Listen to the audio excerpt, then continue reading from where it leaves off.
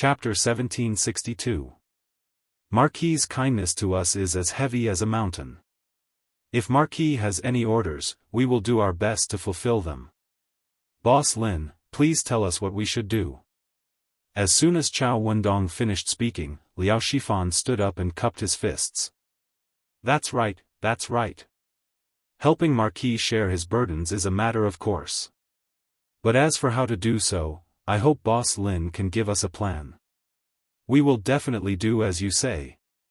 The rest of the people also agreed. Everyone, please take a seat and listen to me. Lin Wenyuan saw that the time was right. He gestured with his hands and said, Marquis intends to use the name of the Yan Huang Chamber of Commerce to solicit donations from all the merchants of Great Tang. Although our Yan Huang Chamber of Commerce has only been established for a year, under Marquis's wise leadership, we have become the most influential chamber of commerce in Great Tang. Now that the country is facing a crisis, we have to share the burdens of Marquis and share the burdens of the country. Tomorrow's Datong Daily will publish a notice to raise funds for the military. At that time, all the merchants of the world will know about this from the newspapers. As for us members of the Chamber of Commerce, first, we need to mobilize the forces around us to contact the other merchants around us and spread the news in these 2 days. Second, in 3 days, Marquis has authorized me to hold a donation gathering. All the merchants who are interested in donating will attend. At that time, I hope that the members of the Yan Huang Chamber of Commerce will take the lead in donating and set an example. Lin Wenyuan explained the plan that Li Ku had given him in detail. Everyone was silent for a moment before they agreed. So that's how it is. Don't worry, Boss Lin. Once I return, I will pay a visit to some of my friends in the capital. They have always admired the Marquis. I don't think they will refuse this fundraising event. I also have many business friends in the capital. When I return, I will contact them immediately. Our Zheng family has many business friends in Jiangnan. But the donation gathering is in 3 days. I'm afraid there won't be enough time. At this moment, Zheng Qianjun frowned and spoke. The Zheng family's Misty Rain Villa was famous for its influence in both the underworld and the underworld of Jiangnan. In the business world of Jiangnan, the Zheng family was a force to be reckoned with. As long as Zheng Qianjuan's father, Zheng Yinhong, made a call, more than half of the merchants in Jiangnan would respond. However, Jiangnan was nearly 1,000 miles away from Chang'an. No matter how influential Zheng Yinhong was in Jiangnan, it was impossible for him to get the merchants of Jiangnan to come all the way to Chang'an for donations. Moreover, even if they were willing to come, they wouldn't be able to make it in time for the donation ceremony in 3 days. Young Lord Zheng's worries are not without reason. Jiangnan is a long way from Chang'an. I'm afraid we won't be able to make it in time. Lin Wenyuan nodded. He looked at Zheng Qianjun and said, time is tight. We can only mobilize the merchants near the capital to raise a batch of military funds. We can show Marquis, the imperial court, and His Majesty the power of us merchants.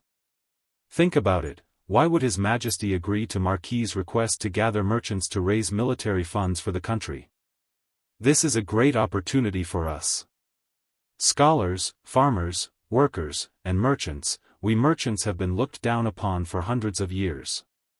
Everyone says that we only care about profits. But this time, when we raise military funds for the country, we want the world to see that we merchants are not petty people who only care about profits. We care more about righteousness, about the country's righteousness. After hearing Lin Wenyuan's words, Chao Wendong's eyes lit up. He hurriedly said, Boss Lin's words have hit the nail on the head. Scholars, farmers, workers, and merchants, we merchants have been prejudiced by the world for hundreds of years. If we want others to think highly of us, we have to unite ourselves and do things that others think highly of us. This time, when we raise military funds for the country, it is a good opportunity for us merchants to show our righteousness. I don't care about others, but the Chao family will donate no less than 20,000 strings of cash. As the largest silk and cloth merchant in the capital, Chao Wendong had always been working hard to establish a chamber of commerce to raise the status of merchants. However, his ability and influence were limited. He could only have the will but not the strength. Last year, after many twists and turns, Chao Wendong finally managed to hitch a ride with Li Zishuan and the Yan Huang Chamber of Commerce. In this year, he had watched the Chamber of Commerce expand bit by bit. The status of the members of the Chamber of Commerce had also gradually increased. This point might not be obvious in the Great Tang, but it was absolutely obvious in Lantian County. This was because Li Zishuan had implemented a complete set of protection systems for merchants in Lantian County. There was a special department of commerce to deal with disputes related to merchants.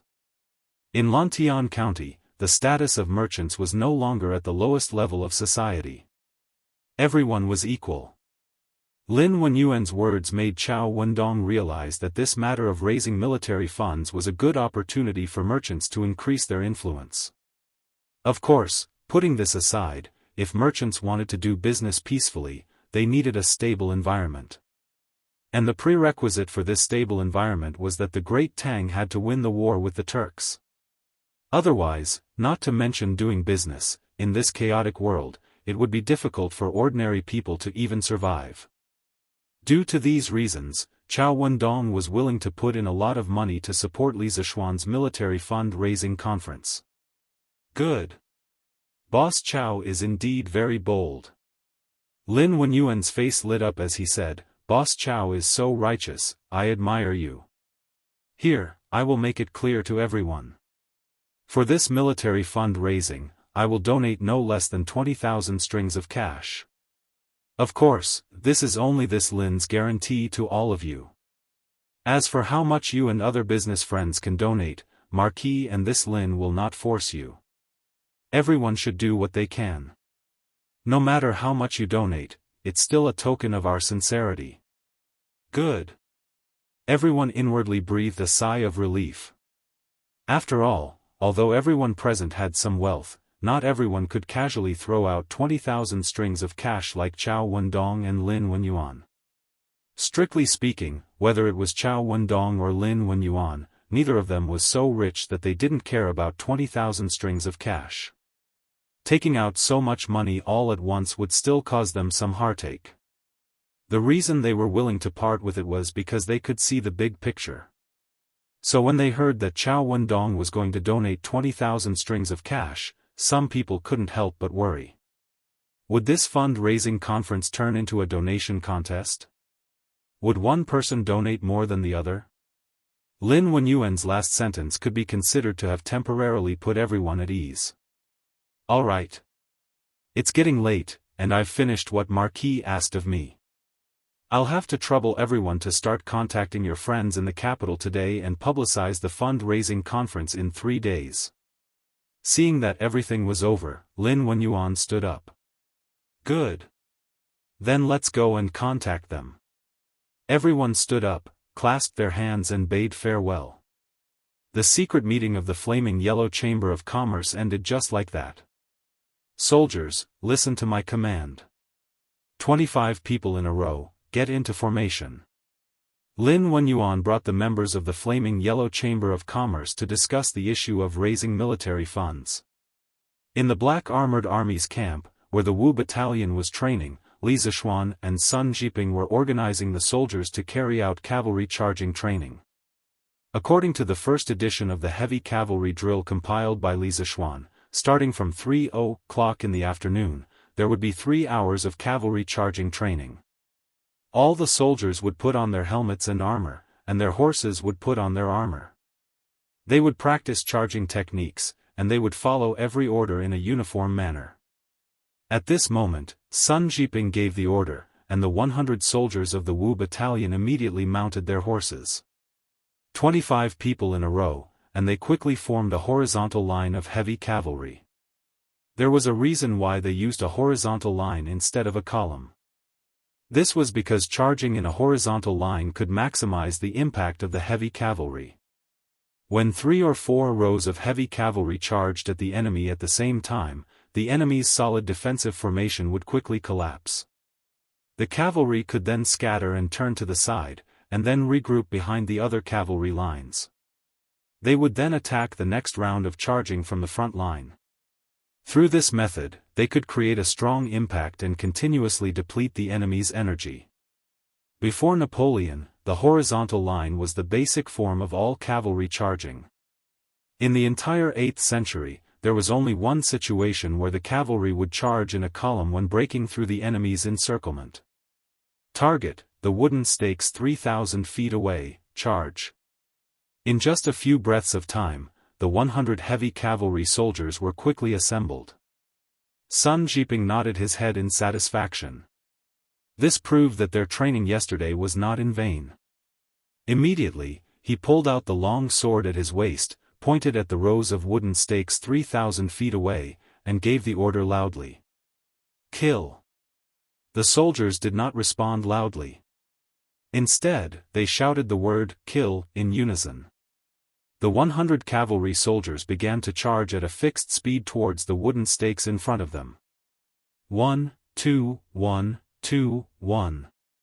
The essence of the heavy cavalry charging tactics was that every cavalryman had to maintain a uniform movement, and every warhorse had to maintain the same pace. Only in this way could the heavy cavalry exert the most powerful impact and give the enemy the greatest visual and auditory impact. Therefore, Sun Jiping also got on his horse at this time and moved forward with the first group of soldiers of the Wu battalion. At the same time, he also shouted the slogan that Li Zishuan taught him to control the marching rhythm of the soldiers.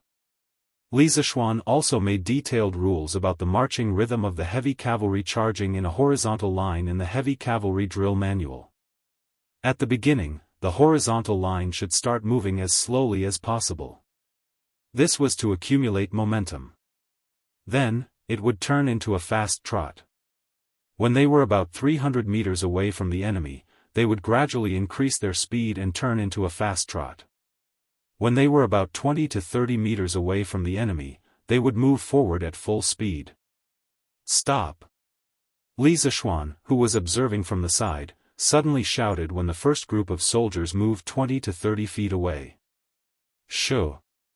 Thump! 100 cavalrymen immediately reined in their horses. The horses' hooves landed on the ground and made a series of uniform sounds. Li Zishuan rode forward and said sternly, "First row, 5th and 12th from the left. Second row, 3rd from the left. Third row, 10th from the left. Fourth row, 7th, 8th, and 21st from the left. Everyone that I just called out, step forward." Hearing Li Zishuan's unfriendly tone, everyone was silent for a moment. The soldiers that were called out hesitated for a moment, then they all moved to the side of the square formation and waited in fear for Li Zishuan's punishment. Li Zishuan looked at this annoying person indifferently and then said loudly, "The 7 of you were either half a step faster or half a step slower. You can't keep the same pace as the others. You guys stand aside and watch. The rest of you, return to your original positions and rearrange the formation." Yes. The rest of the soldiers cupped their fists and answered. Immediately after, the front troops turned to the back and quickly returned to their original positions. At this moment, Li Zishuan said in a deep voice, "Field Officer Sun, you will ride at the front and lead the team. The rest of you will follow behind Field Officer Sunday. Control your warhorses well and maintain the same pace as Field Officer Sunday. If there are any faster or slower horses, I will pull them out and let you all train individually." "Yes, General." Sun Jiping responded and rode to the front of the cavalrymen. Since Li Zishuan was helping him supervise from behind, all he needed to do was to lead the team from the front. The rest of the soldiers didn't expect Li Zishuan to be so strict that they couldn't even move their horses half a step faster or slower. For a moment, everyone was on full alert because if they wanted to meet Li Zishuan's requirements, they had to maintain a high level of concentration. This was not only a test of their individual reaction speed, but also their ability to control their horses. There was no room for slacking off. "Everyone, listen to my order and charge with me."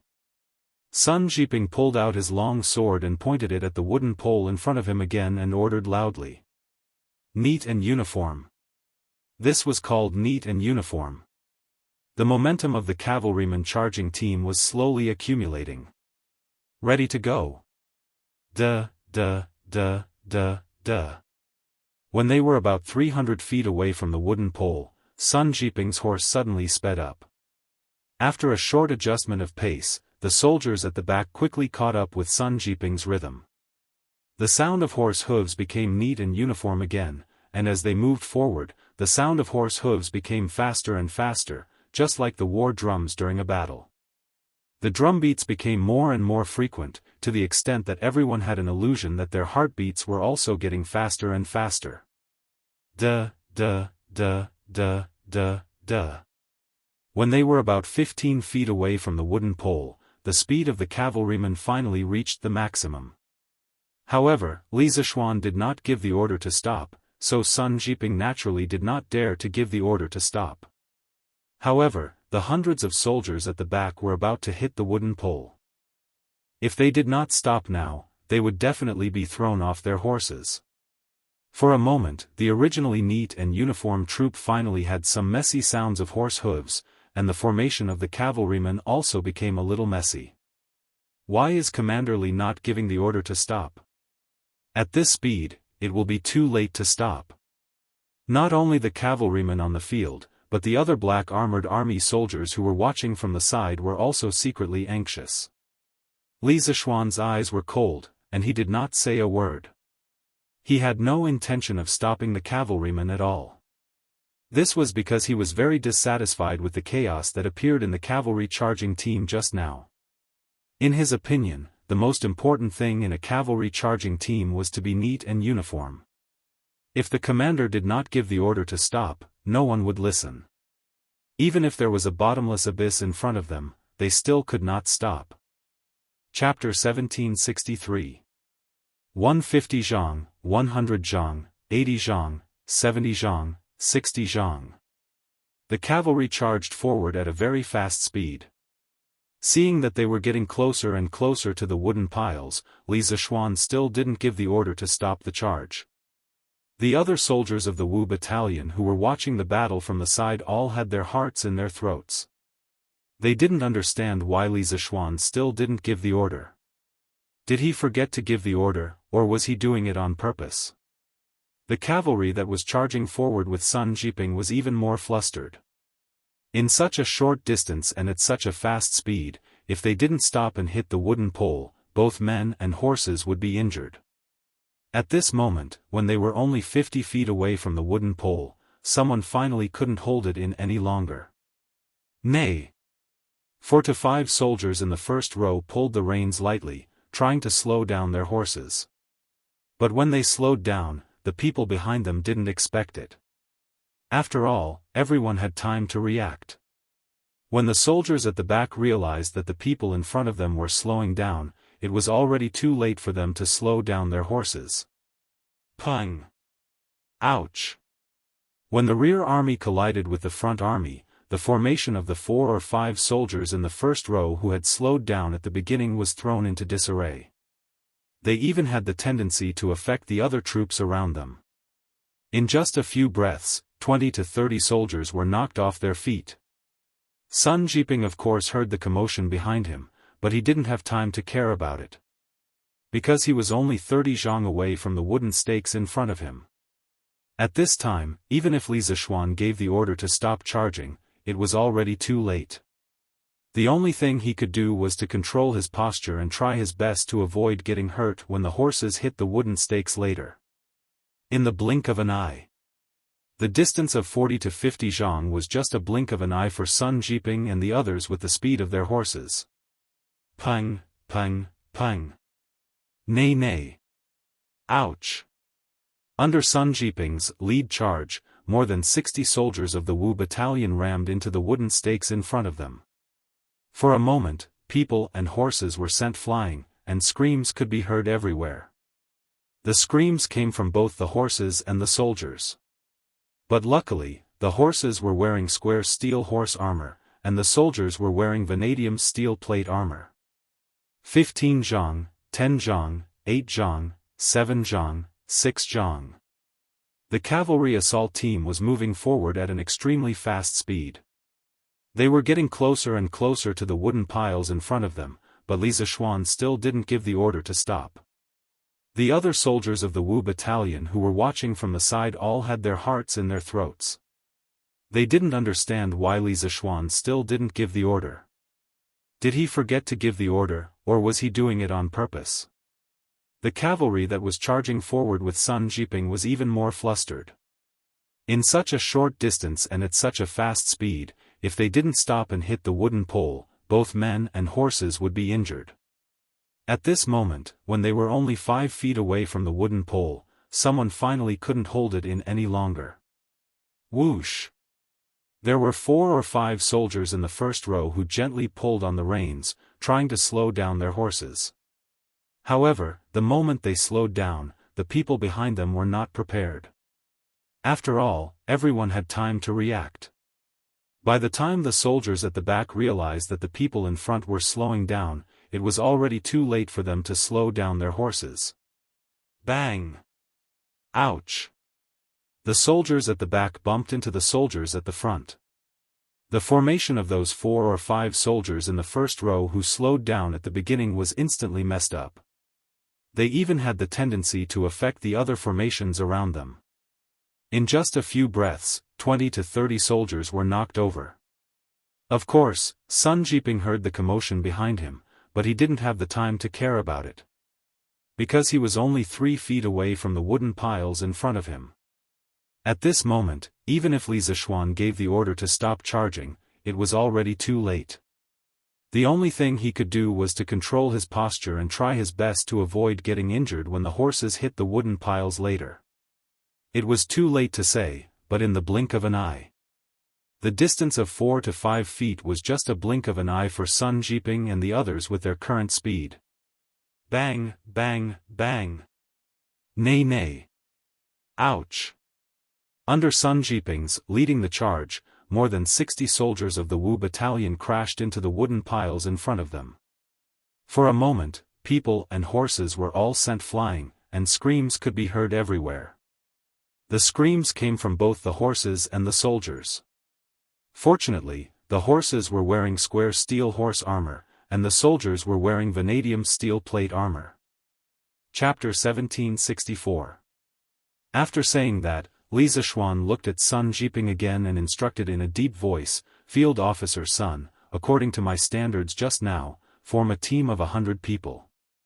Pick out those who don't meet the requirements and do individual training later. I only have one requirement, and that is to follow orders and be uniform. As for those who are not up for battle, they will be punished according to the military rules." "Yes, sir." Sun Jiping immediately stepped forward and cupped his fist. "All right. You are clear on the way to charge. I will leave the rest of the training to you. You must make sure that they are up to standard today." Li Zishuan patted Sun Jiping's shoulder and said. He was in the army and was only in charge of the training plan. He had to rely on the captains of each battalion to lead the troops. There was no need for him to do everything personally. "Yes, sir." Sun Jiping cupped his fist. 6th Battalion, charge. Da, da da, da da da. 1, 2, 1, 2, 1. In the afternoon, on the drill ground of the Black Armored Army's camp, the soldiers of the Wu Battalion became the most eye-catching, Zai. Under Sun Jiping's command, the cavalrymen charged towards a row of wooden stakes without any fear of death. Of course, they didn't have to hit the wooden stakes every time they charged. Most of the time, Sun Jiping would give the command to stop when they were close to the wooden stakes. As for hitting the wooden stakes, it was just a random situation. After all, every time they hit the wooden stakes, there would be injuries to the horses and soldiers. This was just daily training and not on the battlefield. The Black Armored Army couldn't accept such a huge loss. After saying that, Li Zishuan looked at Sun Jiping again and instructed in a deep voice, "Field Officer Sun, according to my standards just now, form a team of 100 people. Pick out those who don't meet the requirements and do individual training later. I only have one requirement, and that is to follow orders and be uniform. As for those who are not up for battle, they will be punished according to the military rules. Yes, sir. Sun Jiping immediately stepped forward and cupped his fist. All right. You are clear on the way to charge. I will leave the rest of the training to you. You must make sure that they are up to standard today. Li Zishuan patted Sun Jiping's shoulder and said. He had joined the army, so he was only responsible for customizing the drill plan. As for the specific people who would lead the troops and carry them out, he still had to rely on the captains of each battalion. There was no need for him to personally attend to everything. This general obeys. Sun Jiping cupped his fists and said. 6th Squad, charge. Duh, duh, duh, duh. 121, 121. In the afternoon, on the drill ground of the Black Armored Army's camp, the soldiers of the Wu Battalion became the most eye-catching, Zai. Under Sun Jiping's command, the cavalrymen charged towards a row of wooden stakes, without fear of death, again and again. Of course, they did not have to hit the wooden poles every time they charged. Most of the time, Sun Jiping would give the order to stop when the team was close to the wooden poles. As for hitting the wooden poles, it was just a random situation. After all, with every collision, there would be injuries to the horses and soldiers. And this was just training and not on the battlefield. The black armored troops could not accept such a huge loss. After that, Li Zishuan looked at Sun Jiping and said in a deep voice, Captain Sun, according to my standards just now, 100 men in a battalion. Pick out those who do not meet the requirements and have them undergo individual training. I only have one requirement, and that is to follow orders and be uniform. As for those who are timid or not, they will be punished according to the crime of being afraid of war, in the military rules. This general obeys. Sun Jiping immediately stepped forward and cupped his fists. All right. Now that you are clear about the way of charging, I will leave the rest of the training to you. Today, you must train them well. Li Zishuan patted Sun Jiping's shoulder and said. He had joined the army, so he was only responsible for customizing the drill plan. As for the specific people who would lead the troops and carry them out, he still had to rely on the captains of each battalion. There was no need for him to personally attend to everything. This general obeys. Sun Jiping cupped his fists and said. 6th Squad, charge.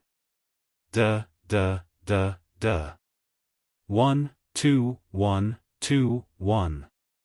In the afternoon, on the drill ground of the Black Armored Army's camp, the soldiers of the Wu Battalion became the most eye-catching, Zai. Under Sun Jiping's command, the cavalrymen charged towards a row of wooden stakes, without fear of death, again and again.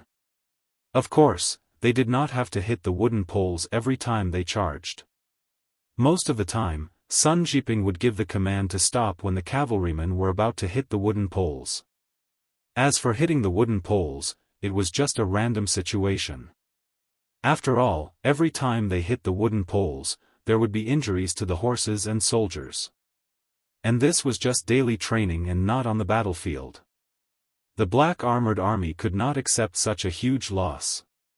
After that, Li Zishuan looked at Sun Jiping again and said in a deep voice, Captain Sun, according to my standards just now, 100 men in a battalion. Pick out those who do not meet the requirements and have them undergo individual training. I only have one requirement, and that is to follow orders and be uniform. As for those who are timid or not, they will be punished according to the crime of being afraid of war, in the military rules. This general obeys. Sun Jiping immediately stepped forward and cupped his fists. That's enough. You are already clear on the way to charge the cavalrymen. I will leave the rest of the training to you. Today, you must make sure that they are trained properly. Li Zishuan patted Sun Jiping's shoulder and said. He was in the army and was only in charge of customizing the training plan. As for the people who would lead the troops, he still had to rely on the captains of each battalion. There was no need for him to do everything personally. This general obeys. Sun Jiping cupped his fists and replied. 6th Battalion, charge. Da, da da, da da da. 1, 2, 1, 2, 1. In the afternoon, on the drill ground of the Black Armored Army's camp, the soldiers of the Wu Battalion became the most eye-catching, Zai. Under Sun Jiping's command, the cavalrymen charged towards a row of wooden stakes, without fear of death, again and again. Of course, they didn't have to hit the wooden poles every time they charged. Most of the time, Sun Jiping would give the command to stop when the cavalrymen were close to the wooden poles. As for hitting the wooden poles, it was just a random situation. After all, every time they hit the wooden poles, there would be horses and soldiers getting injured. This was just daily training and not on the battlefield. The Black Armored Army couldn't afford to lose so many soldiers. After that, Li Zishuan looked at Sun Jiping again and said in a deep voice, Captain Sun, according to my standards just now, 100 men in a battalion. Pick out those who don't meet the requirements and do individual training later. I only have one requirement, and that is to follow orders and be uniform. As for those who are timid or not, they will be punished according to the crime of being afraid of war, in the military rules. This general obeys. Sun Jiping immediately stepped forward and cupped his fists. That's enough. You are already clear on the way to charge the cavalrymen. The rest of the training will be left to you. Today, you must make sure that they are trained properly. Li Zishuan patted Sun Jiping's shoulder and said.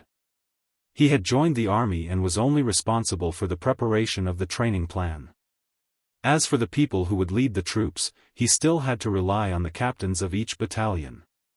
There was no need for him to do everything personally. This general obeys. Sun Jiping cupped his fists and replied. 6th Battalion, charge. Da, da da, da da da. 121, 121. In the afternoon, on the drill ground of the Black Armored Army's camp, the soldiers of the Wu Battalion became the most eye-catching, Zai. Under Sun Jiping's command, the cavalrymen charged towards a row of wooden stakes, without fear of death, again and again. Of course, they didn't have to hit the wooden poles every time they charged. Most of the time, Sun Jiping would give the command to stop when the cavalrymen were close to the wooden poles. As for hitting the wooden poles, it was just a random situation. After all, every time they hit the wooden poles, there would be horses and soldiers getting injured. This was just daily training and not on the battlefield. The Black Armored Army couldn't afford to lose so many soldiers. After that, Li Zishuan looked at Sun Jiping again and said in a deep voice, Captain Sun, according to my standards just now, 100 men in a battalion. Pick out those who don't meet the requirements and do individual training later. I only have one requirement, and that is to follow orders and be uniform. As for those who are timid or not, they will be punished according to the crime of being afraid of war, in the military rules. This general obeys. Sun Jiping cupped his fists and replied immediately. That's enough. You already know how to charge the cavalrymen. I will leave the rest of the training to you. Today, you must train them well. Li Zishuan patted Sun Jiping's shoulder and said. He had joined the army and was only responsible for the preparation of the training plan. As for the people who would lead the troops, he still had to rely on the captains of each battalion. There was no need for him to do everything personally. This general obeys. Sun Jiping cupped his fists and replied. 6th Battalion, charge. Da, da da, da da da. 1, 2, 1, 2, 1. In the afternoon, on the drill ground of the Black Armored Army's camp, the soldiers of the Wu Battalion became the most eye-catching, Zai. Under Sun Jiping's orders, the cavalrymen charged towards a row of wooden stakes again and again without any fear of death.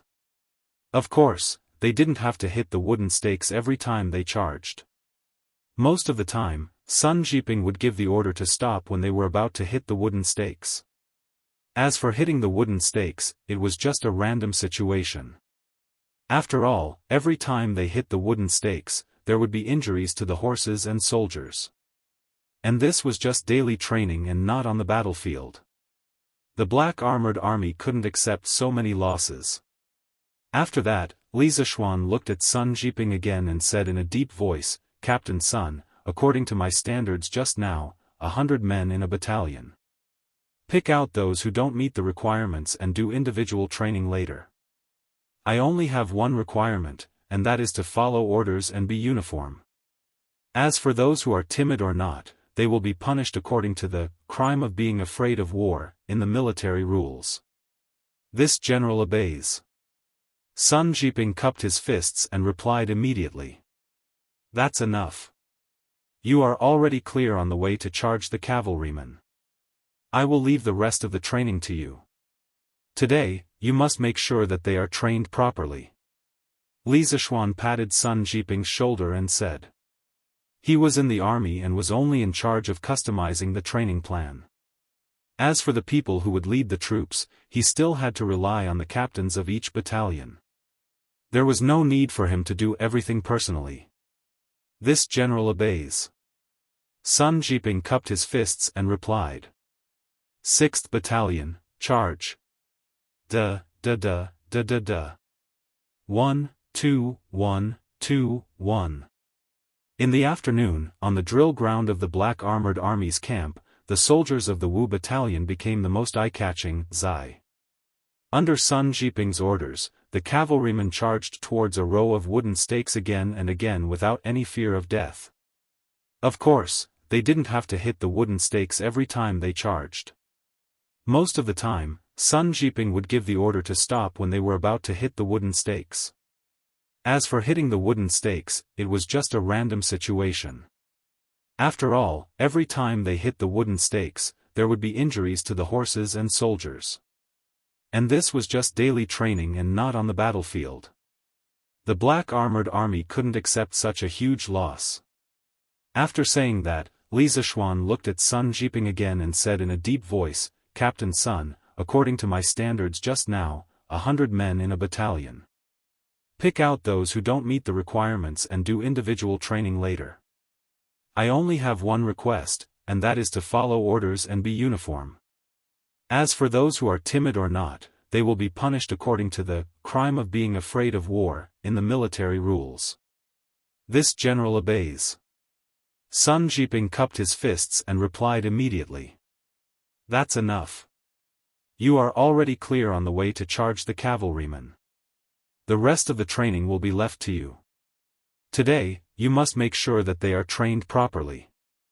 Li Zishuan patted Sun Jiping's shoulder and said. He had joined the army and was only in charge of customizing the training plan. As for the specific people who would lead the troops, he still had to rely on the captains of each battalion. There was no need for him to do everything personally. This general obeys. Sun Jiping cupped his fists and replied. 6th Battalion, charge. Da, da da, da da da. 121, 121. In the afternoon, on the drill ground of the Black Armored Army's camp, the soldiers of the Wu Battalion became the most eye-catching, Zai. Under Sun Jiping's command, the cavalrymen charged towards a row of wooden stakes without any fear of death. Of course, they didn't have to hit the wooden stakes every time they charged. Most of the time, Sun Jiping would give the order to stop when they were about to hit the wooden stakes. As for hitting the wooden stakes, it was just a random situation. After all, every time they hit the wooden stakes, there would be injuries to the horses and soldiers. And this was just daily training and not on the battlefield. The Black Armored Army couldn't accept such a huge loss. After that, Li Zishuan looked at Sun Jiping again and said in a deep voice, "Captain Sun, according to my standards just now, 100 men in a battalion. Pick out those who don't meet the requirements and do individual training later. I only have one requirement, and that is to follow orders and be uniform. As for those who are timid or not, they will be punished according to the crime of being timid, in the military rules." This general obeys. Sun Jiping cupped his fists and replied immediately. "That's enough. You already know how to charge the cavalrymen. I'll leave the rest of the training to you. Today, you must train them well. Li Zishuan patted Sun Jiping's shoulder and said. He had joined the army and was only in charge of customizing the training plan. As for the specific people who would lead the troops, he still had to rely on the captains of each battalion. There was no need for him to do everything personally. This general obeys. Sun Jiping cupped his fists and replied. 6th Battalion, charge. Da, da da, da da da. 1, 2, 1, 2, 1. In the afternoon, on the drill ground of the Black Armored Army's camp, the soldiers of the Wu Battalion became the most eye-catching, Zai. Under Sun Jiping's orders, the cavalrymen charged towards a row of wooden stakes again and again without any fear of death. Of course, they didn't have to hit the wooden stakes every time they charged. Most of the time, Sun Jiping would give the order to stop when they were about to hit the wooden stakes. As for hitting the wooden stakes, it was just a random situation. After all, every time they hit the wooden stakes, there would be injuries to the horses and soldiers. This was just daily training and not on the battlefield. The Black Armored Army couldn't accept such a huge loss. After that, Li Zishuan looked at Sun Jiping again and said in a deep voice, Captain Sun, according to my standards just now, 100 men in a battalion. Pick out those who don't meet the requirements and do individual training later. I only have one requirement, and that is to follow orders and be uniform. As for those who are timid or not, they will be punished according to the crime of being timid in the military rules. This general obeys. Sun Jiping cupped his fists and replied immediately. That's enough. You are already clear on the way to charge the cavalrymen. I will leave the rest of the training to you. Today, you must make sure that they are trained properly. Li Zishuan patted Sun Jiping's shoulder and said. He was in the army and was only in charge of customizing the training plan. As for the people who would lead the troops, he still had to rely on the captains of each battalion. There was no need for him to do everything personally. This general obeys. Sun Jiping cupped his fists and replied. 6th Battalion, charge. Da, da da, da da da. 1, 2, 1, 2, 1. In the afternoon, on the drill ground of the Black Armored Army's camp, the soldiers of the Wu Battalion became the most eye-catching, Zai.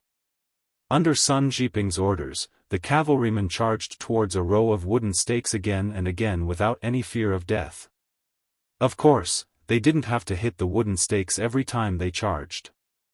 Most of the time, Sun Jiping would give the order to stop when they were about to hit the wooden stakes. As for hitting the wooden stakes, it was just a random situation. After all, every time they hit the wooden stakes, there would be injuries to the horses and soldiers. This was just daily training and not on the battlefield. The Black Armored Army couldn't accept such a huge loss. Chapter 1765.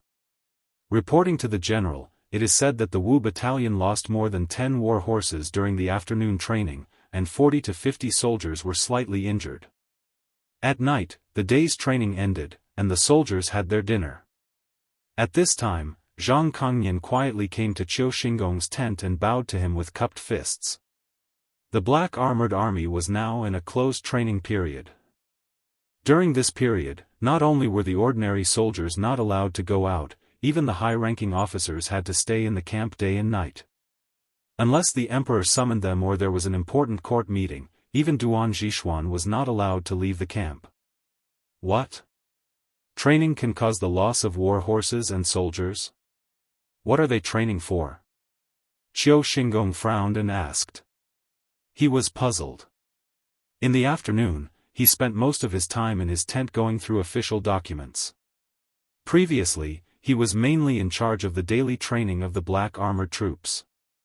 However, after Li Zishuan came, he stole his job. Thus, his position as the second-in-command of the Black Armored troops was changed to a civilian position. Some of the official documents, rations, and logistics were all handed over to him, so he was still very busy every day. In his opinion, the daily training in the camp would at most cause the soldiers to fall off their horses and get some scratches. How could there be a situation where both the soldiers and the horses were injured? This was not going to the front line to fight a war, nor was it going into the mountains to hunt. Replying to the general, the Wu battalion was mainly doing cavalry training in the afternoon. It is said that when the soldiers in the Wu battalion were about to reach the obstacles, Li Zishuan and Sun Jiping did not give the order to stop. So many of the soldiers and their horses crashed into the wooden stakes. That was why there were so many casualties. Zhang Kongnian replied with a smile. After that, he bowed to Qiu Xingong and said with a flattering face, "Haha." Although the details of the competition between the Wu battalion and the 2nd battalion in 10 days is not confirmed yet, but the Wu battalion has suffered casualties before the competition. To us, this is really a good thing. The 2nd battalion will definitely win this competition, so I congratulate the general in advance. Qiu Xingong's face was filled with astonishment at first, but soon after, the corners of his mouth curled up into an arc. Everyone could tell that he was rejoicing in other people's misfortune. After a moment, the old man suddenly straightened his face and said, "Why are you congratulating me? If you want to congratulate someone, you should congratulate Sun Tao. He is the commander of the 2nd battalion." Replying to the general, the Wu battalion's training in the afternoon lost more than 10 war horses, and 40 to 50 soldiers suffered minor injuries. At night, the day's training ended, and the soldiers had their dinner. At this time, Zhang Kongnian quietly came to Qiu Xingong's tent and bowed to him with cupped fists. The black armored troops were currently in a closed training period. During this period, not only were the ordinary soldiers not allowed to leave, even the high-ranking officers had to stay in the barracks day and night. Unless the emperor summoned them or there was an important court meeting, even Duan Zhishuan was not allowed to leave the barracks. What? Losing war horses and soldiers? What training are they training? Qiu Xingong furrowed his brows. He was puzzled and asked. In the afternoon, he spent most of his time in his tent going through official documents. Previously, he was mainly in charge of the daily training of the black armored troops. However, after Li Zishuan came, he stole his job. Thus, his position as the second-in-command of the black armored troops was changed to a civilian position. Some of the official documents, rations, and logistics were all handed over to him, so he was still very busy every day. In his opinion, the daily training in the camp would at most cause the soldiers to fall off their horses and get some scratches. How could there be a situation where both the soldiers and the horses were injured? This was not going to the front lines to fight a war, nor was it going into the mountains to hunt. Replying to the general, the Wu battalion's training in the afternoon was mainly for cavalry charging. It is said that when the soldiers in the Wu battalion were about to reach the obstacles, Li Zishuan and Sun Jiping did not give the order to stop. So many of the soldiers and their horses crashed into the wooden stakes. That was why there were so many casualties. Zhang Kongnian replied with a smile. After that, he bowed to Qiu Xingong and said with a flattering face, "Haha." Although the details of the competition between the Wu battalion and the 2nd battalion in 10 days have not been confirmed, but the fact that the Wu battalion has lost soldiers before the competition, to us, it is really a joyous matter. The 2nd battalion will definitely win this competition. I congratulate the general in advance. Qiu Xingong's face was filled with astonishment at first, but soon after, the corners of his mouth curled up into an arc. Everyone could tell that he was rejoicing in other people's misfortune. After a moment, the old man suddenly straightened his face and said, "Why are you congratulating this old man? If you want to congratulate someone, you should congratulate Sun Tao. He is the commander of the 2nd battalion." Chapter 1766. Hey! These bastards dare to speak ill of little Xian behind your back. Just you wait, little Xian. Watch how I, old Cheng, teach them a lesson. Outside the Wu battalion's tent, Li Zishuan and Cheng Chumo both heard what the soldiers were saying. Cheng Chumo's face darkened as he rolled up his sleeves, only to find that he had come out with his upper body bare. He didn't have any sleeves at all. Then, he slapped his head in exasperation and rushed towards the tent in front of them. Although he was also very tired from the training these past 2 days, and if it was someone else who joined the army, he, Cheng Chumo, would definitely be cursing behind their backs. But the person who joined the army was Li Zishuan, his brother. How could he allow others to speak ill of his brother behind his back?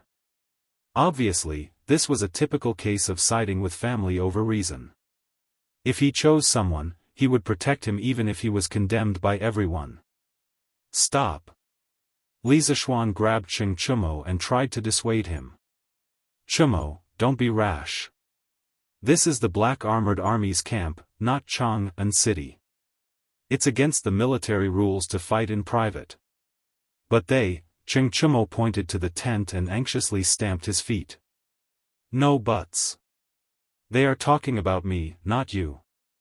Besides, I think what they said makes sense. Li Zishuan interrupted Cheng Chumo and said lightly.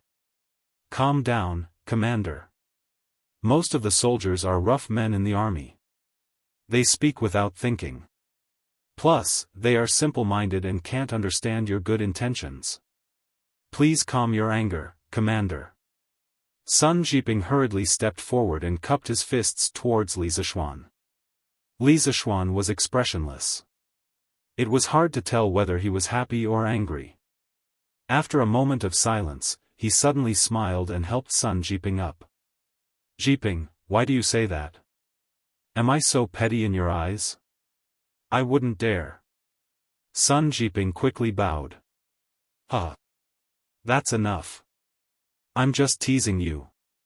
Let's go in and take a look. Li Zishuan patted Sun Jiping's shoulder and walked towards the tent. Squad leader, I think we have to separate things.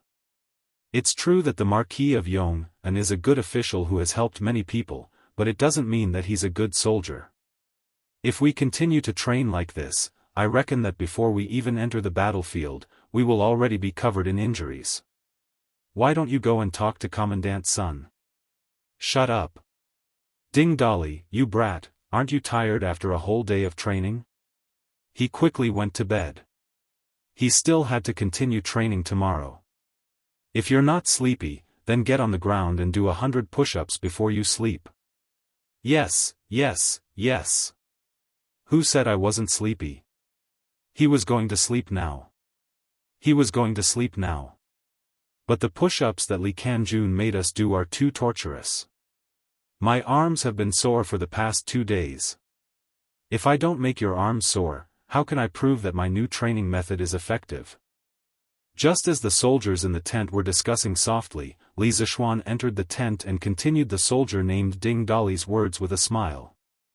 It's Kanjun Li. Everyone in the tent was taken aback. They hurriedly got up from their beds and staggered toward Li Zishuan, then saluted him with a fist salute. Greetings, Kanjun. Nobody expected Li Zishuan to visit their camp in the middle of the night. They were anxious, especially a big man with a scar on his face. He was trembling and had a layer of cold sweat on his forehead. He dared not look at Li Zishuan at all. It's not training time now, so you don't have to be so courteous. Li Zishuan raised his hands and said to everyone. The tent wasn't spacious, and each tent had 10 people living in it. The beds inside took up about 70 to 80% of the space in the tent. When Li Zishuan and his group walked in, it seemed even more crowded. Thank you, Kanjun. Everyone saluted with a fist salute and then stood up straight. You are Ding Dali, right? It was precisely because the tent was small that Li Zishuan quickly noticed the strange expression on the scarred man's face. He walked forward and asked with a smile. Reporting to Kanjun, I am Ding Dali. Seeing that Li Zishuan recognized him, Ding Dali suddenly trembled and almost knelt down in front of Li Zishuan. Just now, he was still worried that Li Zishuan might not have heard what he said before. He still had a sliver of hope in his heart, but at this moment, Li Zishuan directly recognized him from among the 10 people. This completely shattered his wishful thinking. He thought to himself, Li Zishuan must have heard those words outside the tent, and now he's here to settle accounts. The Ding Dali now was completely different from the Ding Dali who dared to talk back to the heavens and the earth. Li Zishuan quietly looked at the person in front of him and didn't immediately speak. This silent atmosphere gave Ding Dali endless pressure, causing him to be unable to breathe for a moment. At this moment, he really wanted to slap himself twice. Who asked him to talk so much behind his back? Who asked him to talk so much behind his back? With Li Zishuan's current position in the imperial court, if he wanted to kill him, it would be as easy as killing an ant. Thinking of this, Ding Dali's back was also wet with sweat. Why is there so much sweat on your face? This Kanjun only heard that you were injured. Could it be that you're sick? Li Zishuan patted Sun Dali's shoulder and asked with a face full of concern. No, your subordinate is not sick. Perhaps it's because the weather is too hot. Yes, it's because the weather is too hot. Ding Dali quickly raised his arm and wiped the cold sweat on his forehead as he denied it. That's good. Li Zishuan nodded, then pointed at the couch in front of him and said, Go and sit down.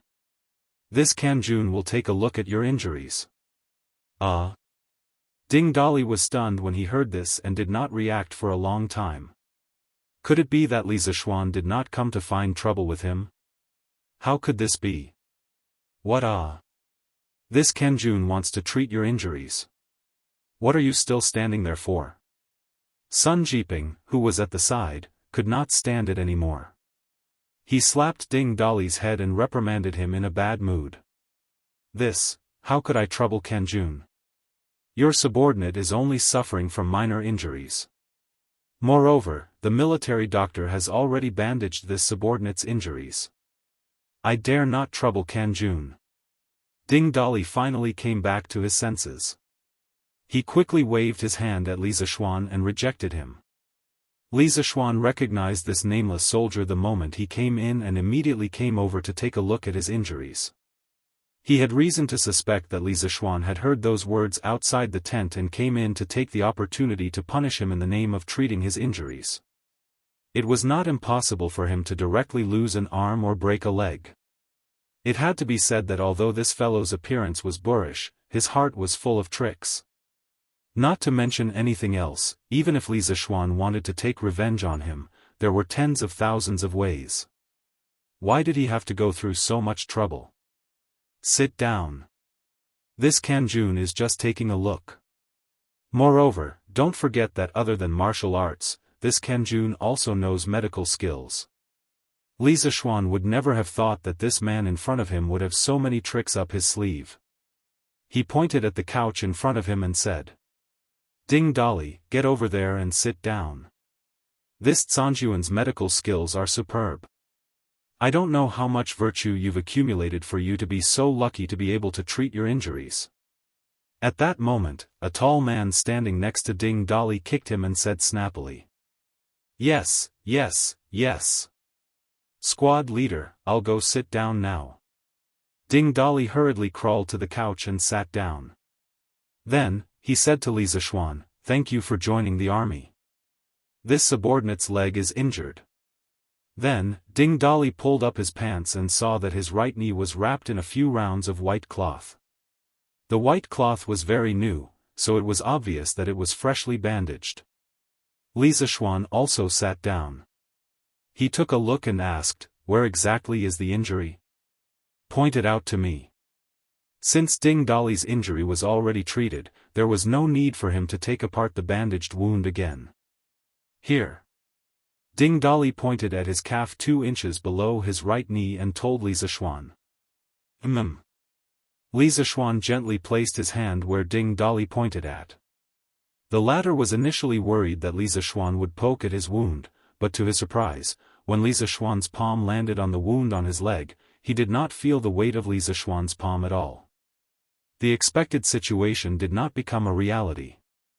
Luckily, you didn't hit your knee, or else you'd have to lie in bed for half a month. Your bruises and wounds should be healed in 2 days. Li Zishuan glanced indifferently at Ding Dali before he spoke. Through his inner strength, he could penetrate the gauze and see the injury on Ding Dali's knee. It was just as Sun Dali had said. It was just a small injury. There were some bruises around the wound. Although there was a cut, it was not deep. It was just a scratch. Thank you, Kanjun. Ding Dali breathed a sigh of relief and cupped his fists at Li Zishuan. He didn't expect that Li Zishuan would actually come to treat his injuries. This made him feel somewhat conflicted. Kanjun, your medical skills are really good. You didn't even remove the white cloth, and you already know that there's a bruise on Dali's leg. Sanjuan's medical skills are still as brilliant as before. The tall man, who was the squad leader of the 10 men, cupped his fists at Li Zishuan. Li Zishuan was puzzled. Why? Did you know me before? The squad leader immediately cupped his hands and answered, Commander, I was previously on duty in the Right Sentinel, and I accompanied General Cheng to the north to rescue you a while ago. On the night of the battle with the Turks, I saw you treating the soldiers' injuries like you did today. When the academy was attacked and its confidential information was stolen, Li Zishuan mobilized his troops in the north to stop Wuxia, but he did not expect the Turks to set up an ambush and enter Longmen Pass. Fortunately, Cheng Yaojin, Qin Qiong, Wang Renbiao, and the rest led the army to help in time, so Longmen Pass was saved and Li Zishuan was saved. However, that night, the imperial court's main army and the Turks' 50,000 wolf cavalrymen fought a life-and-death battle at Yonghe Pass, which resulted in heavy casualties. After the battle, Li Zishuan shuttled through the soldiers' tents to treat the injured soldiers. He was busy for the entire night and left a deep impression on many soldiers. Li Zishuan did not expect to meet his comrade from Longmen Pass here. He patted the squad leader's shoulder and asked excitedly, "What's your name? You were in the Right Sentinel before, what a coincidence." "Hey! I'm a soldier under my father, but why are you in the Black Armored Army?"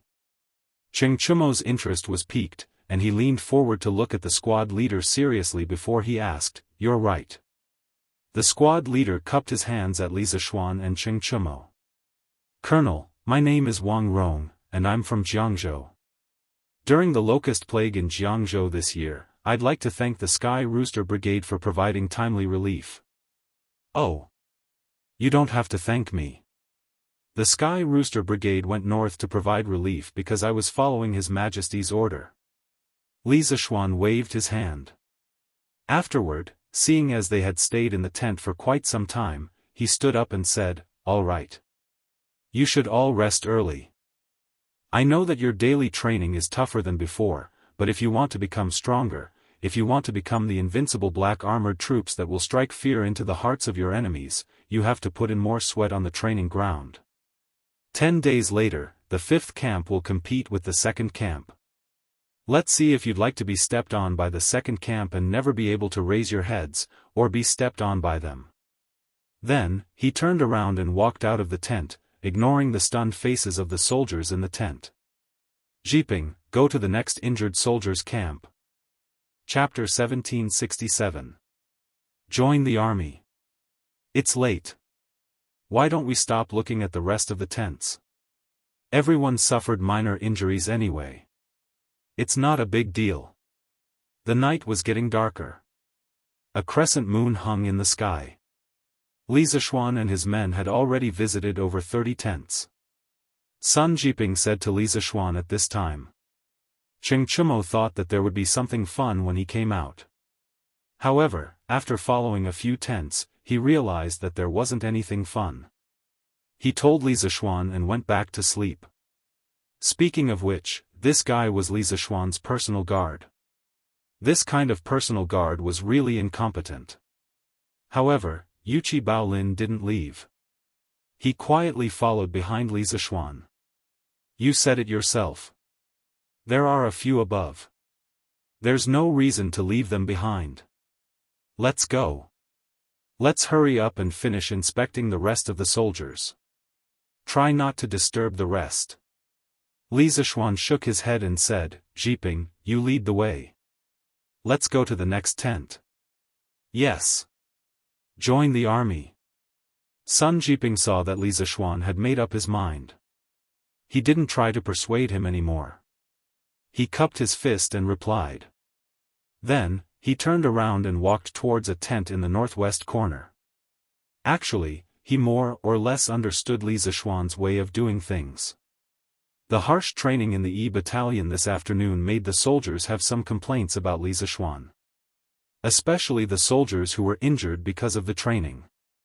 They more or less complained about Li Zixuan in their hearts. Regarding this, he had heard the report from his men in the evening. Therefore, at this time, it was necessary to stabilize the morale of the soldiers. Li Zixuan visited the tents of the injured soldiers tonight and checked their injuries. This was an action to stabilize the morale of the soldiers. 42 injured soldiers have been visited. It's late now. Join the army, go and rest. Half an hour later, Li Zixuan and his men finally finished visiting the remaining injured soldiers. After walking out of the tent, Sun Jiping cupped his fist and said to Li Zixuan. Join the army. It's late. Why don't we not watch the rest of them? Anyway, they're all just lightly injured. It's not a big deal. As the night deepened, a crescent moon hung in the sky. Li Zixuan and his group had already visited more than 30 tents. Sun Jiping said to Li Zixuan. Cheng Chumo originally thought that there would be something fun to do, but after following a few tents, he realized that there wasn't anything fun to do, so he informed Li Zixuan and went back to sleep. Speaking of which, this guy was Li Zixuan's personal guard on the surface, and this kind of personal guard was really incompetent. Yuqi Baolin, on the other hand, didn't leave. He quietly followed behind Li Zixuan. You've said it yourself. There's no reason to leave them behind. Let's go. Let's hurry up and finish inspecting the remaining soldiers. We should try our best not to disturb the rest of the soldiers. Li Zixuan shook his head and said, Jiping, you lead the way. Let's go to the next tent. Yes. Join the army. Sun Jiping saw that Li Zixuan had made up his mind, so he didn't try to persuade him anymore. He cupped his fist and replied, then turned around and walked towards a tent in the northwest corner. Actually, he more or less understood Li Zixuan's way of doing things. After today's harsh training in the E battalion, the soldiers were quite dissatisfied with Li Zixuan. Especially the soldiers who were injured because of the training, they more or less complained about Li Zixuan in their hearts. Regarding this, he had heard a report from his subordinates in the evening. Therefore, at this time, it was time to stabilize the morale of the soldiers. Li Zixuan visiting the tents of the injured soldiers and checking on their injuries was an action to stabilize the morale of the soldiers. 42 injured soldiers have been visited. It's not early anymore. Join the army, quickly go and rest. Half an hour later, Li Zixuan and his group finally finished inspecting the remaining injured soldiers. After walking out of the tent, Sun Jiping cupped his fist and said to Li Zixuan. Chapter 1768. General, I heard that the Wu battalion lost more than a dozen war horses yesterday, and more than 40 soldiers were slightly injured.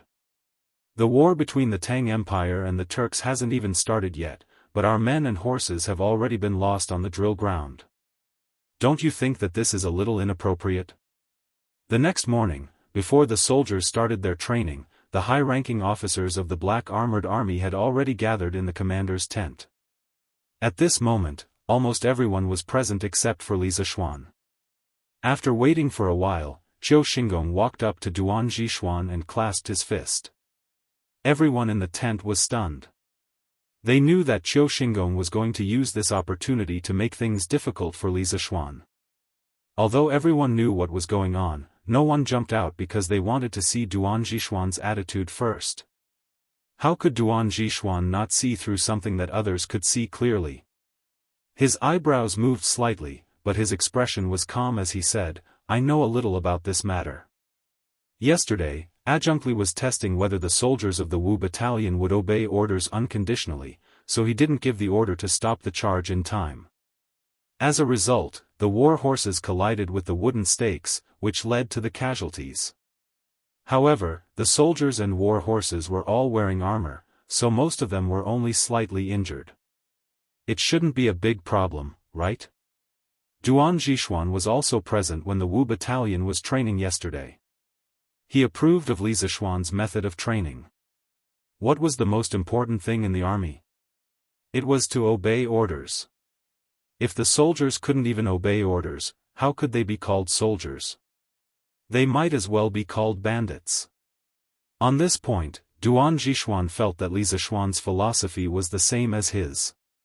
General, you can't say that. This is not the way to drill soldiers to obey military orders. Since ancient times, this Qiu has never heard of a general who would order his soldiers to ram their horses into wooden stakes. Seeing Duan Zhixuan being so biased, Qiu Xinggong couldn't sit still anymore and quickly refuted. Great General, I heard that yesterday, the V battalion lost more than a dozen warhorses and more than 40 soldiers were slightly injured. The war between the Tang and the Turks hasn't even started yet, but our men and horses have already been lost on the drill ground. Don't you think this is a little inappropriate? The next morning, before the soldiers had even started their training, the higher-ups of the black armored troops had already gathered in the commander's tent. At this moment, almost everyone was present except for Li Zishuan.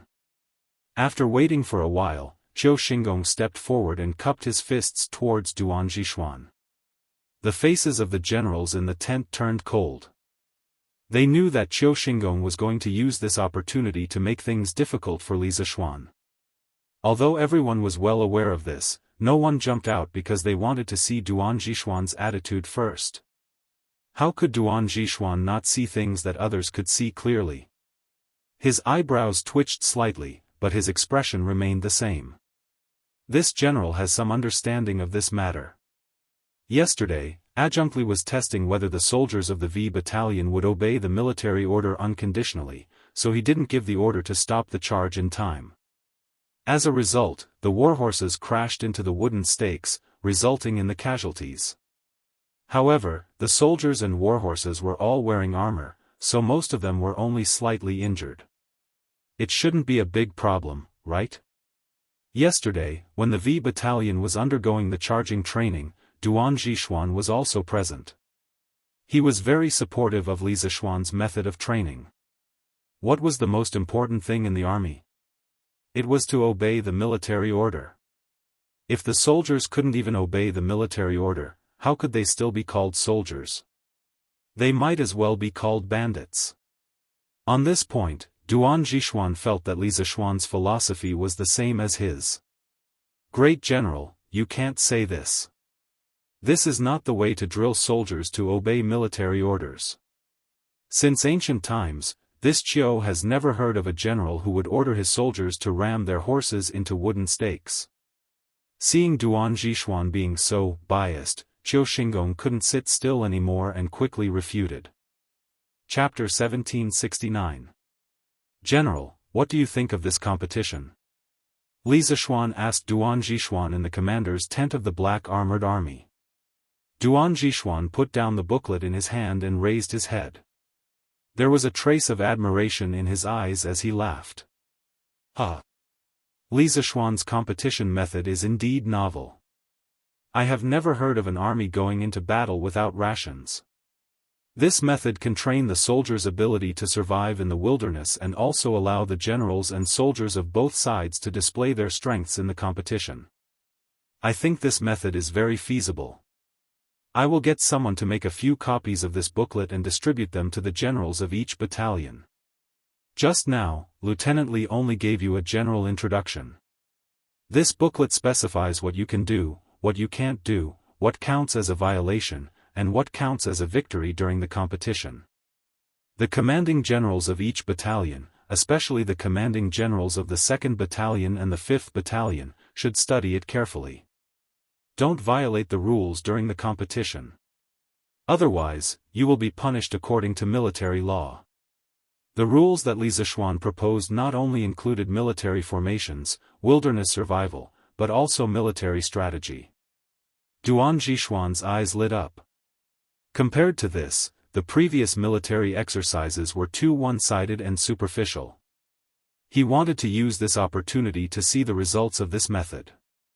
If it was good, Duan Zhixuan planned to implement it in the Black Armored Army in the future.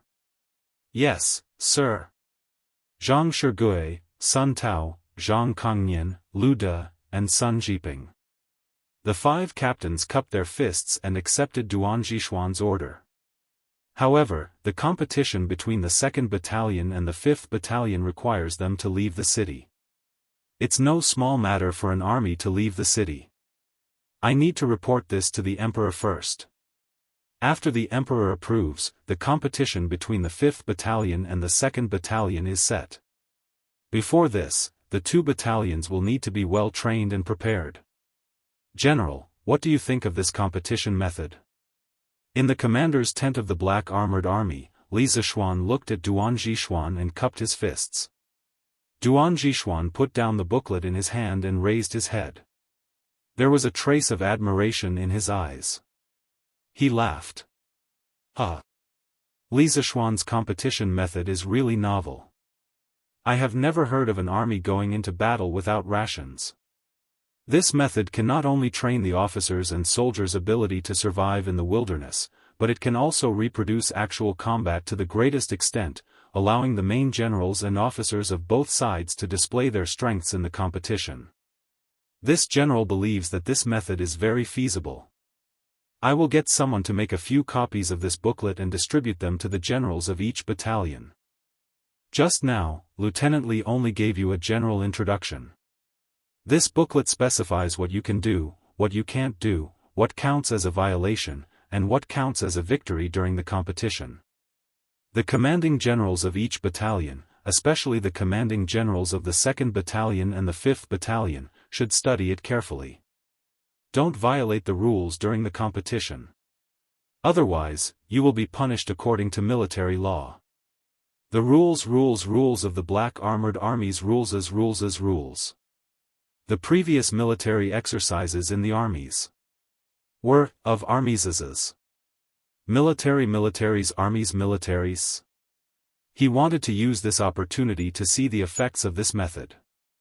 If the results were good, Duan Zhixuan planned to implement it in the Black Armored Army. Yes, sir. Zhang Shigui, Sun Tao, Zhang Kongnian, Lu De, and Sun Jiping. The 5 captains cupped their fists and accepted Duan Zhixuan's order. However, the 2nd Battalion and the 5th Battalion have to leave the city for the competition.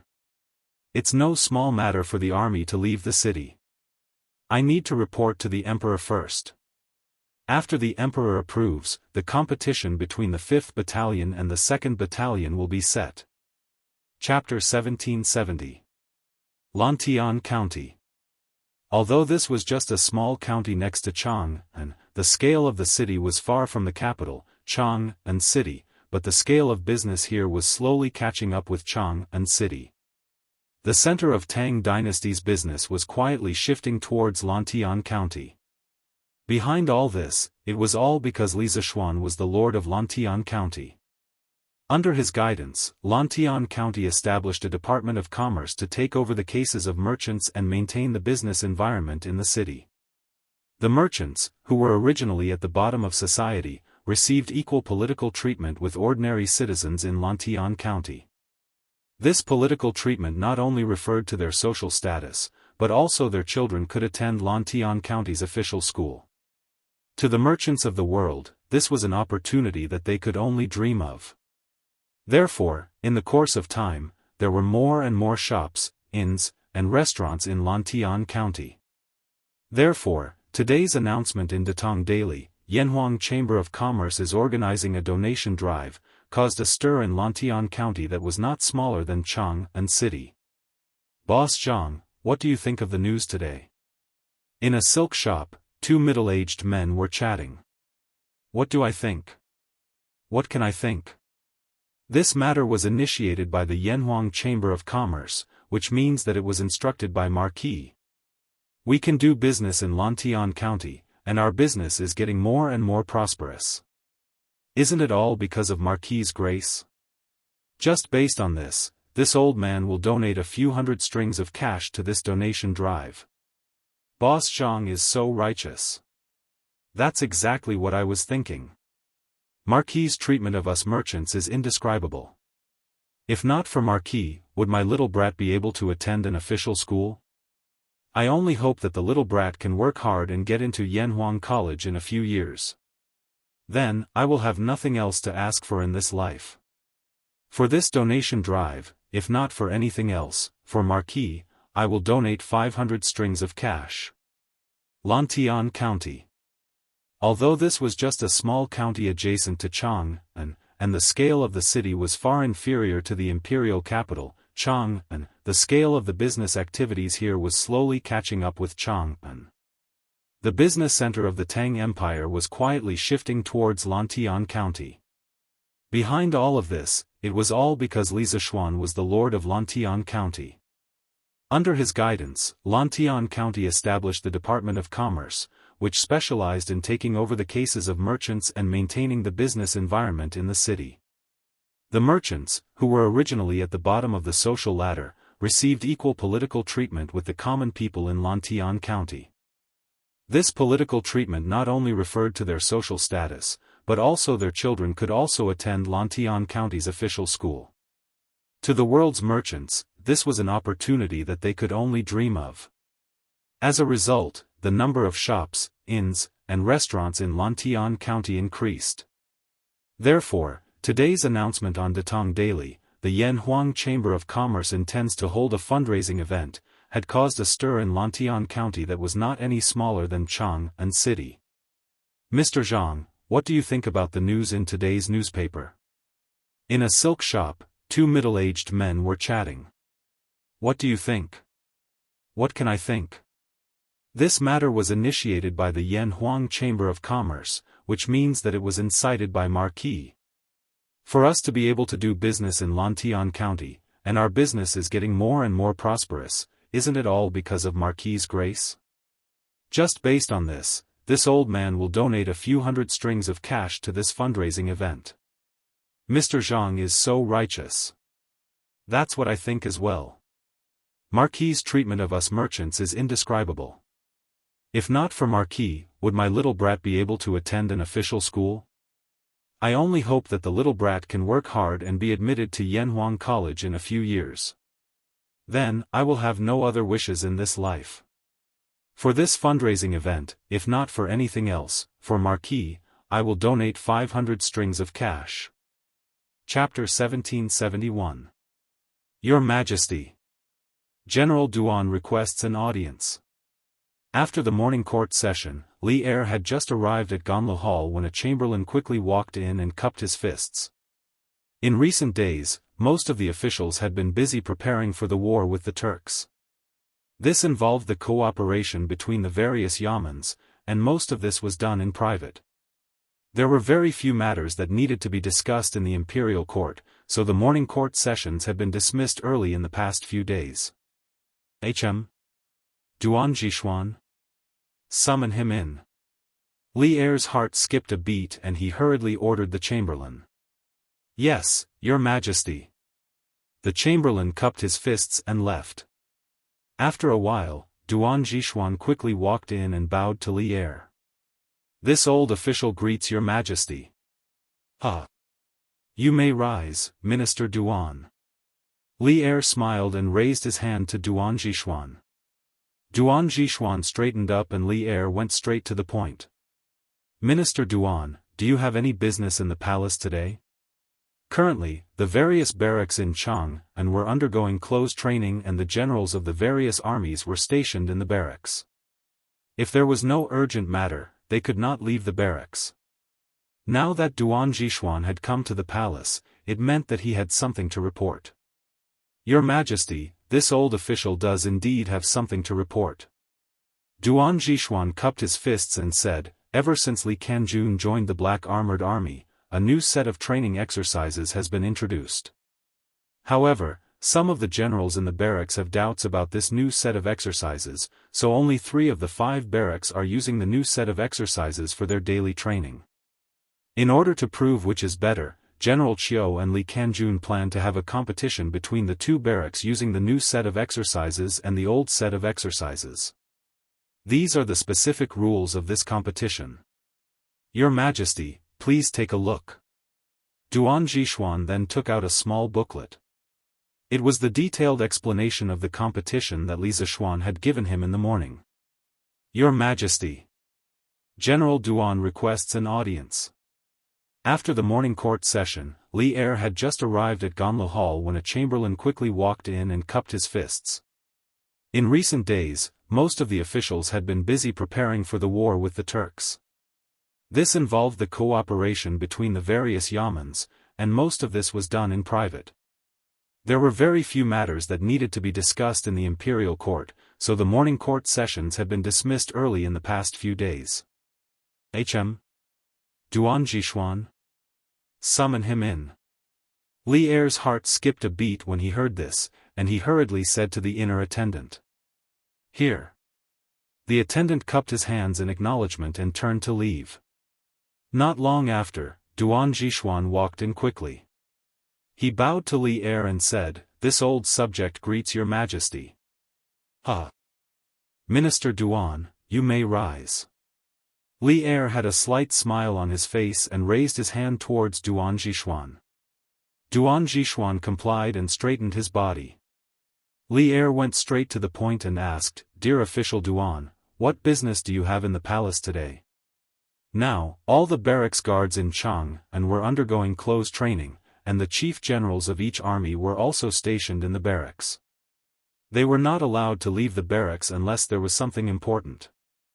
Now that Duan Jishuan had come to the palace, it meant that he had something to report. Your Majesty, I do have something to report. Duan Jishuan cupped his hands and said, "Ever since Li Kanjun joined the Black Armored Army, a new set of training exercises has been introduced. However, some of the generals in the barracks have doubts about this new set of exercises, so currently, only 3 of the 5 barracks are using the new set of exercises for their daily training. In order to prove which one is better, General Qiu and Li Kanjun intend to have a competition between the 2 barracks using the new set of exercises and the old set of exercises. These are the specific rules of this competition. Your Majesty, please take a look." After that, Duan Jishuan took out a small booklet from his bosom. It was the detailed explanation of the competition that Li Zishuan had given him in the morning. Chapter 1772. Hurry, hurry, hurry. Hang up all these red lanterns in the residence. You guys, go and see if there's anything left to clean. If the guests come tomorrow and find the house dusty, you won't have a good time. Why is there an old chair here? Hurry up and leave. Change everything to a new mahogany chair. You. I'm talking about you. Go to the kitchen and see if all the ingredients have been bought. Lan Province, Yong County, Provincial Governor's Residence. At this moment, the entire Provincial Governor's residence was bustling with activity. Red satin, lanterns, and ribbons decorated the entire residence, and it was brimming with joy. Tomorrow was the day of Provincial Governor Wang Renbiao's wedding, and the bride was the woman of his dreams, Li Jingchu. Speaking of which, it was truly not easy for this pair of ill-fated lovebirds to end up together. A few days ago, Princess Tong had tried to break them up because of Li Jingchu's lowly status, and the 2 of them had almost gone to the Yellow Springs. Fortunately, Li Zishuan had sent an urgent letter to Lan Province, allowing him to reverse Princess Tong and Wang Yu's attitudes. Otherwise, Princess Tong and the elders of the Wang clan of Taiyuan would never have agreed to this marriage. Master, Princess Royal, the residence has been cleaned up. We're just waiting for the bride to enter the house tomorrow. The 2 of you can rest assured. In the backyard, Wang Yu was chatting with Princess Tong in a pavilion. At this moment, a maidservant came over and bowed to Wang Yu and Princess Tong. Go and keep a close eye on it. Although this is Lan Province, as the eldest son of the Wang clan of Taiyuan, nothing can go wrong with his wedding. Otherwise, we will lose face for the entire Wang clan. Princess Tong and glanced at the maidservant and sternly said. Hurry, hurry, hurry. Hang up all these red lanterns in the residence. You guys, go and see if there's anything left to clean. If the guests come tomorrow and find the house dusty, you won't have a good time. Why is there an old chair here? Hurry up and leave. Change everything to a new mahogany chair. You. I'm talking about you. Go to the kitchen and see if all the ingredients have been bought. Lan Province, Yong County, Provincial Governor's Office. At this moment, the entire provincial governor's manor was bustling with activity. Red silk, colorful satin, lanterns, and streamers decorated the entire manor. It was brimming with a joyous atmosphere because tomorrow was the wedding of their provincial governor Wang Renbiao, and the bride was Li Jingchu, whom Wang Renbiao yearned for even in his dreams. Speaking of which, it was not easy for this pair of ill-fated lovebirds to end up together. A few days ago, Princess Tong and tried to break them up because of Li Zishuan's lowly status, and the two of them almost died together. Fortunately, Li Zishuan wrote a letter and rushed to Lan Province in a timely manner, thus reversing Princess Tong and Wang Yu's attitudes. Otherwise, Princess Tong and some of the elders of the Wang family of Taiyuan would never have agreed to this marriage. Master, eldest princess, everything in the manor has been cleaned up. We're just waiting for the bride to enter the manor tomorrow. Don't worry. In the backyard, Wang Yu was chatting with Princess Tong and in the pavilion when a woman who looked like a servant girl came over and bowed to Wang Yu and Princess Tong and keep a close watch. Although this is Lan Province, my cousin is the eldest son of the Wang family of Taiyuan. Nothing can go wrong with his wedding, or else he will lose face for the entire Wang family. Princess Tong glanced at the servant girl and sternly said. Chapter 1773. Your son will remember father's teachings today and will never forget them. In the sweet nectar hall, after hearing Li Er's heartfelt advice, Li Qingxian cupped his hands and said solemnly. Li Er nodded his head approvingly. Li Qingxian's heart skipped a beat and he cupped his hands towards Li Er again. Father, your son has previously subscribed to a portion of the Yan Huang Chamber of Commerce's shares and Strange Culture's shares. Now, I can be considered a member of the Yan Huang Chamber of Commerce. Although the Eastern Palace has not been involved in the Yan Huang Chamber of Commerce's business for the past year, Little Xian still had people send over the Eastern Palace's dividends every month. Now, your son can take out about 30,000 strings of cash. For this donation drive, your son would like the shopkeeper of the Royal Shop, Craftsman Pavilion, to donate 30,000 strings of cash. Firstly, although your son is not in the business world, I still hold shares in the Yan Huang Chamber of Commerce and can be considered a part of the Yan Huang Chamber of Commerce. Now that Little Xian is using the name of the Yan Huang Chamber of Commerce to call for the Great Tang's merchants to raise funds for the country, your son should respond. Secondly, these days, father has been working hard on the northern expedition and has not been able to sleep at night. Your son and mother are both worried about your health. This 30,000 strings of cash can be considered your son's contribution to the army. I hope it can share your worries. The Craftsman Pavilion in the west of Chang'an City was a shop run by the royal family. In fact, in the past dynasties, the main members of the royal family, such as the emperor, empress, crown prince, and so on, although they would not openly engage in business, they would secretly send people to run some shops to make up for their expenses. However, this money was a hidden income after all. No one would speak of it openly, especially as the crown prince. That was even more so. Think about it, why would you, a country's crown prince, earn so much money in private for? Could it be that you want to secretly cultivate power and usurp the throne and rebel? But today, in front of Li Er, Li Qingxian had openly revealed his little treasury. This kind of father-son relationship could not be said to be fake. Your son will remember father's teachings today and will never forget them. In the sweet nectar hall, after listening to Li Er's heartfelt advice, Li Qingxian solemnly cupped his hands and said. Li Er nodded approvingly. At this moment, Li Qingxian's heart stirred. He cupped his hands towards Li Er and said, "Father, I have previously purchased a portion of the Yan Huang Chamber of Commerce's shares, as well as the shares of Strange Culture. Now, I can be considered a member of the Yan Huang Chamber of Commerce." Although the Eastern Palace has not been involved in the business of the Yan Huang Chamber of Commerce for the past year, Little Xian still sends over the dividends that belong to the Eastern Palace every month. Right now, I can take out about 30,000 strings of cash. For this donation drive, I would like to ask the shopkeeper of the royal shop, the House of Craftsmen, to donate the 30,000 strings of coins. Firstly, although I am not in the business world, I still hold shares in the Yan Huang Chamber of Commerce and can be considered a part of the Yan Huang Chamber of Commerce. Now that Little Xian has used the name of the Yan Huang Chamber of Commerce to call on the Great Tang's merchants to raise military funds for the country, I should respond. Secondly, these days, Father has been working hard on the northern expedition and has not been able to sleep at night. Mother and I are both worried about Father's health. This 30,000 strings of cash can be considered as my contribution to the army. I hope that it can share Father's burdens. The House of Craftsmen in the west of Chang'an City was a shop run by the royal family.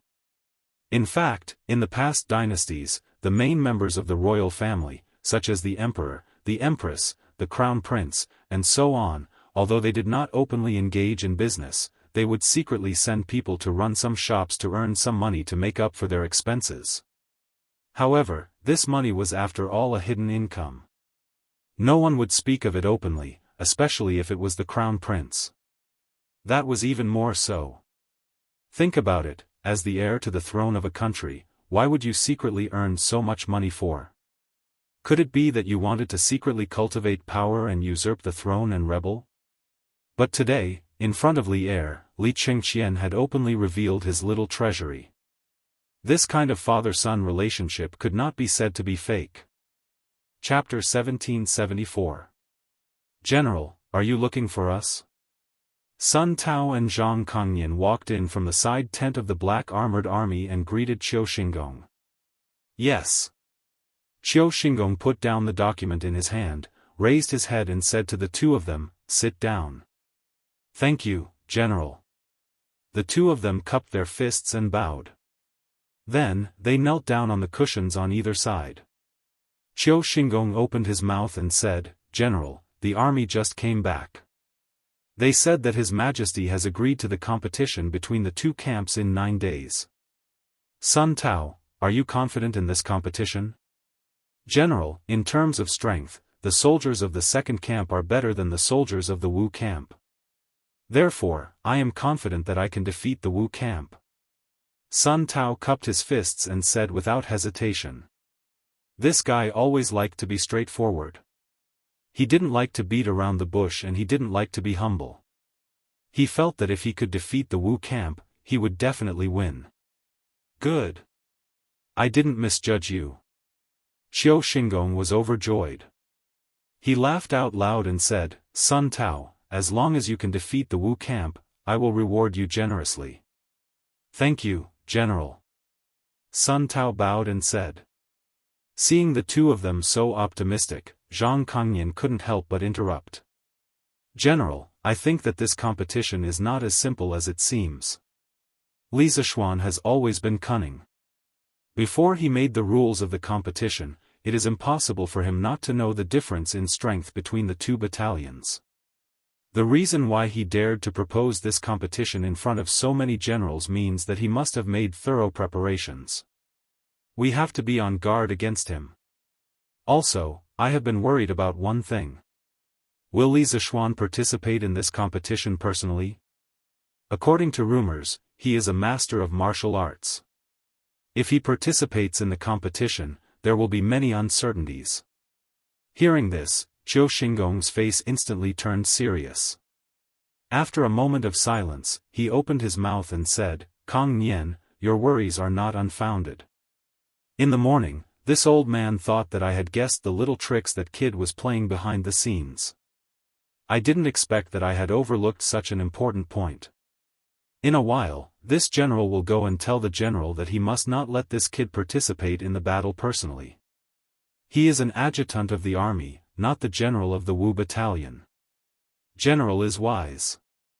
Zhang Kongnian smiled and bowed to flatter Qiu Xingong. The only person he could rely on in the black armored army was Qiu Xingong. His future also depended on Qiu Xingong. That was why he was so hard-working when he came up with a plan.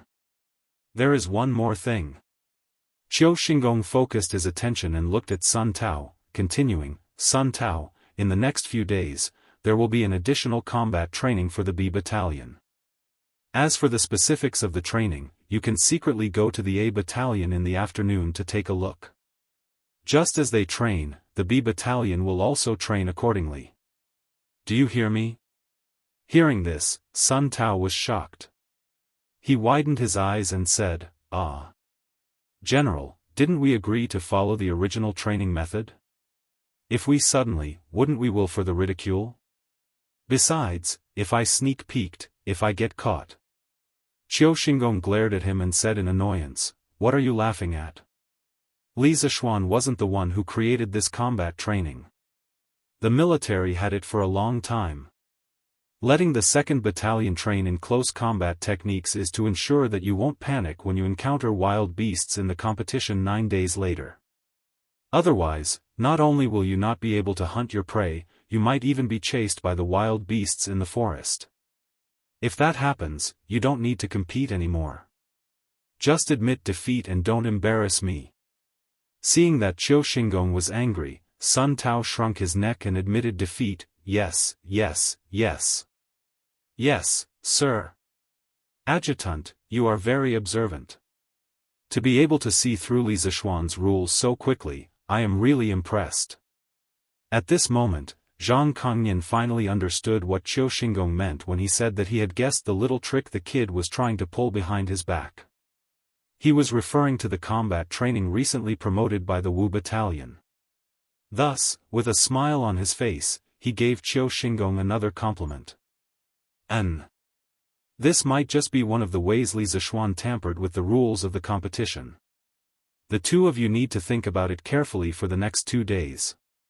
If you discover that the rules of the competition are disadvantageous to us, report to this old man immediately. Qiu Xingong nodded his head and ordered. Yes. General. Sun Tao cupped his fist and replied in a muffled voice. Zhang Kongnian rolled his eyes and said, General, I feel that instead of looking for problems with the rules passively, why don't we take the initiative to attack and let Li Zishuan be busy with his own matters? When the competition starts, we can win without a fight. Oh. Tell me, how should we take the initiative to attack? Qiu Xingong was shocked and asked quickly. He. I have a plan that can make the hearts of the Wu battalion fall into chaos before the start of the competition. Zhang Kongnian smiled evilly. This guy was also very alert. He knew that the tents in the camp weren't soundproof. In order to prevent what he was going to say from being heard by others, he stood up and walked to Qiu Xingong and whispered. Tell me quickly. Qiu Xingong's eyes flashed and he couldn't wait to ask. At this moment, Sun Tao also couldn't help but stand up and move closer to the two of them. Zhang Kongnian smiled and whispered, General, the training in the Wu camp is very strict, and there are so many soldiers who were injured yesterday. There must be a lot of people who have complaints about Li Zishuan. We can send people to the Wu camp to sow discord between them and Li Zishuan. This will affect the rest of the soldiers in the Wu camp. When there are too many of them, Li Zishuan will lose his prestige in the Wu camp and even in the black armored army. Once the morale of the soldiers is disrupted, even if Li Zishuan is still alive, he will still lose this competition. If this can cause a mutiny in the Wu camp, then Li Zishuan's days in the black armored army will come to an end. At that time, it will be easy for us to win the competition. It had to be said that this guy was too cunning. He didn't have the confidence to fight force with force, so he wanted to use tricks. He. Good plan. Good plan. After listening, Qiu Xingong pondered for a moment and suddenly laughed. Sun Tao couldn't help but say, "General, I think that it is impossible for the second camp to lose this competition. Zhang Kongnian's plan is completely despicable and not what a real man would do. I don't think it is necessary. If we want to win, we should win fair and square." This fellow had a straightforward temperament and would say whatever came to his mind. As soon as he finished speaking, Zhang Kongnian's face instantly darkened and he almost vomited blood. "Sun Tao, you bastard. I am obviously helping you. Don't be so ungrateful. How can you be so sure that the second camp will win this competition? If we lose, can you bear the consequences?" Zhang Kongnian pointed at Sun Tao and said in exasperation. "Humph. Why can't I bear the consequences? If we lose this competition, Sun Tao, am willing to bear the consequences. If we win with this scheme, then I would rather lose to the Wu camp." Sun Tao snorted and turned his head away and said angrily. "Shut up." Qiu Xingong's face was as black as the bottom of a pot. At this moment, he couldn't hold it in any longer and interrupted Sun Tao, "We must win this competition. If we lose, Li Zishuan will be able to control the black armored army from now on. By then, both of you can forget about having a good life. Sun Tao, you don't have to get involved in the matter of sowing discord in the Wu camp. Just focus on training the second camp soldiers. Leave this matter to Kong Nian." "Yes, General." Although Sun Tao was extremely unwilling in his heart, in the face of the powerful Qiu Xingong, he could only swallow this reluctance into his stomach. Qiu Xingong looked at Zhang Kongnian and ordered, "Kong Nian, go back to the camp and pick a few smart men. It would be best if they know the people from the Wu camp. Let them sneak into the Wu camp during lunchtime and secretly instigate the soldiers who were injured yesterday. Let them be dissatisfied with Li Zishuan." Zhang Kongnian clasped his fist and said, "Yes, sir." "Good. All right, all of you are dismissed." Qiu Xingong nodded and waved his hand. "Jiping, how was the training in the morning?" Noon, outside the cafeteria of the Wu camp, a group of burly men squatted on the empty ground and wolfed down the unappetizing big pot of rice. Li Zishuan, Sun Jiping, Cheng Chumo and the others squatted together again. Li Zishuan took the opportunity to ask Sun Jiping during the meal break. In the morning, he was called over by Zhang Shigui and Lu De. According to Zhang Shigui, he was the Black Armored Army's adjutant and not just the Wu camp's adjutant. Since the A camp and D camp had also chosen to use the new training method, then as the adjutant, he couldn't just be biased towards the Wu camp. Therefore, he mainly guided the A camp and D camp's training in the morning. "Oh, the morale of the soldiers is better than yesterday. They are also more serious in their training. It must be the effect of last night's patrol." Sun Jiping swallowed the food in his mouth and replied. "That's good." Li Zishuan couldn't help but let out a sigh of relief. There were two sides to everything. If there was a good side, then there would naturally be a bad side. Although high-intensity military training could increase the strength of the soldiers in a short period of time, it could also cause the soldiers to be conflicted. Once there were more and more people who were conflicted, then the morale of the army would be messed up. Once the morale of the army was messed up, then even the best training method would be useless. Li Zishuan's new training method was actually a risky move. If it wasn't done well, then it would be inviting trouble to himself. But looking at the current situation of the Black Armored Army, if they wanted to form a fighting force in a short period of time, then they had to take the risk. But the current result was still good. It seemed like it was still necessary to give the soldiers some thought. Li Zishuan thought to himself. This guy wanted to do a job again. Does the army have a map of the Nyosho mountain area? After coming back from his thoughts, Li Zishuan asked again. Sun Jiping thought for a while and nodded. I do have this, but I don't have it here. You can go ask the general will definitely have it. Good. Then I'll go find General Duan later. Li Zishuan nodded and said, in these 2 days, I'll make a sand table based on the map of the Nyosho mountain area. As for the training of the Wu battalion, you have to worry more about it. If I have time, I'll come over to take a look. After the sand table is done, if you have nothing to do at night, you can come to my tent to deduce the art of war. The Nyosho mountain he was talking about was not the famous scenic spot around Nanjing in the future. The Nyosho mountain he was talking about was located in the southwest of Chang'an. It was a branch of the Zhongnan Mountains and also belonged to the Qinling Mountains. It was under the jurisdiction of Chang'an County and was about 30 li away from Chang'an City. Chang'an County belonged to the hinterland of the Wei River Plain. It was located at the south of the 800 li Qinchuan. To the south was the Qinling Mountains and to the north was the Wei River. In the Tang dynasty, soil erosion was not so serious. There were towering trees everywhere. At the foot of the Zhongnan Mountains was a primeval forest. The reason why Li Zishuan chose the Nyosho mountain as the location for the Wu battalion and Yi battalion was also very thoughtful. First of all, although there were many mountains near Chang'an, there were more hills. There were not many mountains that were of a large scale. If you counted carefully, there were only Mount Li and Nyosho Mountain. But in the area of Mount Li, there was the Emperor's Palace. Normally, when the Emperor organized a hunting trip, he would come here.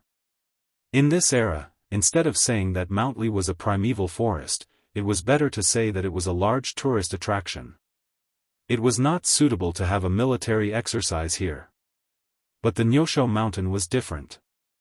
There was no Emperor's Palace here. Usually, there were no traces of people. There were many kinds of wild animals in the forest, such as jackals, wolves, tigers, and leopards. It was a good place to train the army. When marching to war, it was important to pay attention to the right time, the right place, and the right people. Before this, Li Zishuan had only heard that there was such a mountain in the southwest of Chang'an City. However, he had never been there personally. Naturally, he did not know the specific terrain.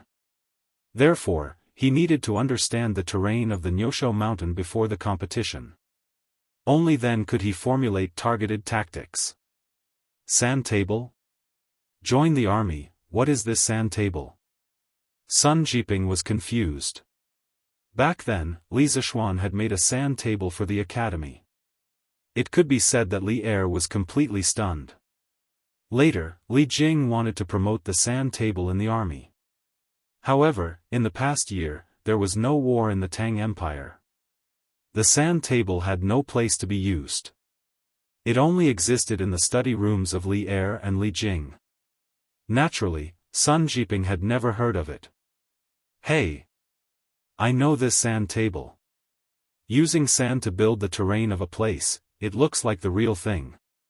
Cheng Chumo laughed and showed off. As a student of the academy and the son of Cheng Yaojin, he naturally knew what a sand table was. Well, it's similar to what Chumo said. Jiping, you'll know when it's done.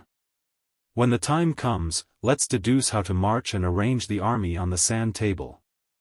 Li Zishuan nodded. Yes. Join the army. Sun Jiping quickly replied. Join the army, the general wants you to go to the commander's tent. At this moment, a soldier came over and saluted Li Zishuan respectfully. The general? Li Zishuan was puzzled, but he did not hesitate. After putting the bowl in his hand beside Cheng Chumo, he stood up and said, Okay.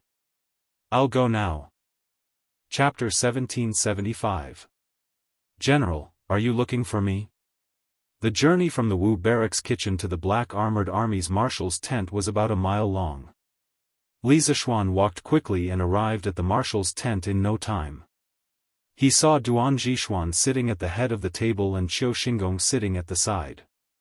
He cupped his fist and bowed to Qiu Xingong. I hope I didn't disturb Marshal Li's lunch. Duan Jishuan chuckled and said with a kind face. Qiu Xingong frowned. He felt that Duan Jishuan's attitude towards Li Zishuan had changed greatly, but he couldn't pinpoint exactly what had changed. General, you must be joking. Military affairs are more important. What's a lunch? Li Zishuan was also curious. Qiu Xingong didn't call him over just to ask if he had eaten, right? How boring would that be? Thinking of this, he cupped his fist and asked, General, is there anything I can help you with? Take a seat first. Duan Jishuan pointed to the cushion at the side and glanced at Qiu Xingong meaningfully. It's not me who is looking for you, it's General Qiu who is looking for you. Xingong, since you're the one who raised the question, you should talk to Marshal Li. Duan Jishuan was old and shrewd. He wasn't willing to be used by Qiu Xingong. This was a direct conflict between Qiu Xingong and Li Zishuan. He only wanted to be the judge and didn't want to be stuck between the two. Qiu Xingong's face stiffened. The reason why he directly looked for Duan Jishuan and not Li Zishuan was because he wanted Duan Jishuan to help him facilitate this matter. Now that Duan Jishuan directly pushed him out, his attitude was very obvious. Ahem. I'm here today for one thing. I hope Marshal Li can clear up my doubts. Since Duan Jishuan had already put it this way, Qiu Xingong had no choice but to speak up as well. He looked at Li Zishuan with a slightly unnatural expression and said in a deep voice, regarding the competition 9 days from now, Li Kanjun has already explained the specific rules of the competition to the generals in the army. However, I wonder if Li Kanjun plans to personally participate in this competition? Hearing this, Li Zishuan's eyes flashed with understanding. This old man was worried that his participation would affect the game balance, so he came to complain to Duan Jishuan.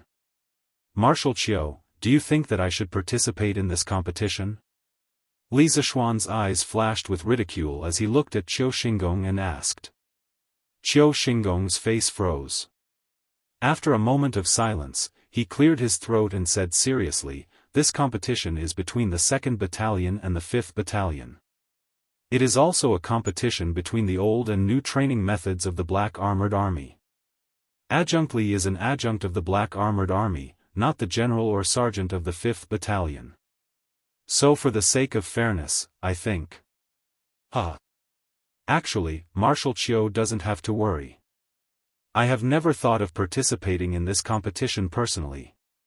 Li Zishuan didn't wait for Qiu Xingong to finish speaking and interrupted him when he heard Qiu Xingong's dignified words.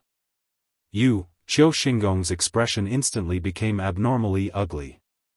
Li Zishuan's words could be considered as directly tearing apart the disguise on his face, causing him to become a complete villain in front of Duan Jishuan.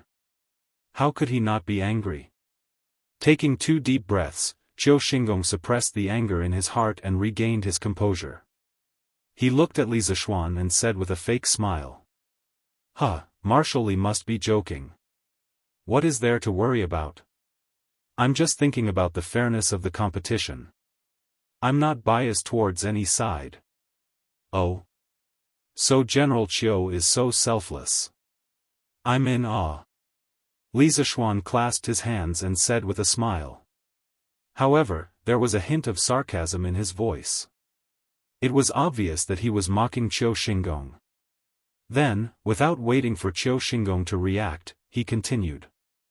However, in this competition, even though I won't be personally fighting with the 2nd Battalion soldiers, I will be in the Wu Battalion's tent to help them strategize. Just like what General Qiu said, this competition is a competition between the new and old training methods of the Black Armored Army. As the Marshal Qiu, I am in charge of the training of the army. The Wu Battalion is the executor of the new training method. It shouldn't be out of line for me to help them strategize, right? Qiu Xingong, who was about to explode in anger, couldn't help but frown when he heard the second half of Li Zishuan's words. If it was in the past, he definitely wouldn't have taken Li Zishuan seriously. Not to mention letting Li Zishuan strategize for the Wu Battalion, even if Li Zishuan were to fight alongside the Wu Battalion soldiers, he wouldn't have cared. Because at that time, in his eyes, Li Zishuan was just a brat who didn't know anything about military affairs. So what if he had a body full of bravery? On the battlefield, individual bravery was useless. But now, After seeing Li Zishuan's performance in the black-armored army, Qiu Xingong was starting to panic. New training methods, tactics, unity, etc. These were not things that a brat who had just entered the army for a few days could do. Under such circumstances, he didn't dare to let Li Zishuan participate in the competition between the 2nd Battalion and the Wu Battalion. He didn't dare to take the risk. Of course not. While Qiu Xingong was hesitating, Duan Zhishuan opened his mouth and said calmly, "I have said from the start that the daily training of the black-armored army will be arranged by Li Zishuan. This competition will be a test of the new and old training methods. As the one who proposed the new training methods, Li Zishuan should participate." Grand General. Hearing this, Qiu Xingong was shocked.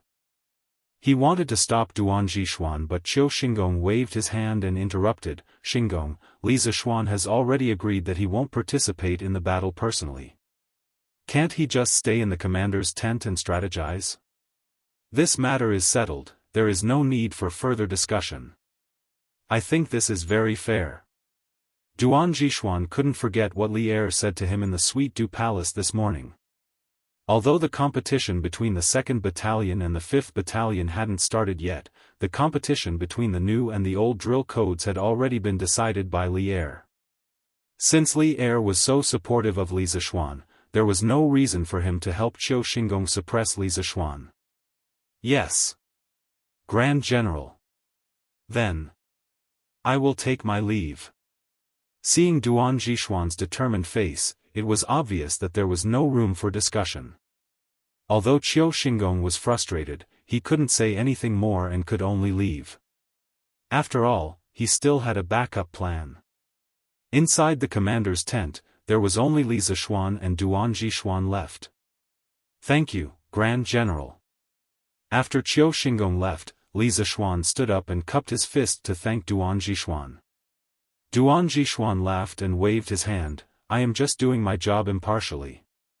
Why does Li Zishuan need to thank me? Actually, you didn't have to give in just now. For this competition, even if you were to participate in the battle personally, it wouldn't be wrong. This is because the overall strength of the 2nd Battalion is much higher than the Wu Battalion." Li Zishuan smiled and said, "The difference in strength between the two battalions does exist, but this difference is gradually decreasing. After 9 days, this difference might be negligible. Furthermore, my martial arts skills are much higher than all the soldiers in the battalion. If I were to participate in the battle personally, it would be a bit of a bully. It is enough for me to be able to command from the rear." No matter what, Li Zishuan was a grandmaster late-stage martial arts expert. There were only a few people with such strength in the entire Tang Empire. It could be said that he was now standing at the top of the pyramid in martial arts. Although a Grandmaster realm expert could not fight against an army of 1,000, in a small-scale battle, a single Grandmaster realm martial artist was enough to change the outcome of the battle. That was why Qiu Xingong was so concerned about whether Li Zishuan would go up or not. However, this competition was mainly to compare the new and old training methods. If Li Zishuan were to participate in the battle personally, even if he won, it would be difficult to prove anything. Because a Grandmaster late-stage martial arts expert would affect the balance of the game too much. Since Li Zishuan is so confident, then I won't say anything more. But Li Zishuan, don't worry. Even if the Wu Battalion loses this competition, you will still be in charge of the training of the black armored troops. Duan Zhishuan nodded. Then he smiled mysteriously and whispered to Li Zishuan. Hearing this, Li Zishuan was shocked. He said, "How can that be? We had an agreement that if the Wu Battalion loses this competition, the new training method will be abolished and the training of the black armored troops will be handed over to General Qiu." A man's words carried enormous weight. How could he go back on his words? "General, please don't blame me for being unjust." Duan Zhishuan patted Li Zishuan's shoulder and said solemnly, "Li Zishuan, this is not my idea. It is His Majesty's idea." Li Zishuan didn't understand. He asked, "What do you mean by that?" Duan Jishuan explained, His Majesty approves of your new training regimen. He believes that if we want the newly expanded black armored troops to become a fighting force within 2 months, the previous training regimen will definitely not work. We can only try your new training regimen. Therefore, even if the E Battalion loses this time, the black armored troops will still use the new training regimen. Hearing this, Li Zishuan suddenly understood. At this time, he couldn't help but admire Li Er's foresight and decisiveness. If it was another emperor, he might not be able to see the current situation and problems of the black armored troops at first glance. Even so, a gentleman's promise is worth 1,000 gold. Since we have agreed to the bet, we have to accept the loss. If the Wu Battalion loses the competition 9 days later, I will still abdicate my position. As for His Majesty, I will explain it to him personally. After a moment of silence, Li Zishuan still held his fists and said. But then he changed the topic and said, but I am confident that I can beat the 2nd Battalion. The Wu Battalion will definitely not lose this competition. Hearing Li Zishuan's words, Duan Jishuan was speechless for a moment. After a while, he sighed and said, all right. Since Adjunct Li insists and is so confident, then I will believe you. Li Zishuan smiled and said, thank you for your trust, Grand General. Then, he suddenly remembered that he wanted to ask Duan Jishuan for something. He held his fists and said, Grand General, I heard that you have a map of the Nyosho mountain area. I wonder if you can lend it to me? Map of the Nyosho mountain? Duan Jishuan was stunned at first, but he reacted quickly. He laughed and said, haha. Not bad, not bad. The art of war is about the right time, the right place, and the right people. Before the battle, you should first familiarize yourself with the terrain. Adjunct Li is gradually getting better in the art of war. You flatter me. Since the location of the competition is at the Nyosho mountain, then I will definitely familiarize myself with the terrain of the Nyosho mountain area. Li Zishuan smiled and held his fists together. Ha! That's how it should be. Qiu Xingong nodded and said, I do have a map of the Nyosho mountain area. It should be more or less accurate. I will ask my guards to send it to your tent later. Li Zishuan's face lit up. He quickly held his fists together and said, thank you, Grand General. After embarrassing Qiu Xingong and obtaining the map of the area around Mount Nyosho, Li Zishuan had achieved his goal of this trip. Therefore, he cupped his hands and bid farewell to Duan Jishuan in satisfaction and returned to the tent area of the Wu Battalion. It was noon. It was the time for the soldiers to eat and rest. He also wanted to return to his tent to rest for a while. Dali? So you are here. It's not easy to find you. When Li Zishuan went to the commander's tent to look for Duan Jishuan, a few soldiers quietly snuck into the Wu Battalion's dining hall. As every soldier in the black armored army was wearing the special vanadium steel plate armor made by the workshop, if one did not look carefully, one would not be able to tell if they were soldiers from the Wu Battalion. One of the soldiers found a man with a scar on his face near the pile of firewood in the north of the dining hall. He then squatted down and greeted him softly. General Bai? What are you doing here? The man with a scar was none other than the first injured soldier Li Zishuan met last night, Ding Dali. Hearing the voice, Ding Dali turned his head and looked over. He was slightly stunned. He swallowed the food in his mouth and said in surprise. This was because the person in front of him was an old acquaintance. To be more precise, it was his old superior. Ding Dali used to be a squad leader in Zhuowuwei, while the man with the surname Bai was called Bai Shanhai. He was a general in their camp. After being selected to join the Black Armored Army, Ding Dali was assigned to the V camp, whereas the man with the surname Bai was assigned to the B camp.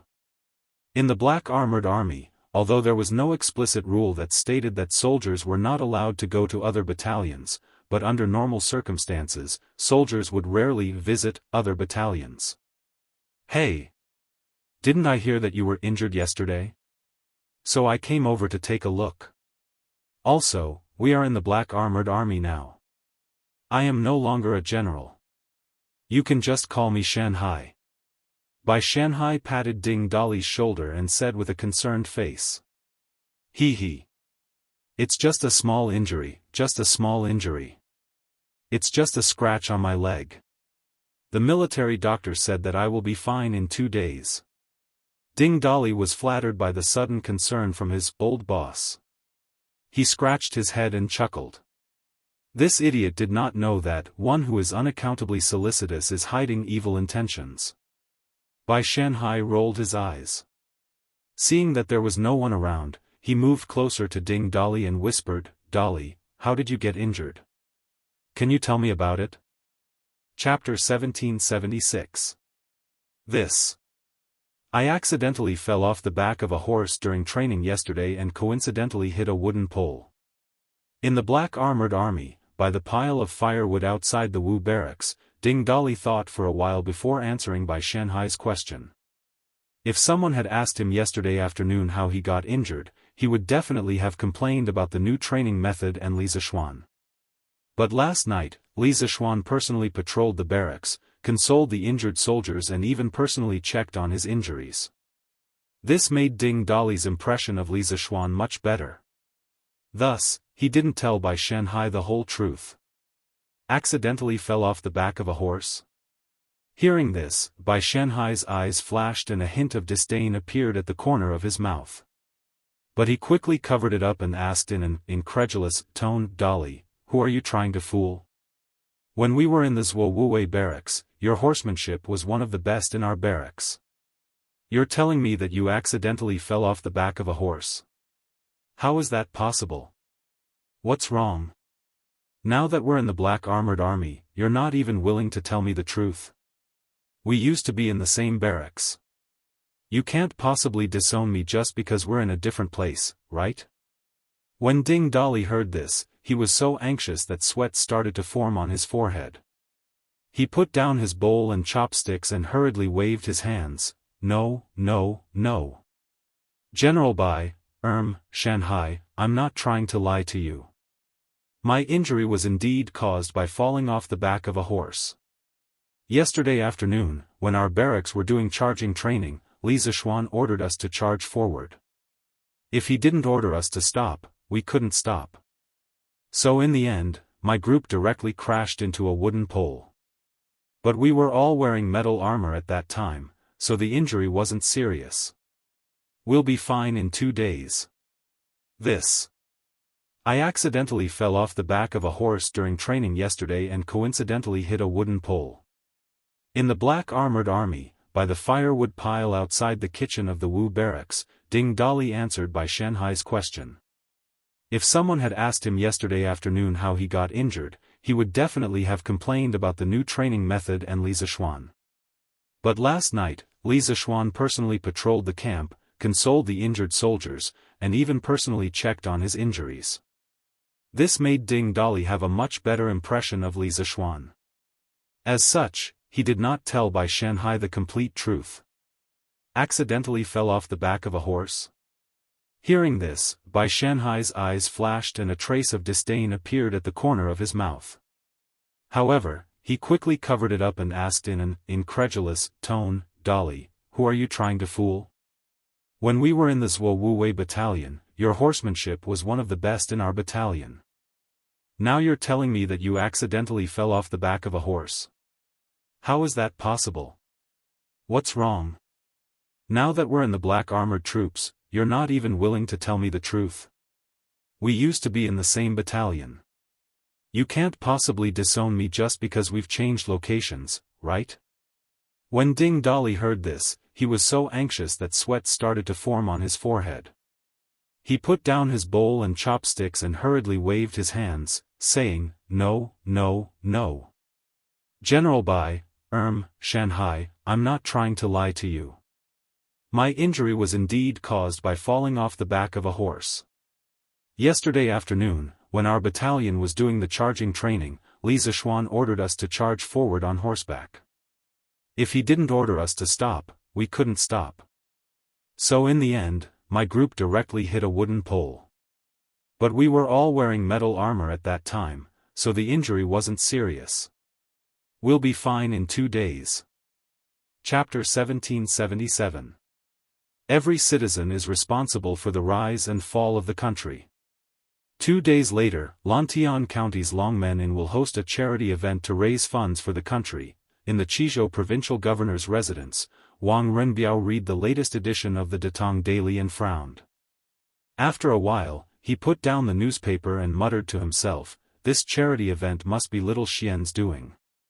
Why are you so sure that the Marquis of Yong'an is behind this?" But according to the reports, Marquis should be training the soldiers in the black armored troops right now. Hearing this, Leng Yuyao frowned and asked doubtfully. Although Wang Renbiao's voice was soft, it did not escape her ears. After all, she was a martial arts expert close to the Grandmaster realm. Kiki. Although little Xian is in the army, he can send someone else to do this. Look at this, the Yan Huang Chamber of Commerce, a charity event. Who else but little Xian could come up with such an idea? Wang Renbiao smiled and pointed at the article in the newspaper. After analyzing it with Leng Yuyao, he stood up with his hands behind his back. Although I don't know how much money the imperial court is lacking, the fact that His Majesty allowed little Xian to gather the merchants to raise funds for the army shows that the imperial court is somewhat stretched in the war with the Turks. Only by borrowing the strength of the citizens can we raise enough funds for the army. I'm afraid the situation is not optimistic. Every citizen was responsible for the rise and fall of the country. Moreover, Wang Renbiao was not a commoner, but the eldest son of the Wang family of Taiyuan and the Qizhou provincial governor. Knowing that the imperial court was in trouble, he would naturally be worried. Then, does young master mean that our Wang family should participate in this charity event? After a moment of silence, Leng Yuyao asked softly. Our Wang family, Kiki. Can I still represent the Wang family? Wang Renbiao suddenly smiled bitterly, a trace of coldness and desolation on his lips. Although he didn't know why Princess Tong and Wang Yu had suddenly agreed to his marriage with Li Jingchu, Wang Renbiao knew that his marriage with Li Jingchu would definitely anger the elders of the Wang clan. This meant that the resources of the Wang clan would no longer be given to him, and his status as the eldest son of the Wang clan would only exist in name. The elders of the Wang clan would nominate another descendant of the Wang clan to become the future patriarch of the Wang clan. The news of Wang Renbiao's upcoming marriage had been released for so long, but none of the elders of the Wang family were willing to come to Qizhou for the banquet. This meant that Wang Renbiao was about to be cold-shouldered and marginalized by the family. Young master, since the patriarch and the eldest princess have agreed to the marriage between you and Miss Li, I presume the patriarch won't say anything else, right? Leng Yuyao had been by Wang Renbiao's side for more than 10 years. How could she not tell what Wang Renbiao was thinking at this moment? Although she said so, she also knew that this situation was very unlikely.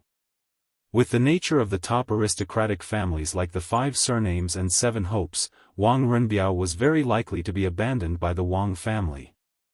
How could Wang Renbiao not understand this? He shook his head and said, "Hee. Actually, I don't care about the identity of the Wang family's eldest son. Yao, you should understand me. This identity is more of a restriction than a benefit to me. Rather than being restricted by the family, I'm more willing to be an ordinary person, do what I like, and love the person I like. Sometimes I'm quite envious of Xiao Xian. He was able to have the status and wealth he has today all because of his own hard work, so he can do as he pleases and not be restricted by his family. Although I was born with everything, those things don't belong to me. They come from the family and the family can take them back at any time. This is not what I want." Hearing this, Leng Yuyao couldn't help but be silent.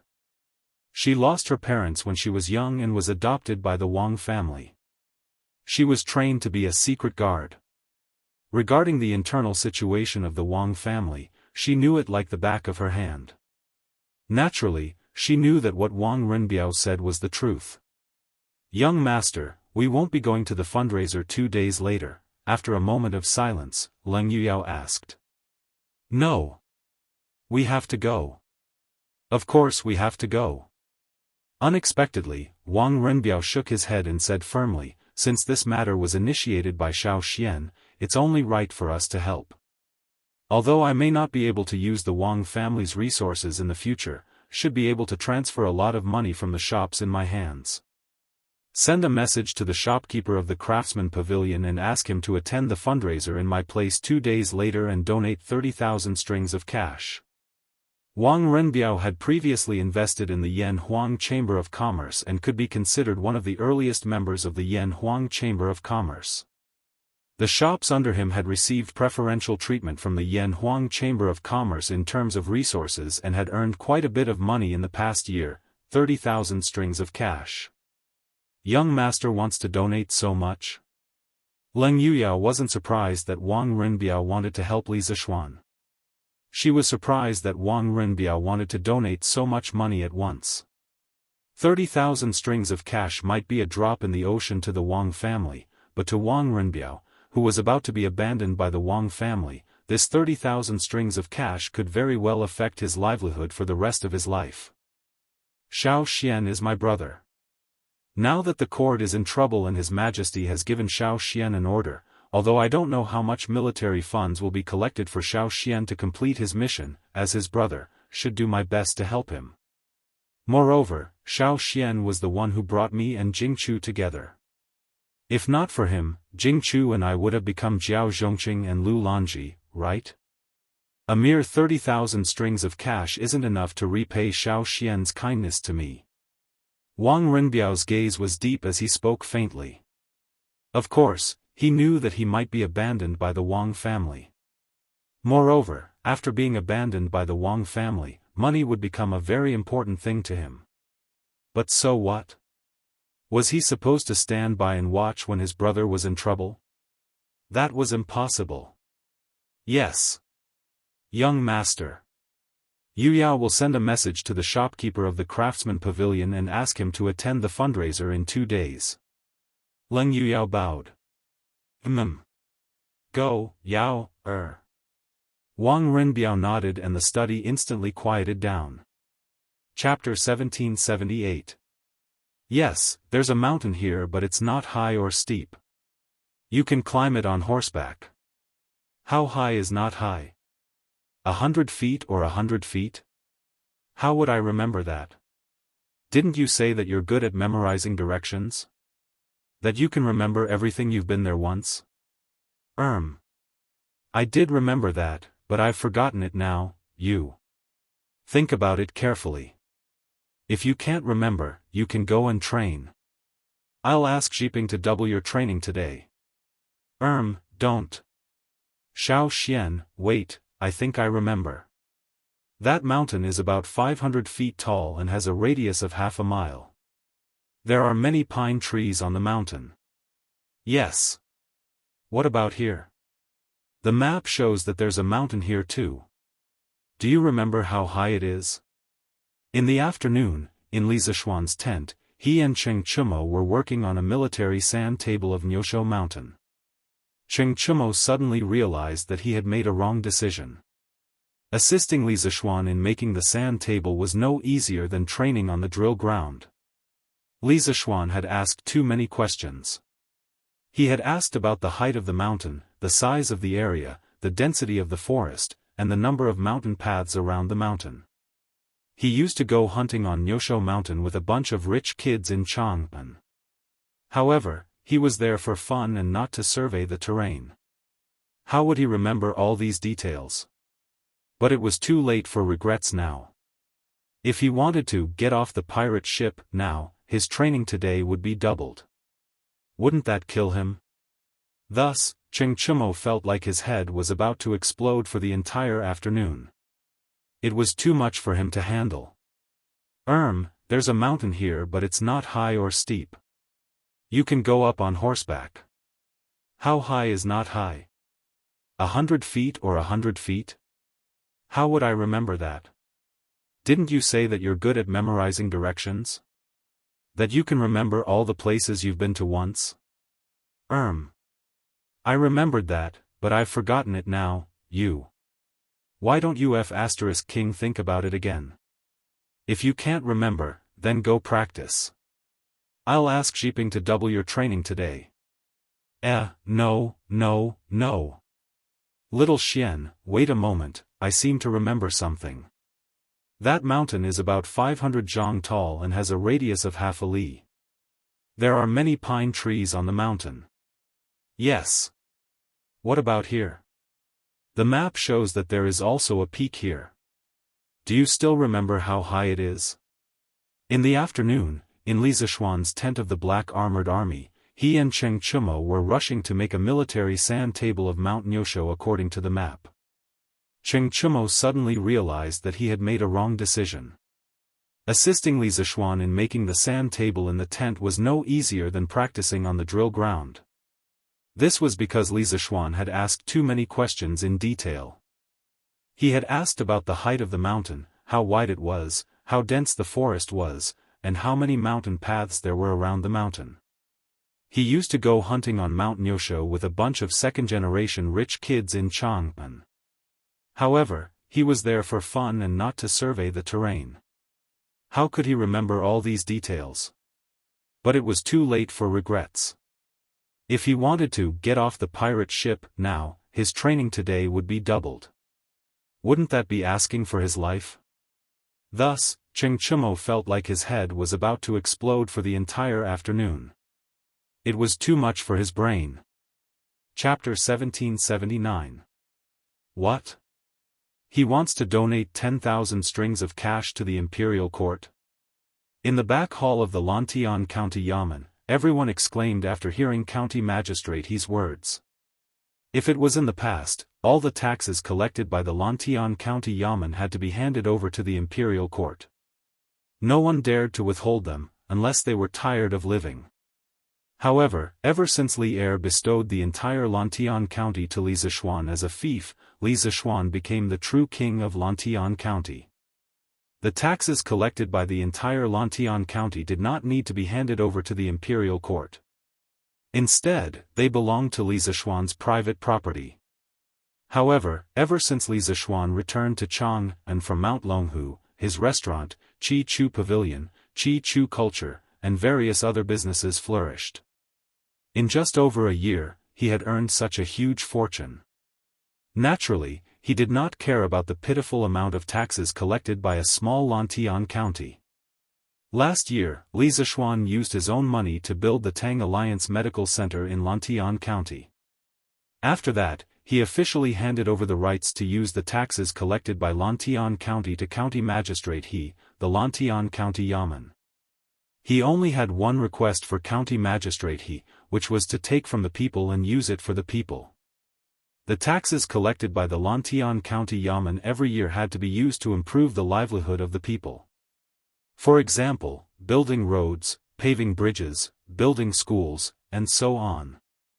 A few months ago, Lantian County underwent a major renovation. The roads in the city were all replaced with wide and flat cement roads. All these projects used the county Yamen's money. Even if the county Yamen could not fork out so much money at once, it was fine. They could borrow from Yanhuang Bank first and return the money when the taxes were collected next month. This was a little like borrowing money in modern society. Therefore, when they heard that County Magistrate He wanted to donate 10,000 strings of cash from the County Yamen's treasury, everyone present could not help but feel a little pained. This was because the money belonged to the County Yamen. Once it was donated, the County Yamen's treasury would shrink by a lot. If the County Yamen were to carry out any more projects to improve the livelihood of the people, it was very likely that they would face a financial crisis. County Magistrate, isn't 10,000 strings of cash a little too much? County Magistrate Meng swallowed his saliva and asked tentatively. Too much? Of course it was a lot. In the past, these county officials would never be able to come into contact with 10,000 strings of cash. This was because in the entire Great Tang, there was not a single county that could collect more than 10,000 strings of cash every year. Yes. County Magistrate. According to Marquis' plan, the county still had to expand the city and lay out electric wires so that the people in the city could use electric lights. Both of these projects required a lot of money. If we donate 10,000 strings of coins, we won't be able to push forward the next two projects. After a moment of hesitation, Registrar Wang cupped his hands and said, "What? You want to donate 10,000 strings of cash to the imperial court?" In the back hall of the Lantian County Yamen, everyone couldn't help but exclaim after hearing County Magistrate He's words. If it was in the past, all the taxes collected by the Lantian County Yamen every year had to be handed over to the imperial court. No one dared to withhold them unless they were tired of living. However, ever since Li Zishuan bestowed the entire Lantian County to Li Zishuan as a fief, Li Zishuan became the true king of Lantian County. The taxes collected by the entire Lantian County did not have to be handed over to the imperial court. Instead, they belonged to Li Zishuan's private property. However, ever since Li Zishuan returned to Chang and from Mount Longhu, his restaurant, Chi Chu Pavilion, Chi Chu Culture, and various other businesses were doing well. In just over a year, he had earned a huge fortune. Naturally, he didn't care about the pitiful amount of taxes collected by a small Lantian county. Last year, Li Zishuan used his own money to build the Tang Alliance Medical Center in Lantian County. After that, he officially handed over the rights to use the taxes collected by Lantian County to County Magistrate He, the Lantian County Yamen. He only had one request for County Magistrate He, which was to take from the people and use it for the people. The taxes collected by the Lantian County Yamen every year had to be used to improve the livelihood of the people. For example, building roads and bridges, building schools and so on. A few months ago, Lantian County underwent a major renovation. The roads in the city were all replaced with wide and flat cement roads. All these projects used the county Yamen's money. Even if the county Yamen couldn't take out so much money at once, it didn't matter. They could borrow from the Yanhuang Bank first. When the next month's taxes were collected, they could return the money. This was a little like borrowing money in modern society. Therefore, when they heard that County Magistrate He wanted to donate 10,000 strings of cash from the county Yamen's treasury, they couldn't help but feel a little pained. This was because the money belonged to the county Yamen. Once it was donated, the county Yamen's treasury would shrink by a lot. If the county Yamen were to carry out any projects to improve the livelihood of the people, it was very likely that they would be faced with a shortage of money. County Magistrate, isn't 10,000 strings of cash a little too much? County Magistrate Meng swallowed his saliva and asked tentatively. Too much? Of course it was too much. If it was in the past, these county Yamen officials would never be able to come into contact with 10,000 strings of cash. This was because in the entire Tang Empire, there wasn't a single county that could collect more than 10,000 strings of cash every year. That's right. County Magistrate. According to Marquis' plan, the county will have to expand the city and lay out electricity lines so that the people in the city can use electric lights. These two projects will require a lot of money. If we donate 10,000 strings of cash, we won't be able to carry out these two projects. Registrar Wang hesitated for a moment, then clasped his hands and said. Chapter 1780. Bang! Bang! Bang! In the Black Armored Army's camp, outside the kitchen of the Wu barracks, a soldier was sweating profusely under the setting sun. As he swung his axe again and again, round logs were chopped into halves. The series of actions could be said to be done in one go, clean and neat. It was pleasing to the eye. However, the soldier's words were not so pleasing to the eye. Hey! I am the son of a duke. How can I be reduced to chopping firewood in the army? This is so unfair. Xiao Xian. Xiao Xian. You're torturing me on purpose. Tonight, when you fall asleep, I'll stuff Bao Lin's footwear at your bedside. Hey! F***ck. How much firewood does the kitchen burn in a day? Is there a need to chop so much? Could it be that the kid just now was pranking me too? The person chopping the firewood was Chengchumo. After all, this fellow knew martial arts.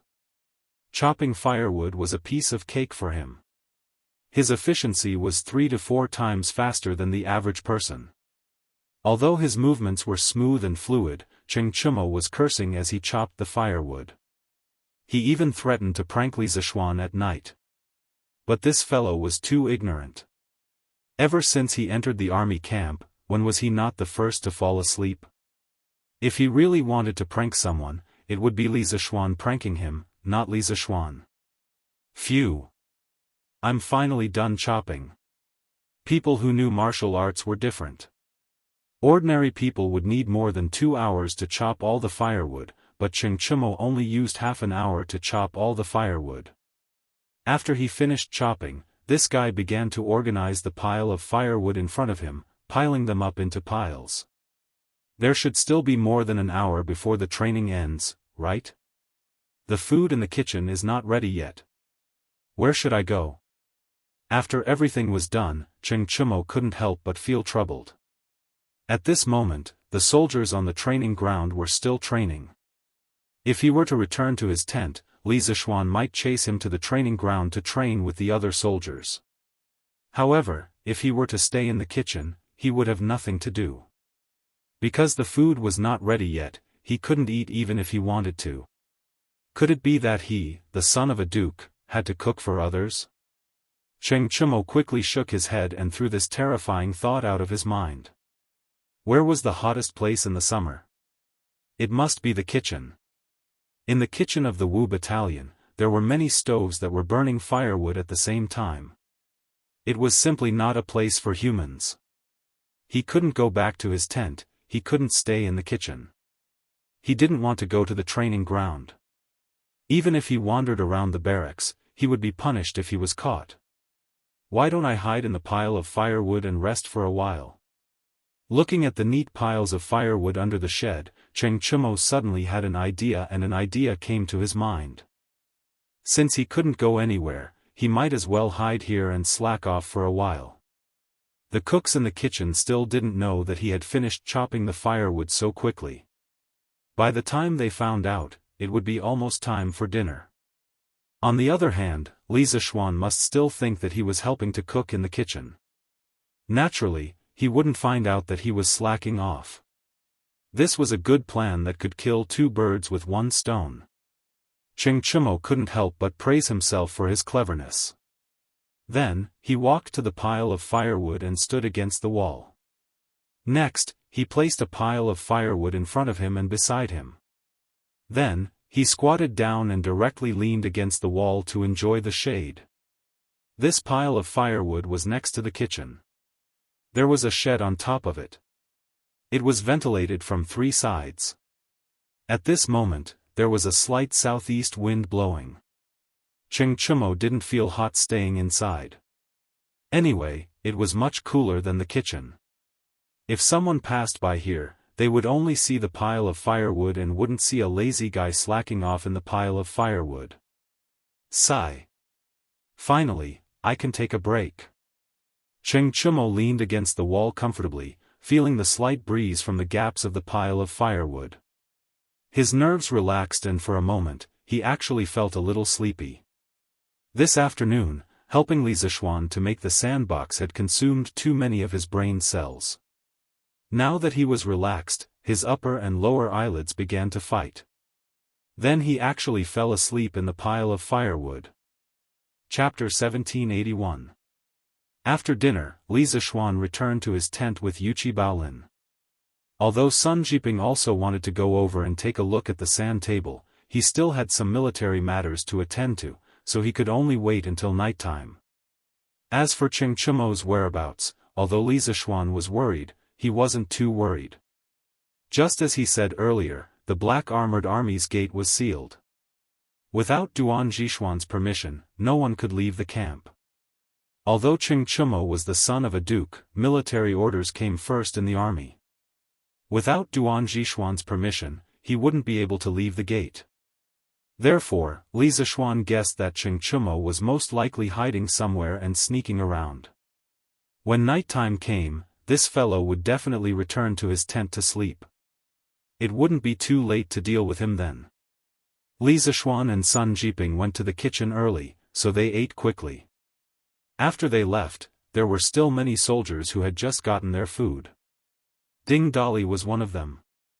Although this person was usually carefree and straightforward, he liked to eat quietly and didn't like to talk to others at this time. Therefore, he usually ate alone by the firewood on the east side of the kitchen. Tonight was no exception. "Hey!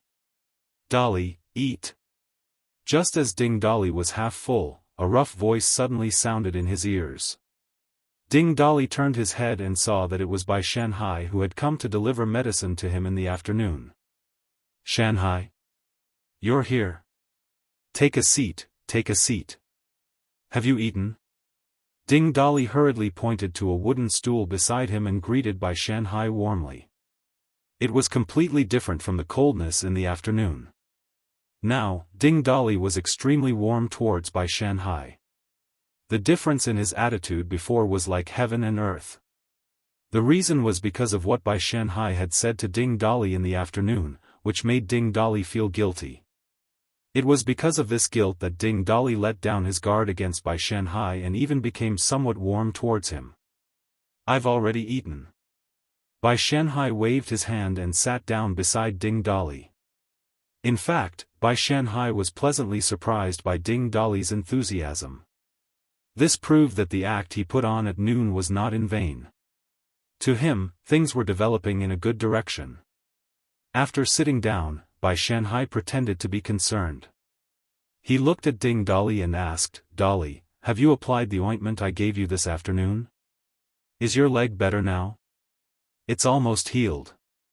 It wasn't a serious injury in the first place, and the medicine you gave me was very special. After applying it, it felt cool and refreshing. When I was training in the afternoon, I felt the pain in my leg lessen a lot. I think it should be completely healed by tomorrow." Ding Dali quickly replied. Then he hesitated for a moment and said, "Well, Shanhai, I was a little harsh with my words at noon. Don't take it to heart. I don't know what's good for me. I apologize to you. Just treat me as a fart and let me go, okay?" After saying that, he couldn't help but look at Bai Shanhai anxiously. Hearing this, Bai Shanhai patted Ding Dali's shoulder and laughed loudly. "Ha! You and I are brothers, and we used to be comrades. I won't take such small things to heart. But Dali, as your brother, there's something I don't know if I should say." Towards the end, Bai Shanhai seemed to want to say something but stopped. When Ding Dali heard that Bai Shanhai wasn't angry about what happened at noon, he couldn't help but feel a little happy.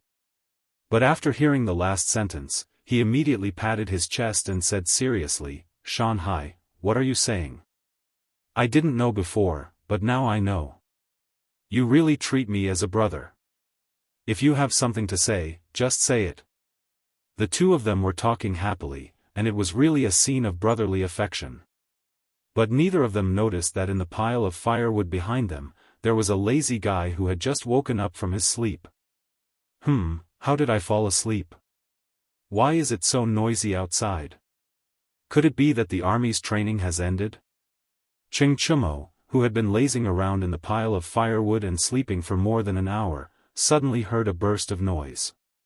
He couldn't help but rub his sleepy eyes, and his consciousness gradually became clear. Just as he was about to stand up, he heard Bai Shanhai say in a low voice from outside, "Don't worry. Dali, I heard that this Li Kanjun seems to treat people peacefully and has the style of a gentleman. But in private, he is vicious and cruel, and likes to deliberately torture people. Some of the servants in his residence have been tortured to the point where they can't even die. The reason why his fierce reputation hasn't spread outside is because this person is extremely good at disguising himself.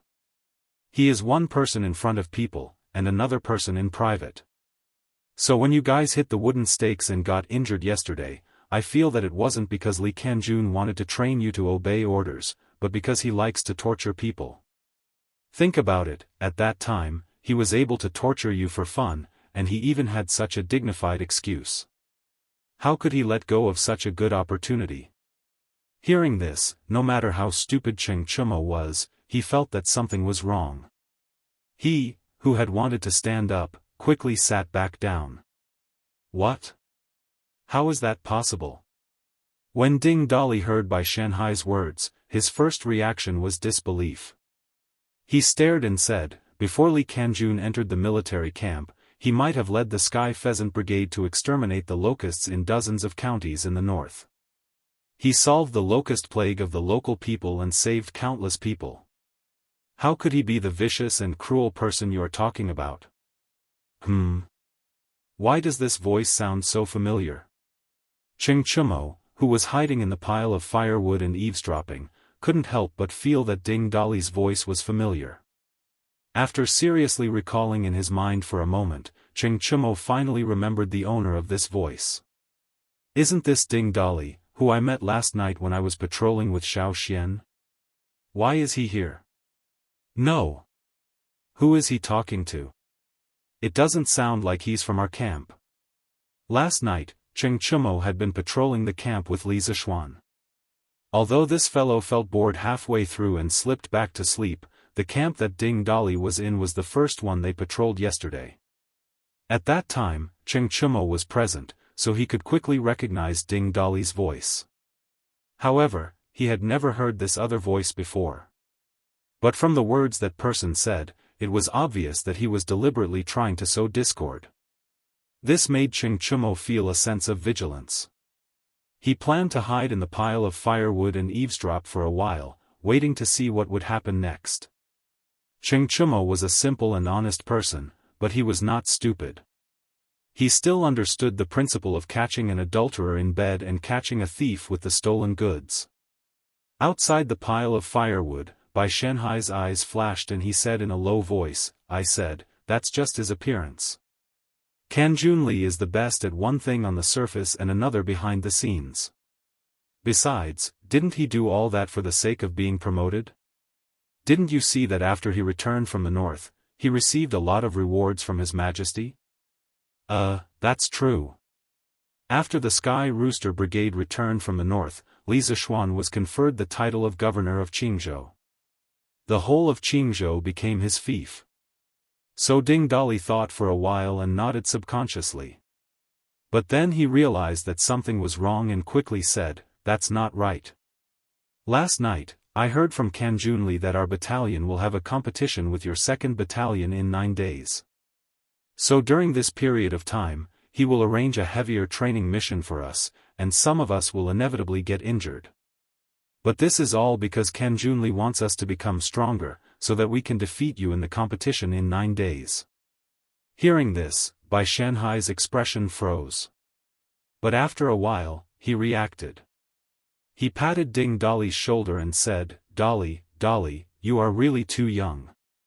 Do you know how the competition in 9 days came about? Kanjun Li saw that General Qiu had rich experience and outstanding ability, so he wanted to chase General Qiu out of the Black Armored Army and force General Qiu to agree to the competition. As long as your Wu battalion wins this competition, General Qiu will leave the Black Armored Army. He said that he is training you like this for your own good, but in reality, he is training you like this for himself. He wants to get rid of the dissidents and dominate the Black Armored Army. That's why he wants you to train so hard, but doesn't care if you live or die. As long as you can win the competition, even if you get injured, he won't care. F***CK. Who the hell is this bastard? How dare he slander Xiao Xian like this? Hearing this, Cheng Chumo couldn't help but be furious.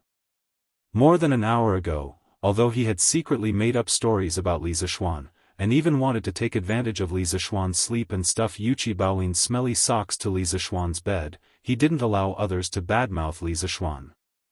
Because no matter what, Li Zixuan was the most important brother in his life to Cheng Chumo. What? There's such a thing? Outside the pile of firewood, Ding Dali said in shock, I only know that there will be a competition with your 2nd battalion in 9 days, but I didn't know that this competition was initiated by General Li. But our battalion can't even defeat your battalion. Why would General Li do this? Humph. It's because you are no match for us, that's why General Li did this. Hearing this, Bai Shanhai laughed coldly and said, think about it, if the Wu battalion is stronger than the 2nd battalion, then how can General Li prove that his ability is better than General Qiu's? He wants to use this competition to build his reputation in the Black Armored Army, and force General Qiu to leave the Black Armored Army. And you guys are just stepping stones on Li Zishuan's path to success. He only sees you guys as tools, and doesn't care if you live or die. That's why he came up with such a cruel training method, making you guys train so hard, and even injuring both men and horses. What? It's actually like this? Ding Dali's face turned pale when he heard this. What Bai Shanhai said was completely different from the image he had of Li Zishuan in his mind, and it was hard for him to accept it. Dali. Seeing Ding Dali's pale face and dazed eyes, the corners of Bai Shanhai's mouth curled up into an imperceptible smile. He stepped forward and patted Ding Dali's shoulder, deciding to follow up on his victory. With a deep expression, he said, the 2nd battalion can lose this competition, because we can't bear to see you guys being tortured by General Li like this. We are all in the Black Armored Army, and that means we are fellow soldiers, brothers. Now you guys have only suffered some light injuries, but who knows if you will lose your lives in the future. You guys didn't die on the battlefield, but on the drill ground. To the Black Armored Army, this is a great humiliation. Ding Dali rubbed his forehead with a pained expression. He waved his hand and said, Shanhai, don't say any more. I'm just a small soldier in the Wu battalion. Even if I know all this, I can't do anything. It's better for me to continue being muddle-headed. Bai Shanhai saw that the time was ripe, and his eyes flashed with joy. He hurriedly said, Dali. Who said you can't do anything? Brother, let me tell you the truth. The lieutenant of our battalion has long been sick of General Li's atrocities. The medicine I gave you this afternoon was given to us by our lieutenant. Our lieutenant will definitely have a way to take down Li Zishuan and stop him from harming you guys. Let's do it this way. Tonight at midnight, you call the other wounded brothers in your camp over here. First, I'll give them some medicine. Second, I'll invite our captain over. He'll tell you how to resist Adjunct Li's atrocities next. How about it? But what if we are discovered? Ding Dali's eyes flashed with a hint of hesitation, but he was still hesitant. Seeing this, Bai Shanhai patted him on the shoulder and said, Dali, don't worry. Our Black Armored Army is not something that Li Zishuan can cover with one hand. If anything happens, our lieutenant will take care of it for you. At the very least, there is still General Qiu. General Qiu is a righteous person. When the time comes, he will definitely uphold justice for us. You have to know that you are not only saving yourself, but also saving your brothers in the battalion. Can you bear to see them being abused by Li Zishuan? With Li Zishuan's atrocious personality, they will be crippled sooner or later. Bai Shanhai's last sentence had struck a chord in Ding Dali's heart. He had no other good points, but he was a righteous person. Hearing this, the originally hesitant Ding Dali suddenly became determined. He looked at Bai Shanhai and nodded heavily. Okay. Brother Shanhai, I will listen to you. Tonight at midnight, I will bring my brothers here to meet your lieutenant. Let's see what he can do. Good. Dali. You are still as righteous as before. I, Bai Shanhai, did not misjudge you. Hearing this, Bai Shanhai could not help but become excited. He heavily punched Ding Dali's chest and said excitedly, then it's settled. I will go back to the battalion now and inform our lieutenant. Tonight at midnight, I will not leave until I see you. Oh, right. Li Zishuan is very good at disguising himself. Most of the soldiers in the battalion have been deceived by his hypocrisy. You must be careful when you do things. Do not make a fuss about it to avoid being obstructed. At the end, Bai Shanhai reminded him worriedly. Brother Shanhai, I know. Don't worry. Ding Dali nodded. Only then did Bai Shanhai relax and leave. Chapter 1782. Damn you, Ding Dali. Last night, Xiao Xian even personally treated your injuries. Today, you're going to change sides just because someone instigated you? What AF * King ingrate. After Ding Dali and Bai Shanhai left, Cheng Chumo walked out from the pile of firewood. Looking at the two's departing figures, he waved his fist and said hatefully. No. I have to tell Xiao Xian about this. Cheng Chumo muttered to himself in a low voice. But as soon as he took a step forward, he retracted his foot. He rubbed his growling stomach and sighed, alas. Filling my stomach is more important. If I miss this meal, I can only wait until tomorrow morning to eat. I can still tell Xiao Xian after I eat. Sure enough, eating was the most important thing in the world. To Cheng Chumo, nothing in this world was more important than filling his stomach. However, he knew that Ding Dali and Bai Shanhai wouldn't be able to do anything in such a short time, so he was in the mood to eat first. In the tent, Li Zishuan waited for a long time, but Cheng Chumo still hadn't returned. He, who wasn't worried at first, gradually became anxious. Cheng Chumo and Yuchi Baolin had entered the army camp to help him. If either of them were to meet with mishap in the black armored army, then Li Zishuan would have let down Cheng Yaojin and Yuchi Jingda. Moreover, he would feel guilty for the rest of his life. Just as Li Zishuan was about to personally go out to look for Cheng Chumo, a series of footsteps finally came from outside the tent, followed by Cheng Chumo's shouts. Xiao Xian, Xiao Xian. Something has happened. The curtain was lifted and Cheng Chumo walked in quickly. Li Zishuan took a step forward and blocked him. His voice was cold as he said, Chumo, where did you go during dinner? Seeing that Li Zishuan had the intention of denouncing him, Cheng Chumo couldn't help but shrink his neck. Although he said that he wanted to prank Li Zishuan behind his back, when they met face to face, this guy immediately cowered. Because he really couldn't beat him. Cough cough. Xiao Xian. Let's not talk about this first. I found something very important. Hurry up and listen to me. Cheng Chumo quickly changed the topic and said. No matter what it is, you have to answer the question I just asked. Li Zishuan, who was well aware of Cheng Chumo's nature, was not moved in the slightest. With a cold expression, he looked at Cheng Chumo and said indifferently. Xiao Xian.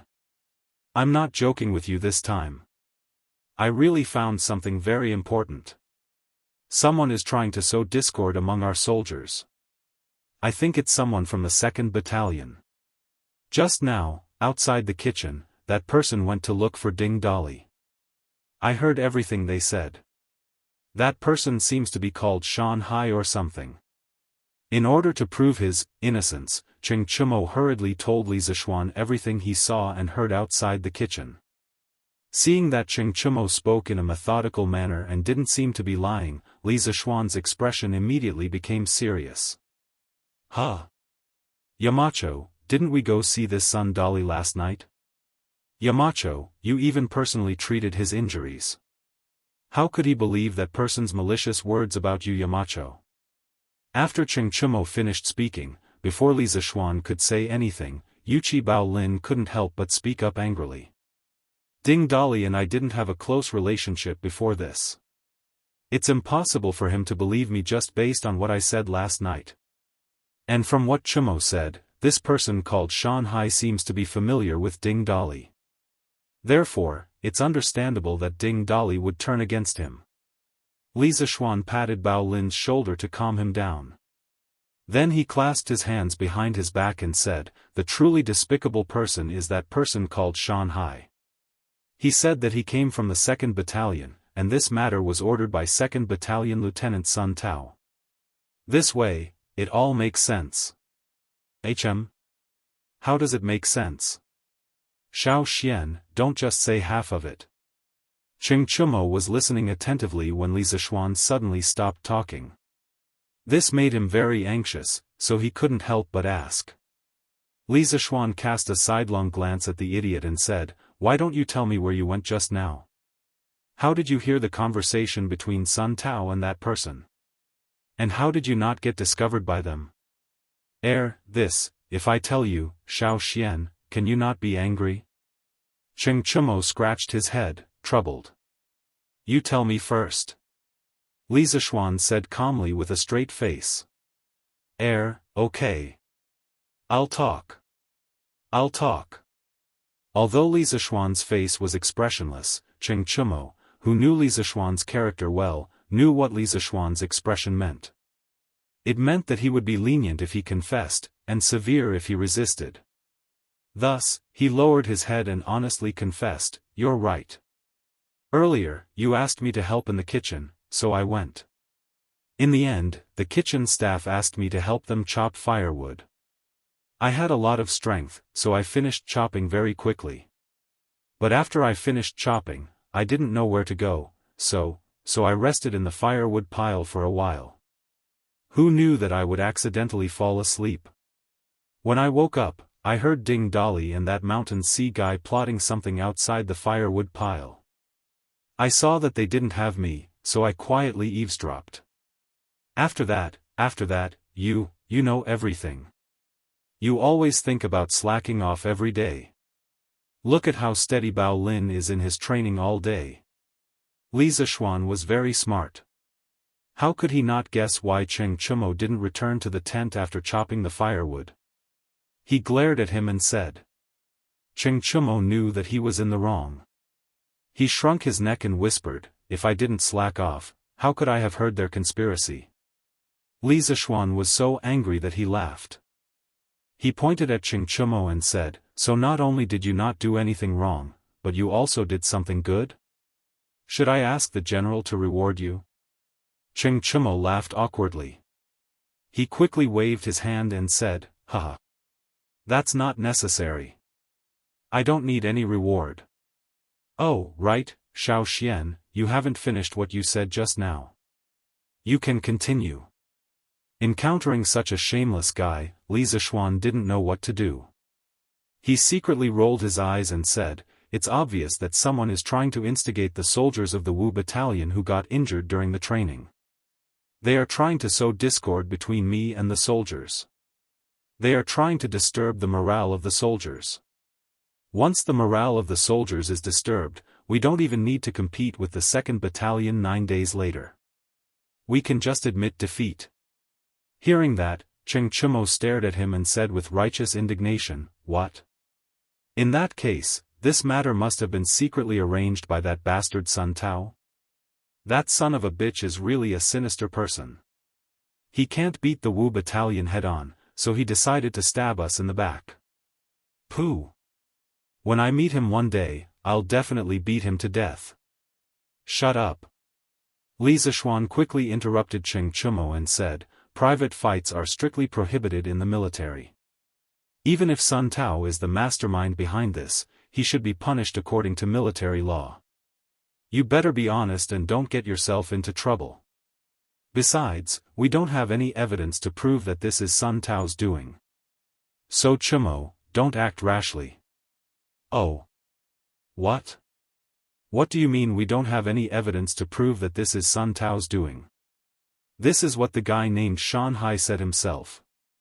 Isn't the evidence obvious?" Cheng Chumo responded subconsciously, but he immediately refuted. Li Zishuan sighed and explained, "As the saying goes, to catch a thief, you need the stolen goods. These are only your side of the story. It's not enough to be used as evidence.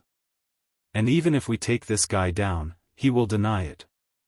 In this way, not only will we not be able to find out the real culprit, we will also alert the enemy and make the mastermind more vigilant. In this way, we won't be able to guard against him in the future. Then what should we do? We can't just watch them try to drive a wedge between our brothers, right?"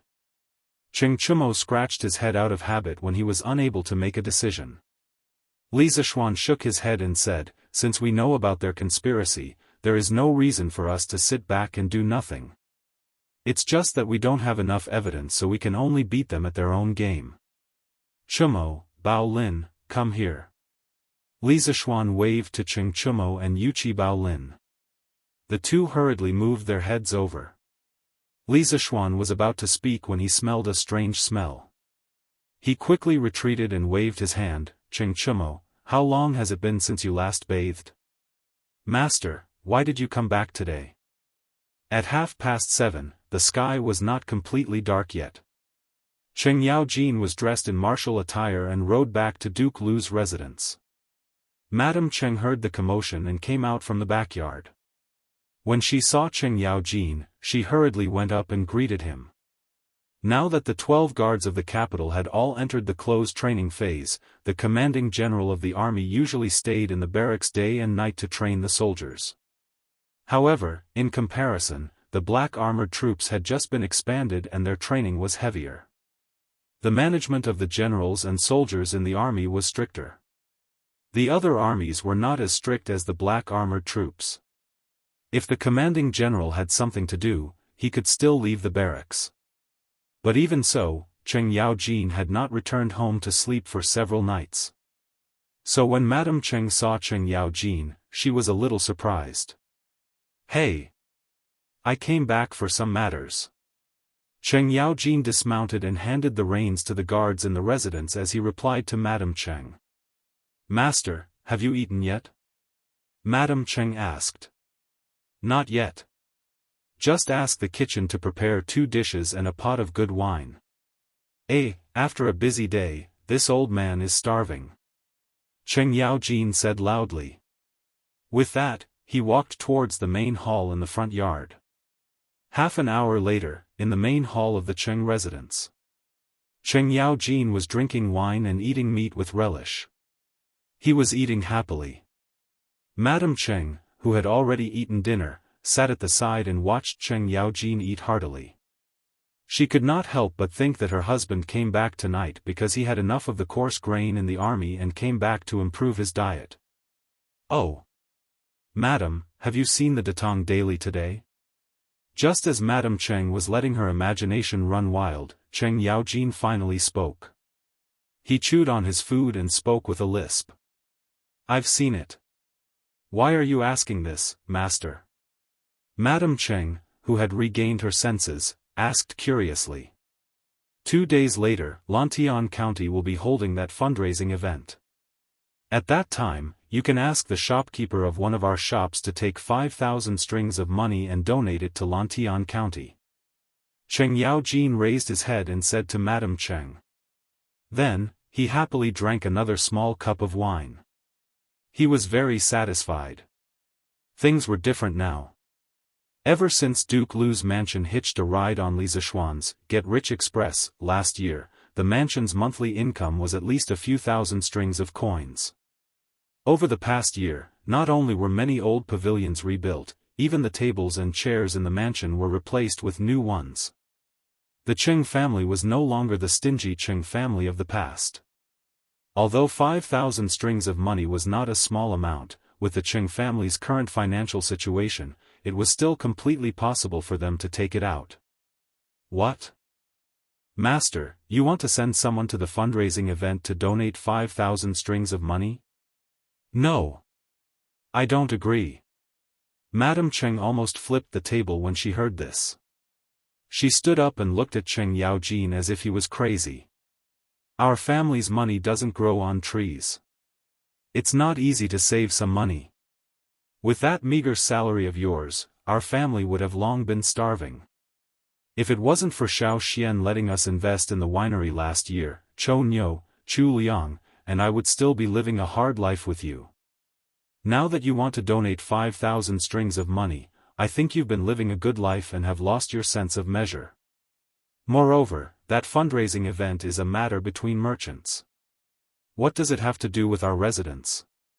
It must be said that in ancient times, women were the best at managing a household. Before Li Zishuan appeared, the only source of income for the Cheng residents was Cheng Yaojin's salary and the rent paid by the commoners in the fief. Cheng Yaojin was an honest and upright person and was not the type to be a corrupt official. Thus, the Qing residents could only rely on this bit of income to survive. It was barely enough to survive. After Li Zishuan appeared, because of Qing Chumo, the Qing residents finally became rich. However, Madame Qing, who was used to living a hard life, still had a strong sense of worry. When she heard that Cheng Yaojin was going to waste the residents' money, how could she sit still? It would be strange if she didn't explode. Cough cough. Madam, don't be anxious. Listen to this old man slowly tell you. Seeing this, Cheng Yaojin was a little scared. On the surface, he was in charge of the duke's residence. However, that was only because his wife gave him face in front of outsiders. Secretly, he still respected his wife by 30%, oh, no, 70%. When this tigress showed her power, it would be strange if he didn't cower. Humph. Then tell me. Madame Qing glared and said. All of you can leave first. Cheng Yaojin put down his bowl and chopsticks and waved to the servants in the room. Everyone obeyed the order and only the husband and wife were left in the main hall. Cheng Yaojin then said, Madam, this fundraising event was actually organized by Xiao Xian. Moreover, it was His Majesty who asked him to do it. Do you remember that I went to second brother Qin's house to drink wine a few days ago? At that time, Xiao Xian and His Majesty were also there. Chapter 1783. Before Li Zishuan went to the Black Armored Army, he had visited Qin Qiong at Chang'an City's Qin Manor. At that time, Cheng Yaojin was also at Qin Manor. The three of them drank to their heart's content at noon, but Li Er suddenly arrived. That afternoon, Li Zishuan and Li Er talked about recruiting veterans, dividing the Turks, and calling for merchants to help the imperial court raise military funds. No one else was present at that time, and whether it was Li Zishuan, Cheng Yaojin, Qin Qiong, or Li Er, they were all tight-lipped people and would definitely not announce these things to outsiders. Thus, Madame Qing naturally did not know that this fundraiser was organized by Li Zishuan and had been instructed by Li Er. What? This fundraiser was really organized by Xiao Xian? And His Majesty agreed? After Cheng Yaojin recounted the conversation between Li Zishuan and Li Er at Qin Manor that day, of course, he only said the part about calling for merchants to raise military funds. Madame Qing was silent for a moment and said with some disbelief. How can it be fake? This old man was there at that time. After explaining, Cheng Yaojin relaxed. He picked up his bowl and chopsticks and continued to eat. Unexpectedly, at this time, Madame Qing slammed the table and glared, saying angrily, You old thing, since this fundraiser was organized by Xiao Xian, then how can our family only donate 5,000 strings of cash? Moreover, this was instructed by His Majesty. If our family donates less, who knows what the civil and military officials will secretly say about our family. Hearing this, Cheng Yaojin was stunned. He thought to himself, this woman's face changes faster than flipping a book. Just now, she was saying that we should donate more, but now she's complaining that we should donate less. This was truly unreasonable. Then in Madame's opinion, how much should our family donate? Cheng Yaojin smacked his lips and asked tentatively. After all, in terms of finances, Madame Qing was still in charge of the Qing Manor. Madame Qing thought seriously and then said, Then donate 8,000 strings of cash. I checked the winery's accounts a few days ago, and there's still a lot of money left. We can still take out 8,000 strings of coins. Back then, before Cheng Yaojin had made a name for himself, Madame Qing had already followed him. The two of them could be considered as a couple who had gone through hardships together. That was why Cheng Yaojin respected Madame Qing so much. On the other hand, although Madame Qing usually seemed unruly and shrewish, she was a very loyal person. She knew that the Qing family was making a lot of money every day because of Li Zishuan. So, when she heard that the charity event was organized by Li Zishuan, she immediately lost her petty attitude and became generous. He. Fine. Then listen to Madam and donate 8,000 strings of cash. Cheng Yaojin laughed heartily and gulped down the wine in his cup. Sigh, old master, I wonder how Chou Nyo is doing in the Black Armored Army's camp. Speaking of Li Zixuan, Madame Cheng could not help but think of her eldest son. She sighed and said, I heard that among the armies in Chang'an, the Black Armored Army's training is more important. I don't know if Ugly Ox can handle it. That kid's skin is tough. He'll be perfect for training in the Black Armored Army. Madam, don't worry. Everyone else might be in trouble, but he'll be fine. Besides, Xiao Xian is looking after him. Cheng Yaojin felt that he had eaten enough and leaned back comfortably on the chair as he spoke. He was not worried about Cheng Chumo at all. If he could endure half a year of training under the bearded man, how could he be troubled by the Black Armored Army? Even if he was worried about Cheng Chumo, there was still Li Zixuan. Old Cheng had absolute confidence in Li Zixuan. You old thing, you don't care about your own son at all. You don't act like a father at all. Madame Cheng reprimanded Cheng Yaojin and stood up to leave. Similar situations did not only happen in the Cheng family tonight. The Qin family, Yuqi family, Niu family, and Duke Wei residents also had similar situations tonight. These few families were on good terms with Li Zixuan. After they found out from various sources that the fundraiser was organized by Li Zixuan, they all made the decision to donate money. These were the officials from the military camp. Unexpectedly, there were also quite a few officials from the civil officials' camp who intended to make use of this fundraiser to donate money. Duke Xiao residence. Chonger, make a trip to our family's blacksmith shop tomorrow and get shopkeeper's son to prepare 5,000 strings of coins. Donated at the fundraiser 2 days later. In the study room, Zhangsun Wuji spoke to Zhangsun Chong. Father? Our family is also participating in the fundraiser? I read in the newspaper that only merchants can participate in this fundraiser. Zhangsun Chong asked doubtfully. Isn't shopkeeper Wang a merchant? Zhangsun Wuji shook his head and said faintly, sigh. Chonger, you don't understand. This fundraiser is His Majesty's helplessness to solve the emptiness of the national treasury and the lack of military resources. Our Zhangsun family has to contribute. As the head of the civil officials, he was naturally more well-informed than others. Moreover, just from the information that was circulating outside, he was able to deduce the general situation. The final decision-maker of the fundraiser was Li Er, and the final beneficiary was the imperial court. The Zhangsun family was a relative of the imperial family. If they were to set an example in this matter, it would be hard to avoid losing Li Er's trust. Zhangsun Wuji did not want to lose Li Er's trust. This fundraiser was actually organized by His Majesty? Hearing this, Zhangsun Chong was shocked. I thought that the flaming yellow Chamber of Commerce wanted to show off in front of His Majesty. Zhangsun Wuji shook his head again. This fundraiser might not have been His Majesty's idea, but it must have been approved by His Majesty. The flaming yellow Chamber of Commerce is just the executor. From the looks of it, this Li Zixuan's weight in His Majesty's heart is getting heavier and heavier. At such a young age, this lad was conferred the title of Marquis, and he is even holding a position in the Black Armored Army.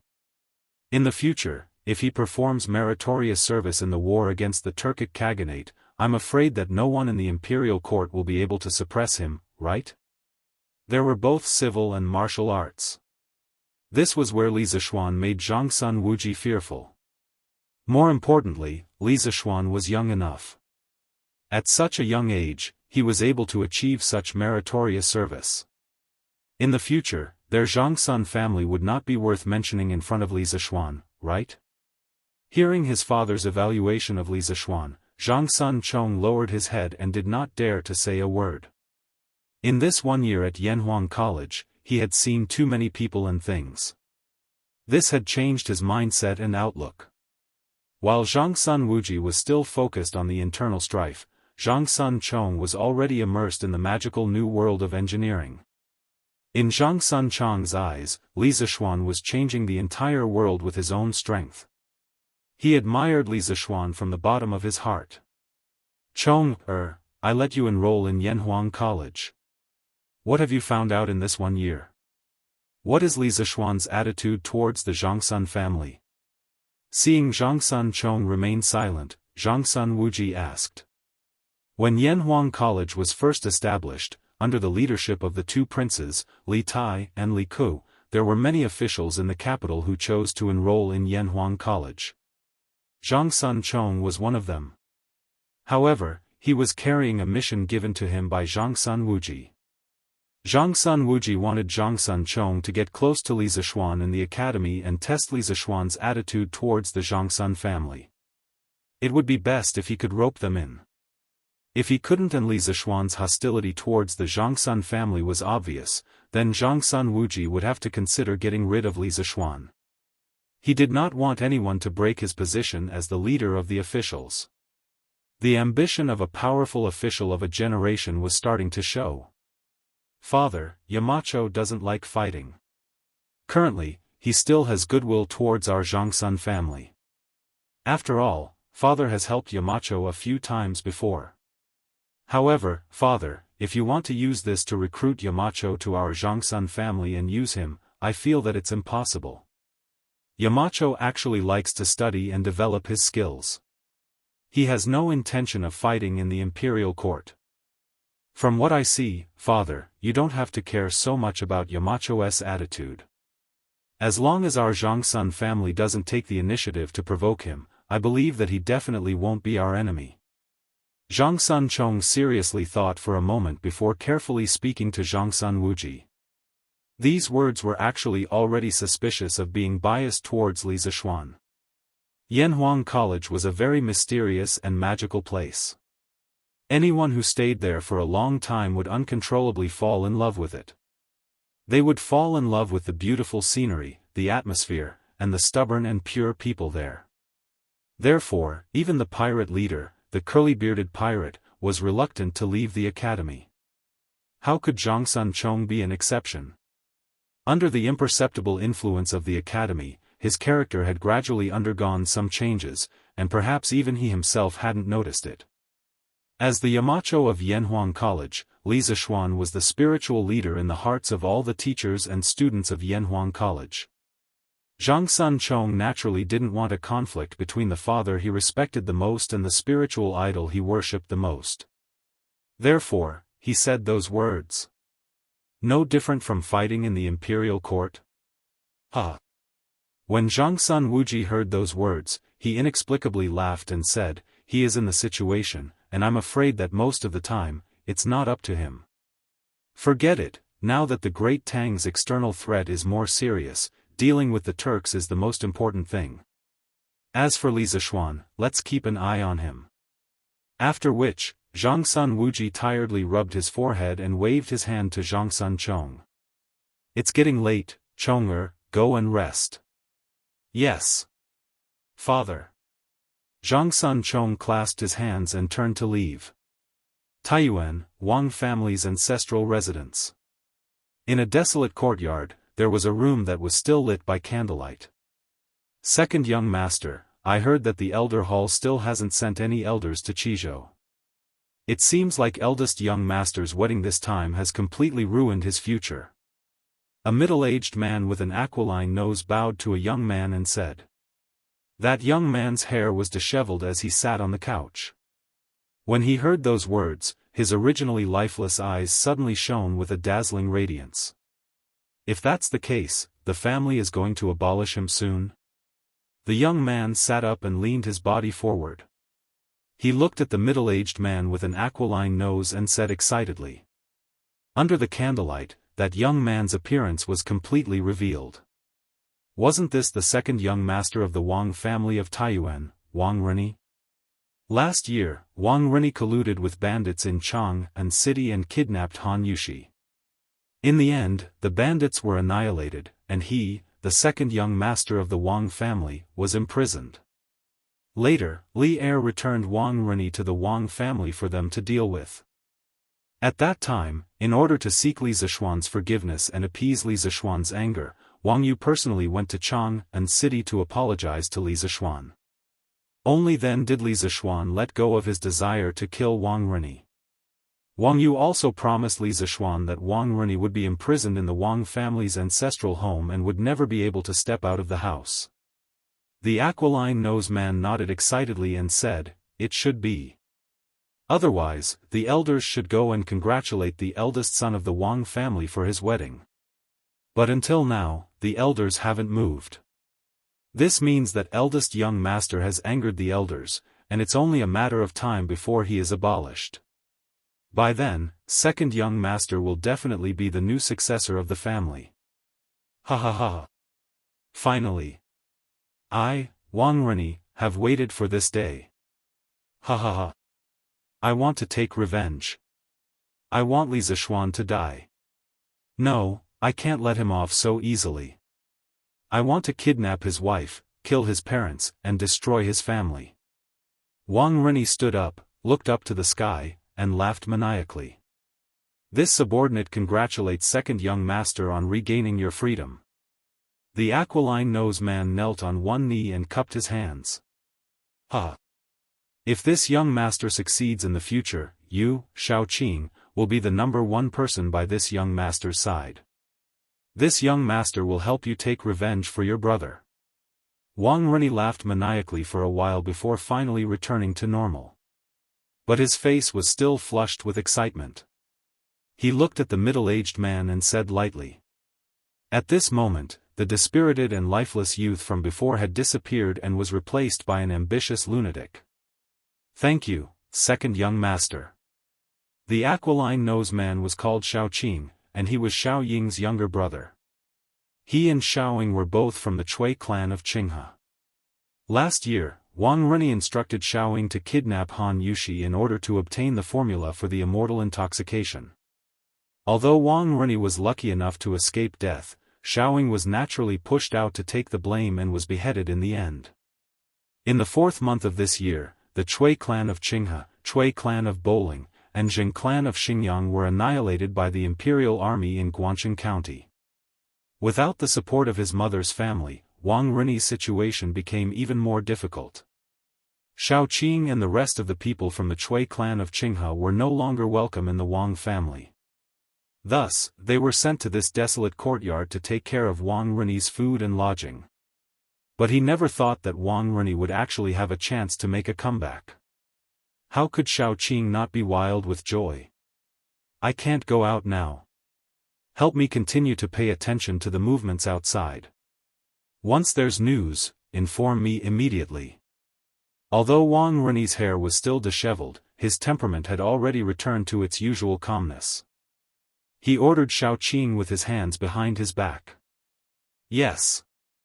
Second young master. Shaoqing accepted the order and left.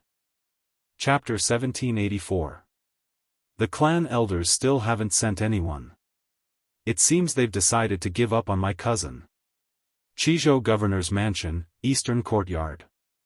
Princess Tong and spoke casually as she fiddled with the teacup on the table. Wang Yu frowned. After a moment of silence, he said, logically speaking, this shouldn't be the case. 5 days ago, I sent a messenger pigeon to father and told him about the pros and cons of this matter. The clans are in a precarious situation and can no longer contend with the imperial court. Li Zishuan is also a popular figure in the imperial court. He established the academy, destroyed the clans, and attacked the Turks. This child's future is limitless. If we can make use of my cousin to form an alliance with Li Zishuan, then it will be absolutely beneficial to the Wang family. Father has always been far-sighted, and this old man believes that he will be able to see the pros and cons clearly and convince the other Wang family elders to make the right choice. Wang Yu's father, Wang Bing, was a minister of the previous dynasty. After he stepped down from his position as clan head, he joined the Wang clan's elder circle and assumed the position of Grand Elder. Princess Tong and frowned slightly when she heard this. She raised her teacup and took a sip before she said, "But tomorrow is the day of my cousin's wedding, yet not a single one of the elders in the clan has come to Chizhou. That represents that they don't approve of my cousin's marriage, and they don't acknowledge my cousin as their eldest son. My cousin will have a hard time in the clan. Old master, do you think they will make Ren-Yi the successor of the Wang clan? Princess Tong narrowed her eyes and looked at Wang Yu with a faint smile. Wang Ren-Yi was also Wang Yu's son, but he was born of a concubine, Cui Qinfang. Wang Yu's concubine had a great background. She came from the Cui clan of Qinghe. How could a daughter of the Cui clan be married as a concubine? That was because Cui Qinfang was from the Cui clan's concubine and didn't have much of a presence. Moreover, the Wang clan of Taiyuan was one of the 5 clans and 7 hopes. It was not a disgrace to marry a daughter of a concubine to the head of the Wang clan as a concubine. Impossible. Wang Yu shook his head and said, Ren-Yi, this child is too narrow-minded. Previously, he made an enemy of Li Zishuan and even offended half of the families of generals in the capital. Even if Biao was abandoned, it would not be Ren-Yi's turn to replace his position. There are many talents in the family who are more outstanding than him. Humph. Now that the Cui clan has been annihilated, Wang Ren-Yi won't be able to replace cousin as long as those elders aren't senile. Princess Tong said coldly, her eyes chilling. Wang Ren-Yi's greatest reliance in the Wang clan was the Cui clan of Qinghe. But now that the Cui clan of Qinghe no longer existed, his reliance had instead become a hindrance. As long as the elders of the Wang clan didn't want to be involved with the Cui clan of Qinghe, they would absolutely not help Wang Ren-Yi ascend the throne. In Taiyuan, Wang Ren-Yi, who was dreaming of regaining his freedom and regaining his power, had no idea that Wang Yu and Princess Tong had already sentenced him to death. He would never be able to make a comeback. Don't be so pessimistic, things haven't reached the point of no return yet. After cousin's wedding, this old man will first return to the ancestral home with you and explain cousin's situation to the elders face to face. Then, we will return to Sui province. Wang Yu looked at Princess Tong and said gently. Now that the imperial power was at its peak, it was no longer the world of the aristocratic families. Wang Yu felt that the elders of the Wang clan should understand that by dethroning Wang Renbiao, not only would they completely offend Li Zishuan, they would also offend Wang Renbiao, who represented the imperial family. This was extremely unwise. I'll listen to old master. Princess Tong smiled and said. At night, the moon was bright and the stars were sparse. Around midnight, in the camp of the black armored army, a group of people walked out of the camp quietly. They avoided many waves of patrolling soldiers along the way and finally arrived at the side of the kitchen of the E battalion. At this time, other than the patrolling soldiers, the rest of the soldiers in the camp had all fallen asleep peacefully. Thus, the camp was extremely quiet. Only the sound of burning torches and the chirping of insects and birds could be heard in the camp. Dolly, where is the lieutenant of the B battalion? You're not lying to us, are you? The group of people arrived at the kitchen and saw that other than them, there was no one else here. One of the soldiers couldn't help but ask angrily. That's right. Dolly. Didn't you say that the lieutenant of the B battalion would come? Where is he now? You brat, are you trying to play with us? You have to know that it is against the military rules to leave the camp without sleeping in the middle of the night. Another soldier also said. That's right, this group of people were the injured soldiers from the training in the past 2 days. After Ding Dali heard Bai Shanhai's words, he returned to the camp and secretly contacted some of the injured soldiers who were on good terms with him. He told them everything that Bai Shanhai said to him in the afternoon. These people were mostly honest people and didn't have many tricks up their sleeves. After hearing Ding Dali's words, they all felt that it made sense and secretly snuck out of the camp at midnight. However, they didn't expect to come here empty-handed. Sun Tao wasn't even here. Everyone couldn't help but feel a little angry. One had to know that they had secretly followed Ding Dali here and had taken a huge risk. Don't rush, let's wait a little longer. Xianxia won't lie to us. Let's wait a little longer, Lieutenant Sun Tao will definitely come. Ding Dali was also a little scared, but he forced himself to be calm and comforted everyone. How long do we have to wait? A little longer? If we come out for too long, we'll definitely be found out. The soldier who spoke first retorted. That's right. We can't stay here for too long. If the squad leader finds out, we'll be finished. As soon as he finished speaking, someone immediately agreed. Ding Dali wiped the sweat on his forehead. He didn't know if it was because of the hot weather or because he was anxious, but he pressed his hand down and said, "Be quiet. It'll be bad if we attract the patrols. Brothers, let's wait here quietly for a while. If Sun Tao doesn't come after 15 minutes, we'll go back, okay? By then, Ding Dali will be at your disposal." Okay. We'll wait for another 15 minutes. The leader pondered for a while and said. Everyone squatted at the side of the kitchen and began to wait quietly. Did you see it clearly? Is there anything unusual? Under a ginkgo tree not far away, Zhang Kongnian asked the soldiers beside him softly. Zhang Kongnian was the one who sowed discord, so Sun Tao would definitely not come tonight. This fellow, Zhang Kongnian, wasn't just adept at flattering others, he was crafty as well. Most importantly, he was extremely cautious in his actions. Before he came out to meet Ding Dali and the others, he had to confirm that there was no one else in the surroundings. After all, what he was doing now couldn't be exposed, and if Li Zishuan or Duan Jishuan noticed it, then he would be completely finished. Lieutenant, I've checked. There's nothing unusual around us. The people Ding Dali brought should be the injured soldiers from the Wu battalion. The guard next to Zhang Kongnian bowed and said. Good. Come with me. Zhang Kongnian sighed a breath of relief when he heard that. He walked out from behind the tree and walked toward the kitchen. The dozen or so soldiers beside him immediately followed after him. Someone's coming. Beside the kitchen, Ding Dali and the others quickly noticed the commotion here. Everyone's heart trembled as they stood up and looked cautiously at Zhang Kongnian and the others who were walking towards them. Dali, it's me.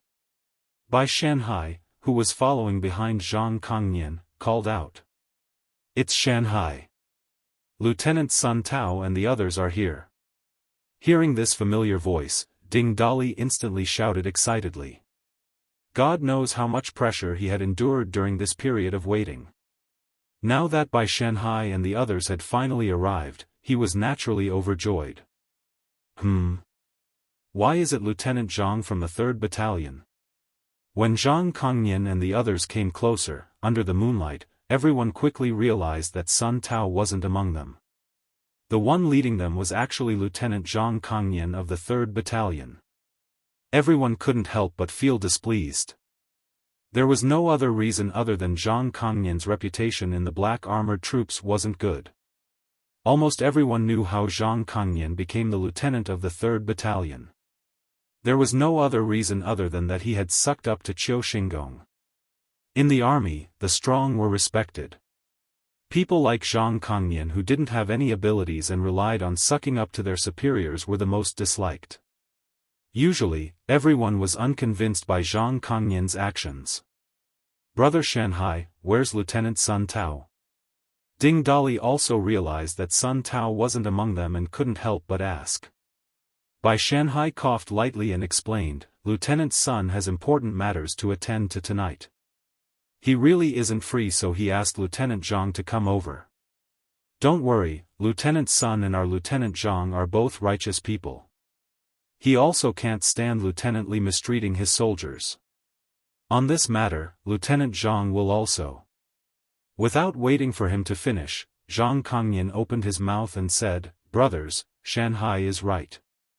No matter how I, Zhang Kongnian, was in the past, I am of one heart and one mind with my brothers on this matter of defeating Li Zishuan.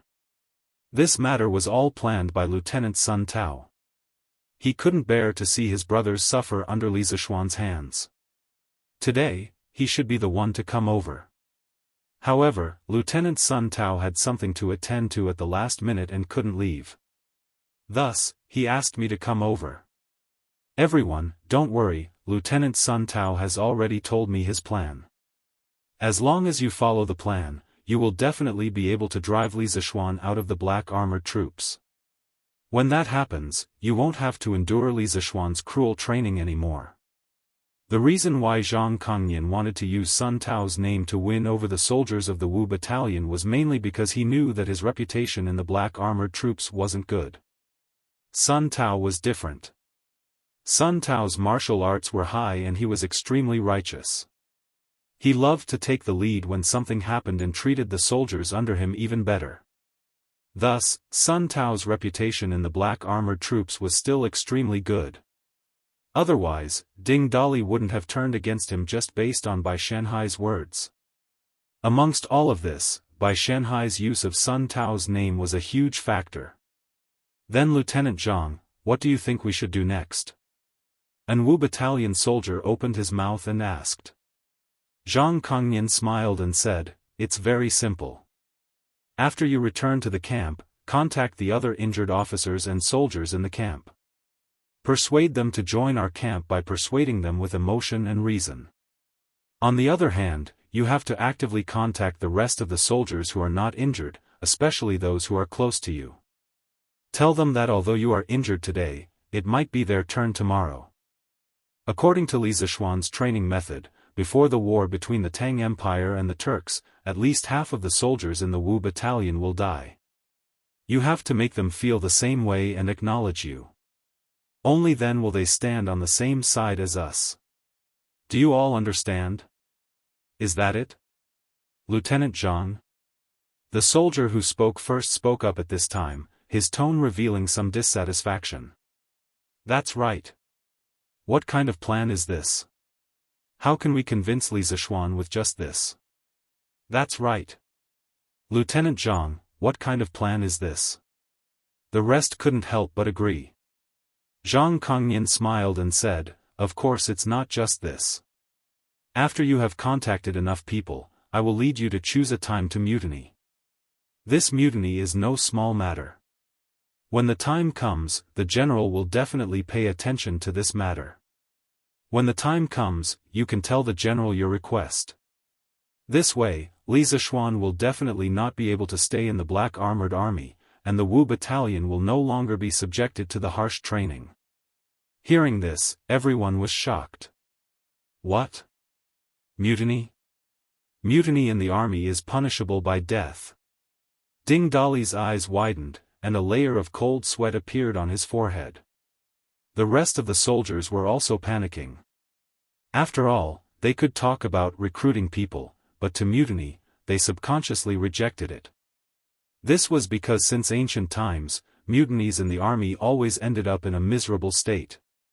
Brothers, you don't have to worry. Mutiny is just a way for you to express your request, not your goal. Your goal is to drive Li Zishuan out of the black armored army. When the time comes, Lieutenant Sun Tao and I will also help you. If the general blames you, General Chiu and I will plead for you. As the saying goes, the law cannot punish the majority. Furthermore, you are just expressing your request reasonably. The general will not do anything to you. Zhang Kongnian naturally saw through the worries in everyone's hearts. He gestured for them to be quiet and then said in a deep voice. Everyone remained silent as they looked at each other. No one was willing to step out to express their opinions. After all, this matter was too serious. If they were to make a fuss, not only would they not be able to join the black armored troops, they might even lose their lives. Walala. Humph. Mutiny? Who wants to mutiny? Just when everyone was silent, the pile of firewood on the east side of the kitchen suddenly fell down without warning. Then, 3 people walked out from it. The person in the lead was burly and had an imposing aura. That person walked towards the crowd with a majestic gait. As he walked, he spoke coldly. Chapter 1785. Grand General. Outside the kitchen of the Black Armored Army's Wu barracks, Ding Dali, by Shanhai, Zhang Kongnian and the rest had a bad feeling when they heard the sudden voice. When they saw the person's face clearly, they were all scared out of their wits. The person who came was Duan Jishuan. Just a moment ago, they were still discussing how to mutiny. The next moment, Duan Jishuan, the highest-ranking general of the Black Armored Army, suddenly appeared in front of them. How could they not be shocked? "Grand General, please spare my life, this lowly general, Zhang Kongnian's entire body was trembling. It was the hottest day of the summer, but he felt as if his entire body was shaking. This was because the moment Duan Jishuan appeared, his entire body was cold from the inside out. Driven by his strong desire to live, he crawled towards Qiu Xingong and repeatedly begged for mercy. However, since things had already come to this, even if he was usually eloquent and had a glib tongue, he couldn't think of a way to clear his name at this moment.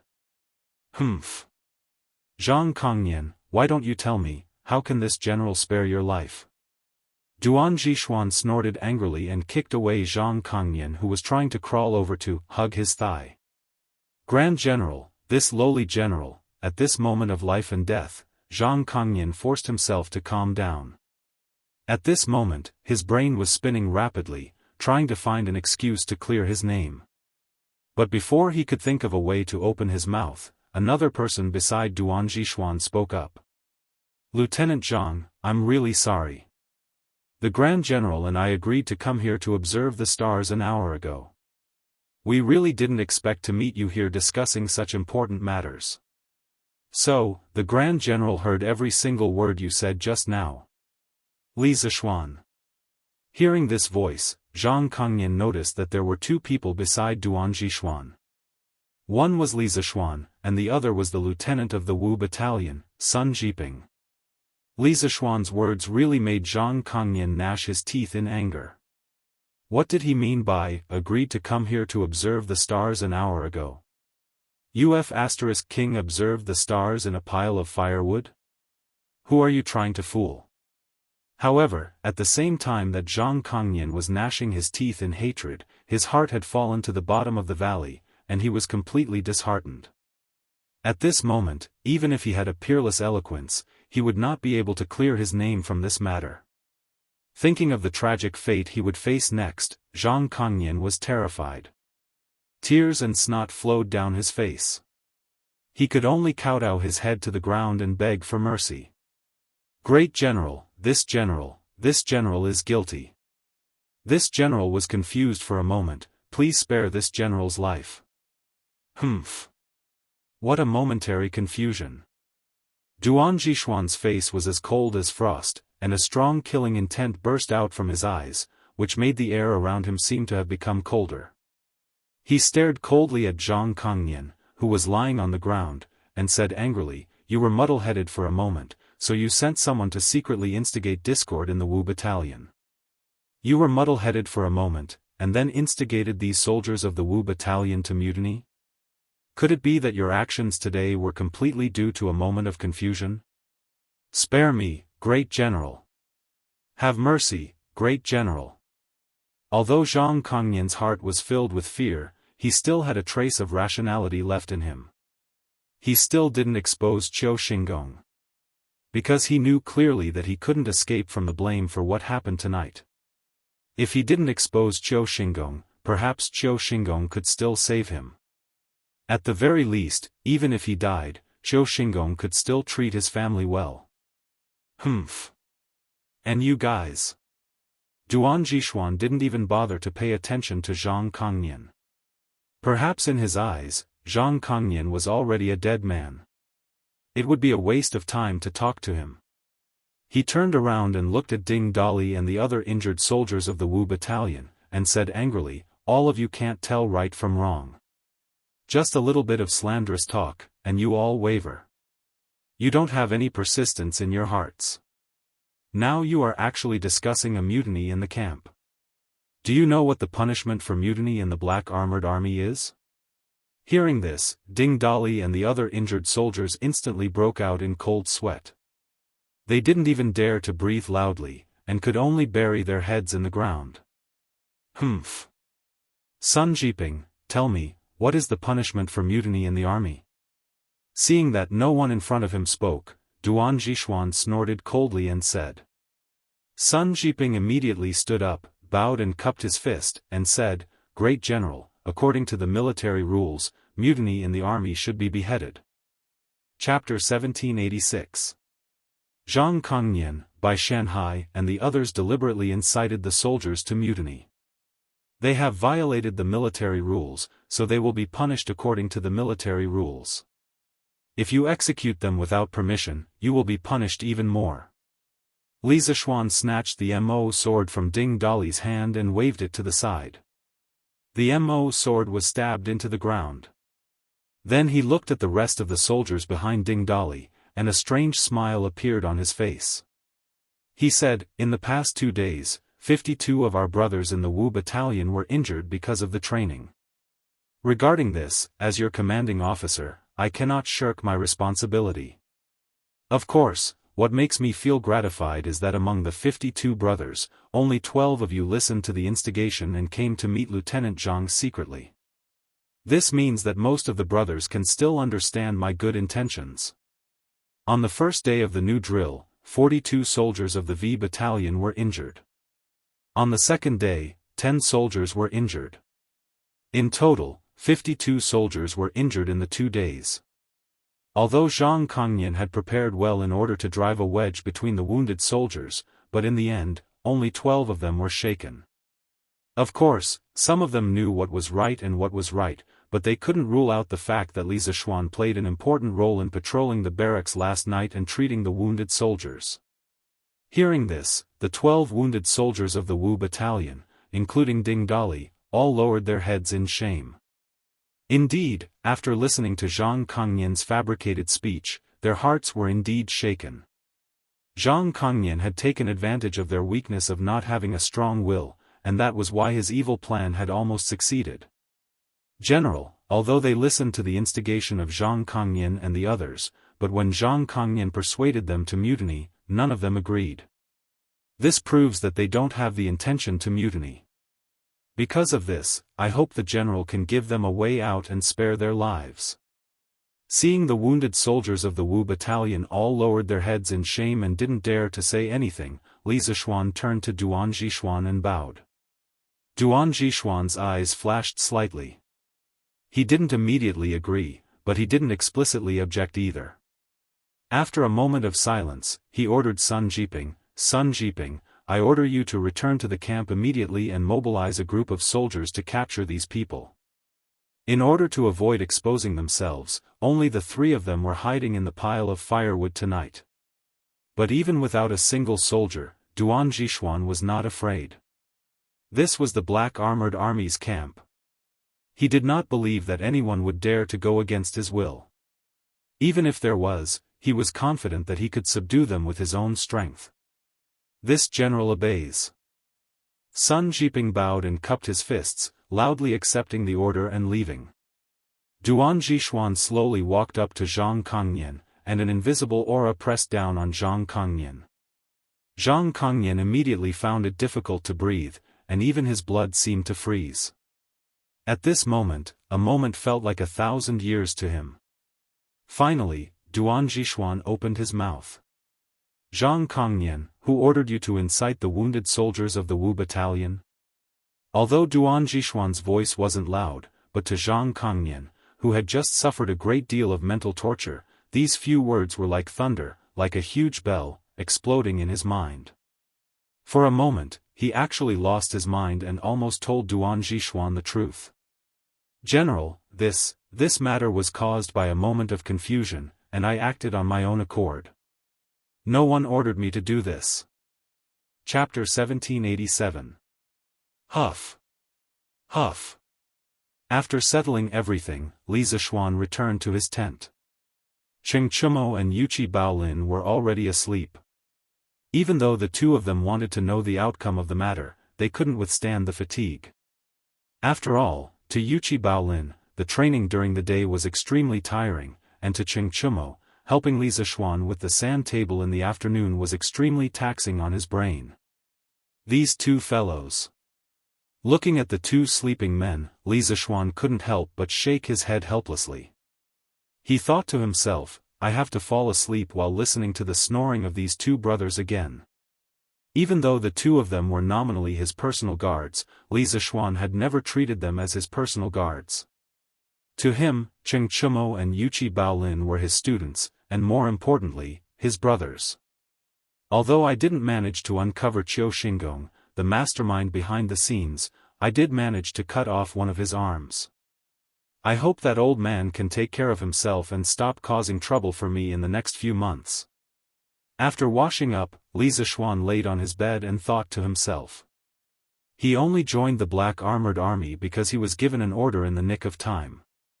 After the Black Armored Army's expedition to the north was over, even if Li Er didn't allow him to leave, he would still ask to leave.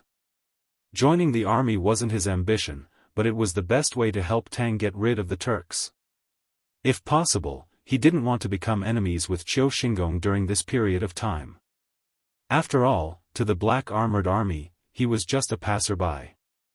After the matter was settled, the Black Armored Army would return to its original state. However, not wanting to become enemies didn't mean that he was afraid of it. Zhang Kongnian inciting the soldiers of the Wu battalion to mutiny not only crossed Duan Zhishuan's bottom line, it also crossed Li Zishuan's bottom line. Since someone was trying to bully him, he naturally had to retaliate. That was why when Duan Zhishuan sentenced Zhang Kongnian and the others to death, he didn't plead for mercy like the previous time. He wanted to use this opportunity to give Qiu Xingong a warning so that the old man wouldn't cause trouble for him anymore. Dong dong dong, dong dong dong dong. The great general has ordered all soldiers to gather at the drill ground. The great general has ordered all soldiers to gather at the drill ground. Early the next morning, before the sun had even risen, the sound of drums could be heard in the Black Armored Army's camp. All the soldiers in the camp heard the drums, and immediately after, there were soldiers shouting to and fro in the various tents. The military camp, which had been silent for an entire night, immediately began to move. The soldiers who had been lying on the bed a moment ago stood up and quickly put on their armor. Because the plate armor produced by the Strange Interest Pavilion was a full-body armor, it was difficult for one person to put it on. Usually, two people had to work together to put it on in the shortest time possible. In fact, it wasn't just the new plate armor. The armor worn by the black armored troops in the past wasn't something that could be easily worn either.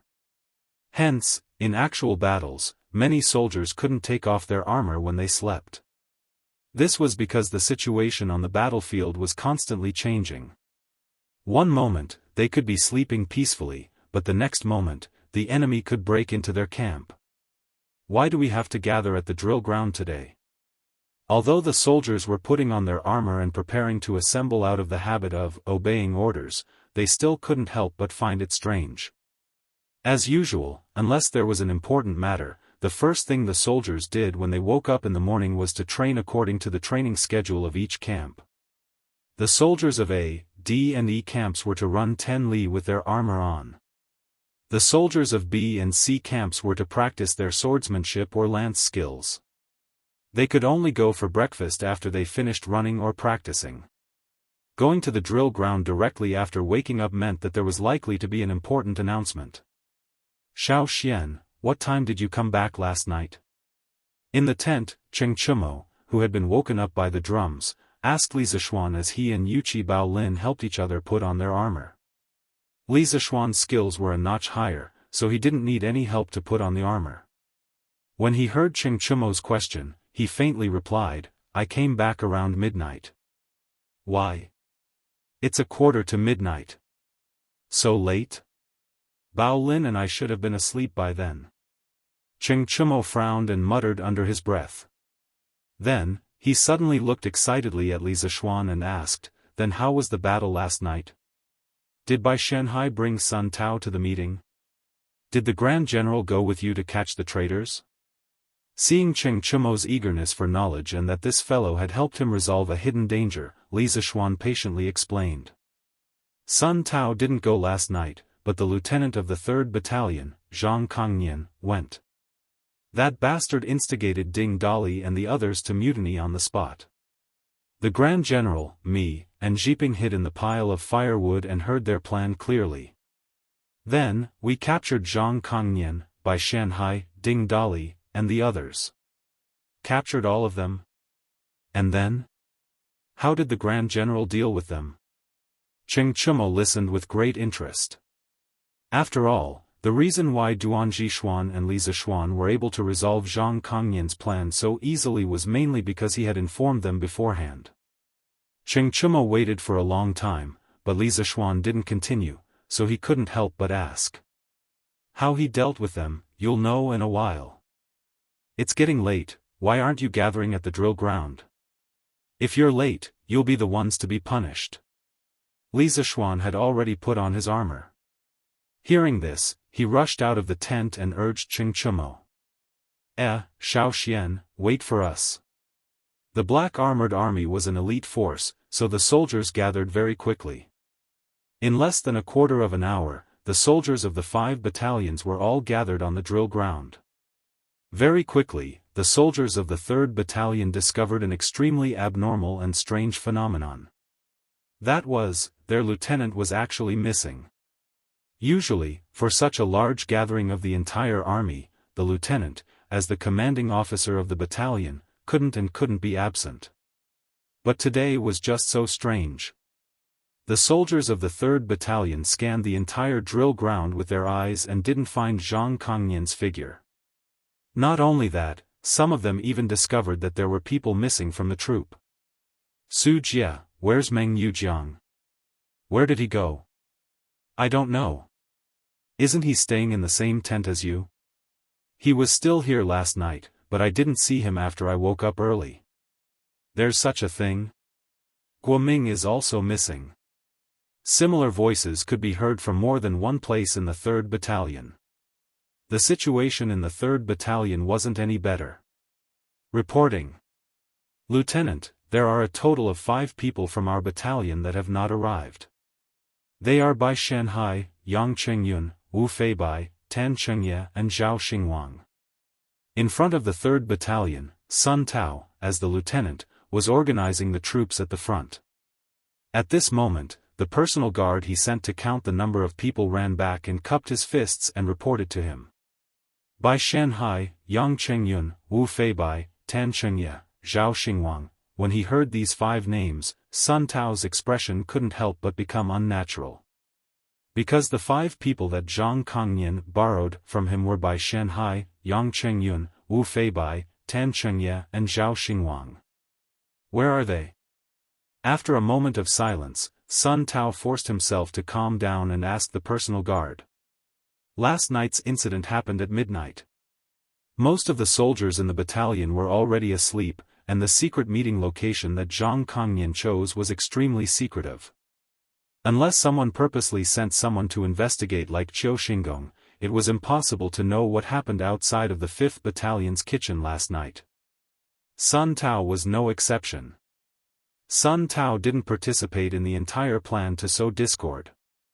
He didn't know why Zhang Kongnian transferred by Shanhai and the rest, and he also didn't know that Zhang Kongnian was going to secretly meet the wounded soldiers of the 5th Battalion in the 5th Battalion's kitchen last night. Lieutenant, according to the squad leader of Bai Shanhai and the rest's tent, they were still in the tent last night, but they were all gone this morning. The personal guard bowed and replied. Gone. Sun Tao's heart skipped a beat. He suddenly had a very bad feeling. At this moment, Qiu Xingong appeared on the high platform in front of the drill ground. However, compared to the past, Qiu Xingong didn't seem to be in a good mood today. Sun Tao waved his hand at the personal guard and said, "All right. I know, you can leave now." "Yes, Lieutenant." The personal guard cupped his fists and turned to leave. Looks like Zhang Kongnian must have started his operation last night, but it failed. Sun Tao thought to himself as he looked at the gloomy Qiu Xingong on the high platform and the leaderless dragon in front of the 3rd Battalion. At this point, no matter how stupid he was, he could guess that something must have happened last night, and it was Zhang Kongnian who brought Bai Shanhai and the rest with him. The Grand General has arrived. At this moment, Duan Zhixuan appeared on the right front of the drill ground. The 5 battalions instantly quieted down. All the soldiers stopped moving and stood straight on the spot without moving an inch. Duan Zhixuan quickly walked to the front of the drill ground. The black-armored soldiers below the stage shouted in unison, "Greetings, Grand General." Their voices were like a loud bell that could topple mountains and overturn seas. "Rise, soldiers!" Duan Zhixuan shouted loudly. The soldiers below the stage stood straight again. Duan Zhixuan's expression turned serious as he said in a deep voice, "I have gathered all the soldiers here today because I have something important to announce. Last night, Lieutenant Zhang Kongnian of the 3rd Battalion led by Shanhai, Yang Chengyun, Wu Feibai, Tan Chengye, Zhao Xingwang of the 2nd Battalion, Zhao Fei, Sun Gang, Meng Yujiang, Han Cheng, Su Peng, and Feng Chang of the 3rd Battalion to secretly meet with Ding Dali, Yao Wuda, and the injured soldiers of the 5th Battalion in the kitchen of the 5th Battalion. Zhang Kongnian instigated Ding Dali and the rest to mutiny by framing adjunctly and sowing discord among the soldiers. If it wasn't for Lieutenant Sun Jiping of the 5th Battalion arriving in time and arresting all of them, Zhang Kongnian's evil plan would have succeeded. At that time, our black armored army would have become the laughing stock of the 12 capital garrison guards. Everyone was shocked when they heard this. Especially the soldiers of the 2nd and 3rd Battalions. They finally knew why their battalions were short of people today. It was because something so big had happened last night.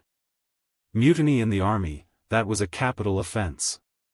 Although the soldiers below the general appointment stage were shocked, none of them whispered to each other due to their excellent military discipline. At the same time, they could feel a trace of murderous intent from Duan Zhixuan's tone. As expected, Duan Zhixuan continued to speak. As the commander-in-chief of the Black Armored Army, I can't let the reputation of the Black Armored Army be ruined by such despicable people. Listen up, Zhang Kongnian led his men to secretly incite the soldiers to mutiny. His crime cannot be punished. At noon today, Zhang Kongnian, by Shanhai, Yang Chengyun, Wu Feibai, Tan Chengye, Zhao Xingwang, Zhao Fei, Sun Gang, Meng Yujiang, Han Cheng, Su Peng, and Feng Chang, a total of 11 people, will be executed in public. As for the lieutenant of the 3rd Battalion, adjunctly will temporarily take over. From today onwards, the 3rd Battalion, 1st Battalion, 4th Battalion, and 5th Battalion will implement a new training program. The soldiers below the stage were shocked. They didn't expect Duan Zhixuan to be so ruthless. He killed one person in one breath, and one of them was even a lieutenant of the 3rd Battalion. It seemed like Duan Zhixuan was really angry. On the other hand, Li Zixuan was a little surprised. He wasn't surprised by Duan Zhixuan's treatment of Zhang Kongnian. He was surprised that Duan Zhixuan had actually given him the position of lieutenant of the 3rd Battalion. This was something he had never expected. As you command. After hesitating for a moment, Li Zixuan saw Duan Zhixuan giving him a signal with his eyes. He could only step forward and bow. Duan Zhixuan had helped him so much. He didn't want to disregard Duan Zhixuan's face. Furthermore, this lieutenant position was only given to him, and it wouldn't last forever. Furthermore, by taking over this lieutenant position, he had cut off one of Qiu Xinggong's arms in the black armored troops. From now on, the 3rd Battalion would no longer be under Qiu Xinggong's personal use. On the stage, Qiu Xinggong, who was standing behind Duan Zhixuan, had flames in his eyes and his face was twitching. Just as Li Zixuan had thought, Duan Zhixuan's action had directly cut off one of his arms in the black armored troops. If he could, he really wanted to stand out and object. But he couldn't. Because he was heavily implicated in last night's incident, he still didn't know how much information Duan Zhixuan had obtained from Zhang Kongnian. Therefore, even though Qiu Xinggong had cut off one of his arms, he could only endure it and didn't dare to act rashly. Below the stage, after hearing Duan Zhixuan's words, Sun Tao couldn't help but be dumbfounded. Last night's incident had nothing to do with him, but Qiu Xingong's decision had a lot to do with him. Because according to Qiu Xingong's words, Li Zixuan would temporarily take over the position of lieutenant of the 3rd Battalion, and the 3rd Battalion would also have to start training according to the new drill. In this way, their 2nd Battalion would be the only battalion in the black armored troops that still adhered to the old drill. This basically meant that Duan Zixuan had tacitly acknowledged the superiority of the new drill. Then, what was the point of the competition between the 2nd and 5th Battalions 8 days later? This was a competition that had already been lost before it even started. At this moment, Sun Tao only wanted to look up to the sky and sigh, "I am so lonely." Of course, with this fellow's literary skills, he definitely wouldn't be able to say such a poetic sentence, but the general idea was still the same. At this moment, Duan Zixuan continued on the stage. Ding Dali and the rest listened to slanderous words and disrupted the morale of the troops. They can be spared from death, but they can't escape punishment. Men, bring Sun Dali and the rest up. In front of all the soldiers, strip them of their clothes and flog them 40 times. Yes, sir. Sun Jiping hurriedly went up to receive the order. Chapter 1788. Bam! Bam! Bam! On the black armored army's drill ground, Ding Dali and the other 12 wounded soldiers of the Wu battalion knelt on the stage. Behind each of them stood a soldier with a stick in his hand. They were here to enforce the military law. Under the gaze of the 5,000 black armored army soldiers below the stage, the wooden sticks landed heavily on the backs of Ding Dali and the others. It could be said that the sticks hit the flesh. Very soon, their backs were covered in blood and flesh.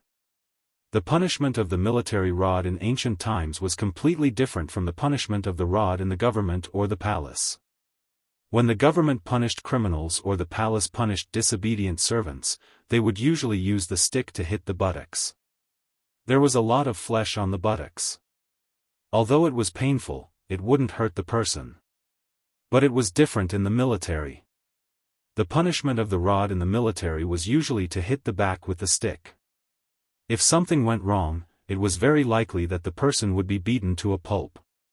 Some novels often said that if someone broke the military rules, they would be dragged down and beaten 100 times. That was pure nonsense. Because 100 strikes of the rod would be the end of anyone. Therefore, Duan Zixuan sentenced Ding Dali and the others to 40 strikes of the rod. This wasn't a light punishment. With these 40 strikes of the rod, they would have to lie in bed for at least 7 to 8 days.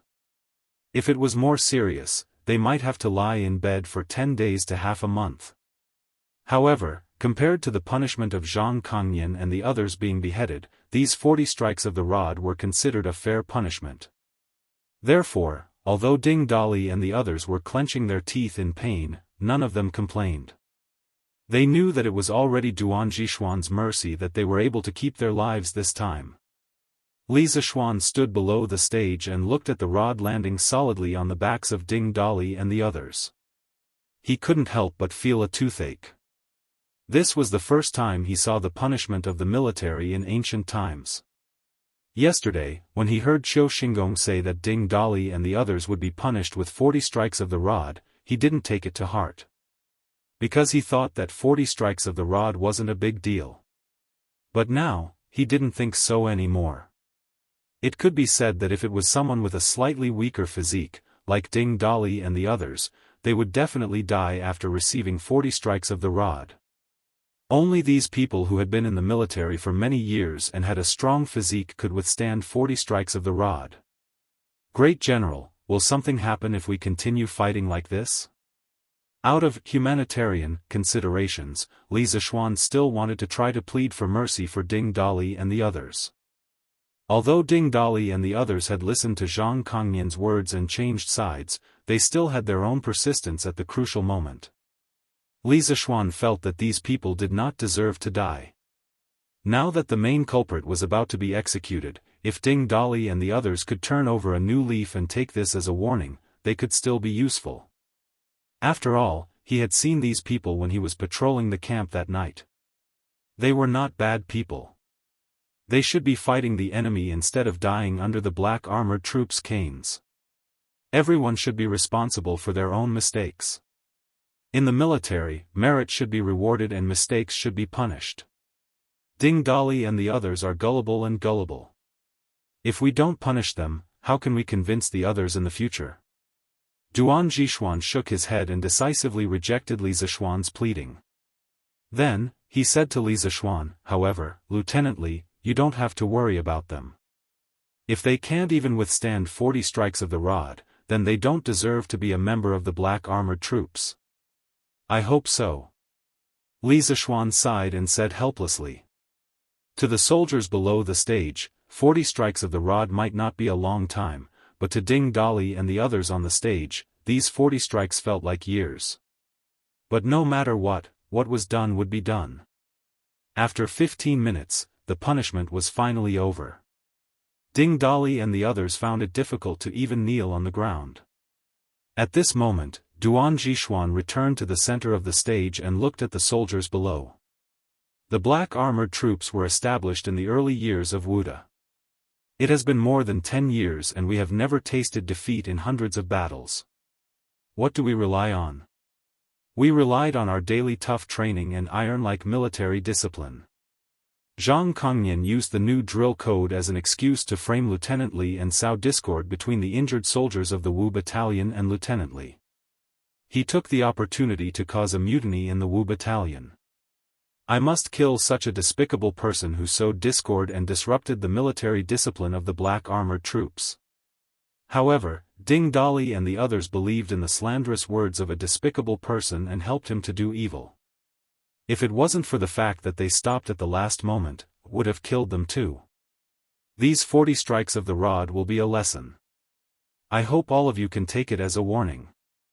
Our black armored troops are the most elite cavalry of the Tang Empire and also the most disciplined troop in the Tang Empire. If anyone dares to sow discord again, don't blame me for being ruthless.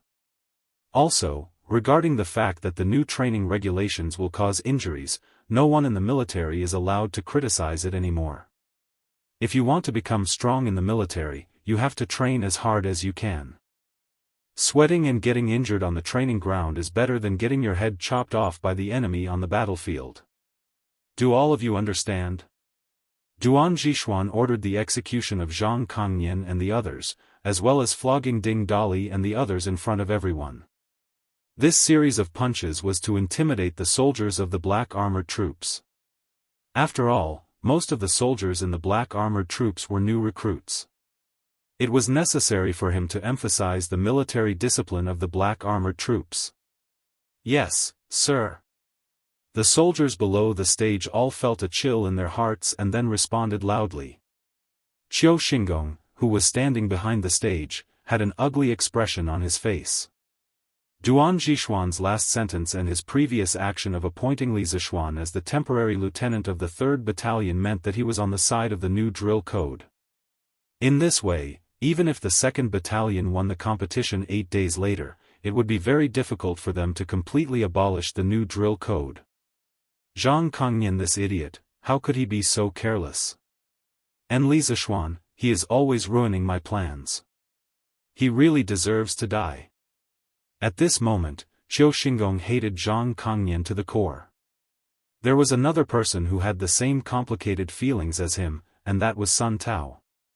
Qiu Xingong's early actions caused him and the 2nd Battalion to completely become a lone army that stuck to the original drill code. In addition, Zhang Kongnian's ending today had caused Sun Tao, who already had a grudge against Qiu Xingong, to waver. He originally didn't like the way Qiu Xingong and Zhang Kongnian did things. In the future, if he still followed Qiu Xingong's path to the dark side, he might very well end up like Zhang Kongnian. However, Qiu Xingong was after all a veteran who had founded the country. No matter if it was in the imperial court or in the military, he had a deep foundation. How could a mere lieutenant like him offend him? In that moment, Sun Tao was caught in a dilemma. We thank the Grand General for his mercy. Ding Dali and the others had recovered a bit of their strength. They endured the injuries on their backs and came in front of Duan Zhishuan, kneeling on one knee and thanking him. Duan Zhishuan nodded and didn't say anything. Ding Dali turned around and kowtowed to Li Zishuan. Thank you, Adjunct Li, for pleading for me. Earlier, Adjunct Li even personally entered the tent to check on my injuries. However, I mistakenly believed the slanderous words of a despicable person and almost caused a huge mistake. Ding Dali has let Adjunct Li down, but Adjunct Li pleaded for me. After I recover, I will ask for forgiveness from Adjunct Li. Ding Dali's words could be said to be sincere.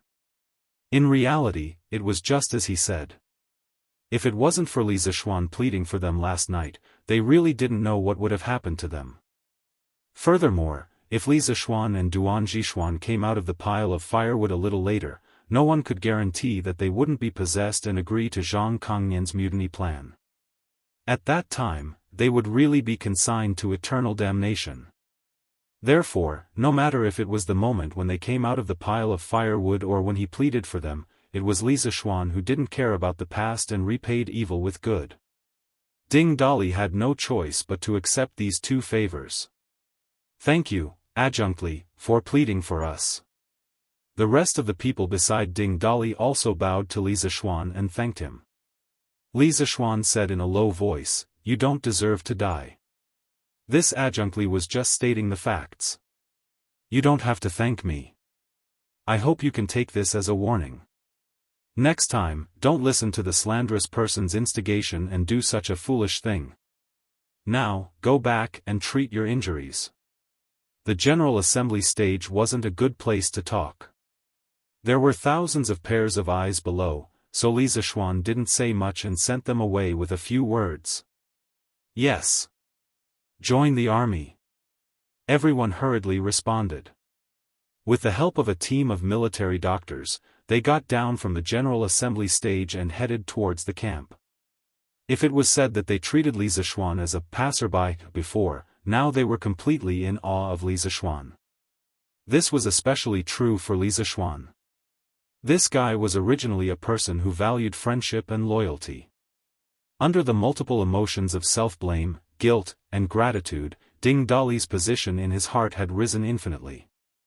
Now, if anyone dared to say anything bad about Li Zishuan, Ding Dali would definitely fight it out with the other party regardless of the injuries on his back. Now, soldiers of each camp, start training according to the training plan. Since his goal had been achieved, Duan Zhishuan didn't waste any more words and loudly ordered.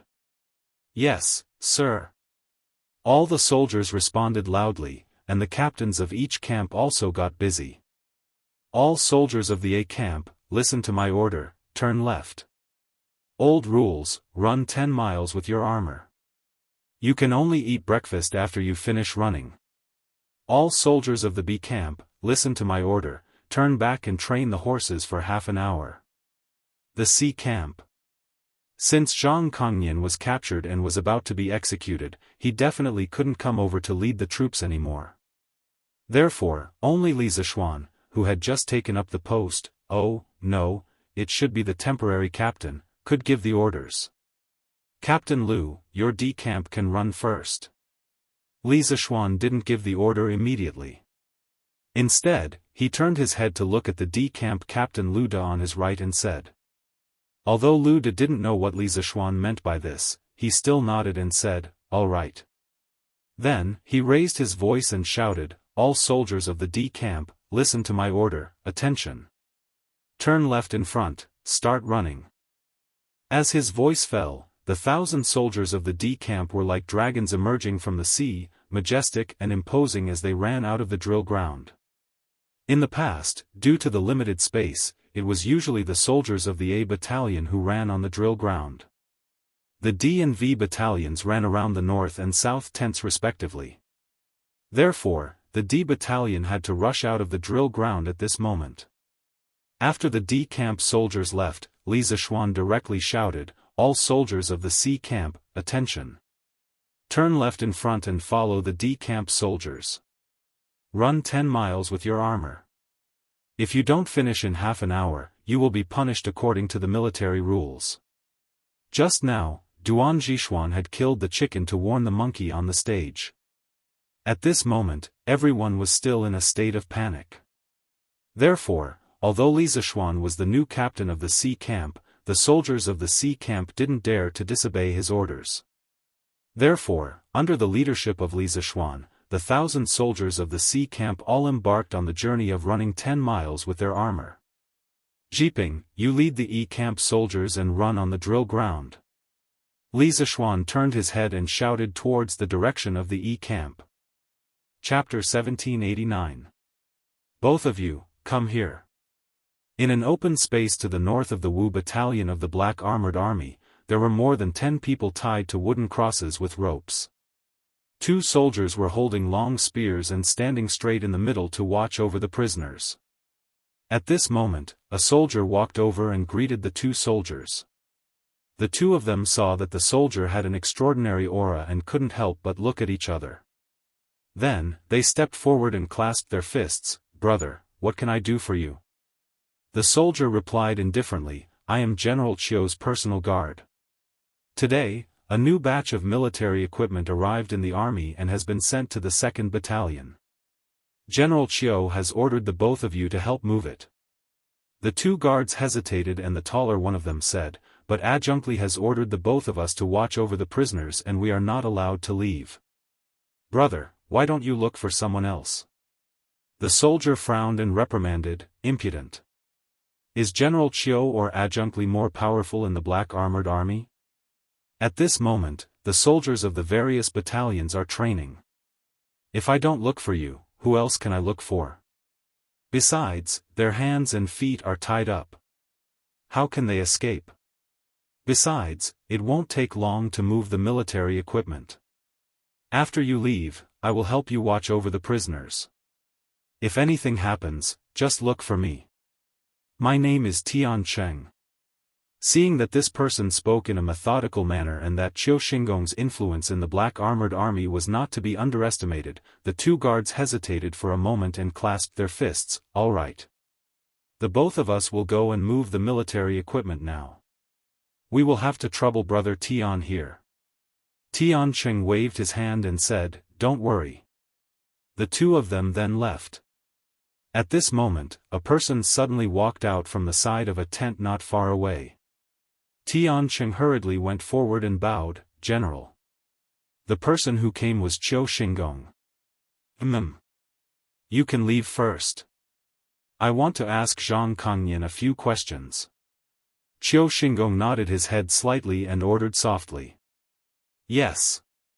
Tian Cheng turned and left to stand guard for Qiu Xinggong.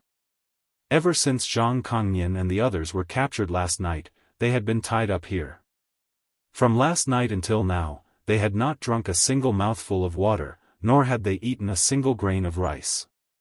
In addition, the rope had caused their blood to be unable to circulate smoothly in their bodies. At this moment, they had almost fallen into a state of drowsiness. It was still early in the morning, and the sun was not strong enough. By noon, when the sun was about to reach the top of their heads, they would probably pass out due to the heat and lack of water. In fact, this was almost a common practice in the military. Generally, people who were about to be executed would go through this before they were executed. This was not abusing the prisoner, but helping the prisoner. Yes, you didn't hear wrong. This action was helping the criminal. The prisoners on death row in the Supreme Court or the prison of the Ministry of Justice were treated with good wine and food before their execution. The good food was not important. What was important was the good wine. After the prisoner drank the wine, under the numbness of the alcohol, the prisoner's pain would be reduced a lot when they were beheaded. Naturally, the prisoner would have less resentment after death. Of course, these were all superstitions, but who asked the ancients to believe in these things? In ancient times, prisoners on death row were usually executed at 4:45 in the afternoon because that was the time of the day when the yang energy was the strongest. The prison of the government could give prisoners on death row alcohol, but in the Tang dynasty, especially the beginning of the Tang dynasty, the military was very strict. Alcohol was forbidden in the military, and violators were killed without mercy. Therefore, to the soldiers who were sentenced to death in the military, there was definitely no alcohol for them to drink. So, what could they do?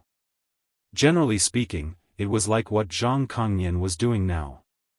They were left out in the sun, without food or water, so that they would enter a state of drowsiness before they were beheaded. When it was time for them to be beheaded, it would not be so painful. Raise your head. At this moment, Qiu Xingong walked in front of Zhang Kongnian and shouted in a low voice. Due to the distance between the prisoners, and the fact that they did not sleep or drink for the entire night, Zhang Kongnian, Bai Shanhai, and the others were in a half-awake state. Qiu Xingong purposely lowered his voice, not wanting the other prisoners to hear his conversation with Zhang Kongnian. When the drowsy Zhang Kongnian heard Qiu Xingong's voice, his body trembled. He quickly raised his head and opened his eyes. He looked at Qiu Xingong and said, "General, save me. General, save me. I don't want to die." Woo woo. This fellow's voice was a little loud, so Qiu Xingong quickly covered his mouth. "Lower your voice." Qiu Xingong looked around and saw that the rest of the prisoners still had their heads lowered and didn't move. Only then did he move his hand away from Zhang Kongnian's mouth. He asked in a low voice, "This general wants to ask you, did Li Zishuan use torture to extort a confession from you?" Zhang Kongnian lowered his voice and replying to the general, "Adjunct Li did not torture us. Since we were captured last night, we have been tied up here. Neither Adjunct Li nor the general has come." Hearing this, Qiu Xingong was slightly relieved. He asked again, "What happened last night? Didn't you say that your plan was foolproof? How did you get caught by Li Zishuan and General Duan?" "I don't know either. Last night, when I was about to succeed in persuading Ding Dali and the others, Li Zishuan and the general suddenly walked out from the pile of firewood outside the kitchen. They seemed to have been hiding in the pile of firewood before I arrived. Therefore, the words that I said to Ding Dali and the others naturally fell into the general's ears." Speaking of this, Zhang Kongnian still did not understand until now. He could not help but feel puzzled. Chapter 1790. Duan Zhishuan knew that it wasn't a good time to touch Qiu Xingong. As the emperor, Li Er knew this as well. Furthermore, due to his personal feelings, Li Er didn't want to touch Qiu Xingong. In the 4th year of Wuda, Qiu Xingong followed Li Er to fight against Wang Shichong. Before the battle, Qiu Xingong followed Li Er to test the enemy's strength. He led dozens of cavalrymen into the enemy's formation and killed many of them. Not long after, Li Er and the cavalrymen were separated due to the obstruction of the embankment. Only Qiu Xingong followed Li Er. After which, a few cavalrymen chased after Li Er, and arrows hit Li Er's war horse. The situation was dire, and Qiu Xingong turned his horse around to shoot at the pursuing enemy. Thus, Qiu Xingong dismounted from his horse and pulled out the arrow from Li Er's war horse. He then passed his war horse to Li Er while he walked in front of his horse. With a long saber in his hand, he shouted loudly to intimidate the enemy and killed many of them to protect Li Er as they returned to the Tang camp. In the end, the Tang army defeated Wang Shichong. It was because of that battle that Li Er started to put Qiu Xingong in an important position. Li Er had been a wanderer in the Taiyuan area in his early years, so he had a Jianghu aura about him. He knew very well that he should repay the kindness of saving his life. Although he later became the king of Qin, and even the emperor, and his Jianghu aura gradually faded, Li Er had never mistreated those who had saved his life on the battlefield. For example, Qin Qiong, Cheng Yaojin, Duan Zhishuan, Yuqi Jingda, and the others, which one of them didn't hold important positions. Qiu Xingong was no exception. Thus, unless he had no other choice, Li Er wasn't willing to punish Qiu Xingong. What Qiu Xingong did this time had crossed his bottom line. The Black Armored Army was the key to the victory of the Kingdom War, and this Kingdom War was the key to the survival of Tang Empire. Li Er wouldn't allow anyone to sabotage it. The 30 strikes of the military rod was Li Er's warning to Qiu Xingong. If Qiu Xingong didn't know what was important and insisted on doing things his way, then no one could guarantee that Li Er wouldn't cut the tumor for the black armored army. Maintain a straight line from your shoulders to your ankles. Place your arms on your chest and keep your hands slightly wider than your shoulders. Then, use your arms to prop your body up from the ground. During the entire process, your shoulders, buttocks, and ankles must always maintain a straight line, just like what I'm doing now. Li Zishuan was leading the sergeants of the 3rd Battalion to do push-ups on the drill ground of the Black Armor Army. The 4th and 5th Battalions were doing pull-ups. Because the number of horizontal bars in the army was limited, each battalion had to do staggered training. Since the entire 3rd Battalion had never been exposed to this kind of training method before, Li Zishuan had no choice but to teach them step by step. He had done the same thing in the 1st Battalion, 4th Battalion, and 5th Battalion before, but who asked the 3rd Battalion to be the new training camp? Every time you do a push-up, you'll have to do 100 push-ups. If you can't do 100 today, you'll have to increase the number of push-ups tomorrow. If you can't do 100 push-ups today, you'll have to do more tomorrow. If you still can't meet this condition after 5 days, you won't have the right to stay in the Black Armored Army. Do you understand? Li Zishuan stood up and said after he demonstrated to everyone. Yes, sir. Everyone felt a chill in their hearts. Only now did they realize that this newly appointed lieutenant wasn't someone easy to get along with. At the very least, in terms of training, Li Zishuan was much stricter than the previous Zhang Kongnian.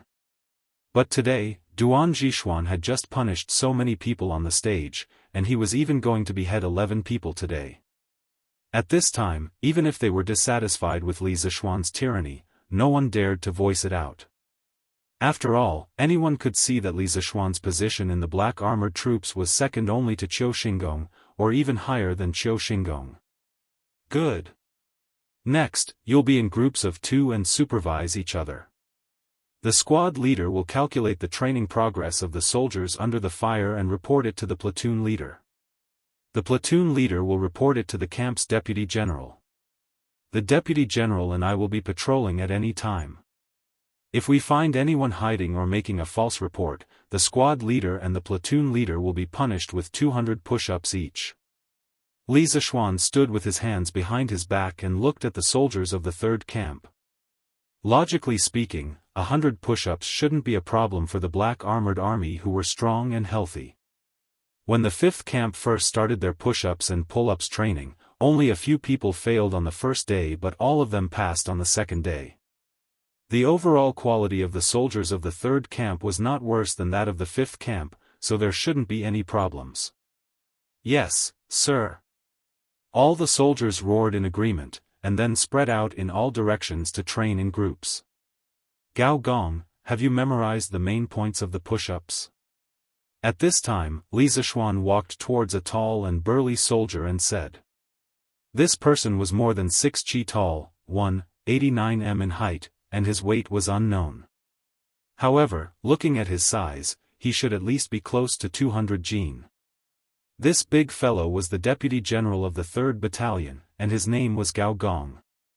Li Zishuan didn't know if this fellow was in cahoots with Zhang Kongnian and Qiu Xingong. He planned to test this deputy general properly today, and then during lunch, ask Sun Jiping about this person while he was at it. Lieutenant, I've memorized it all. Gao Gong scratched his head and responded. Good.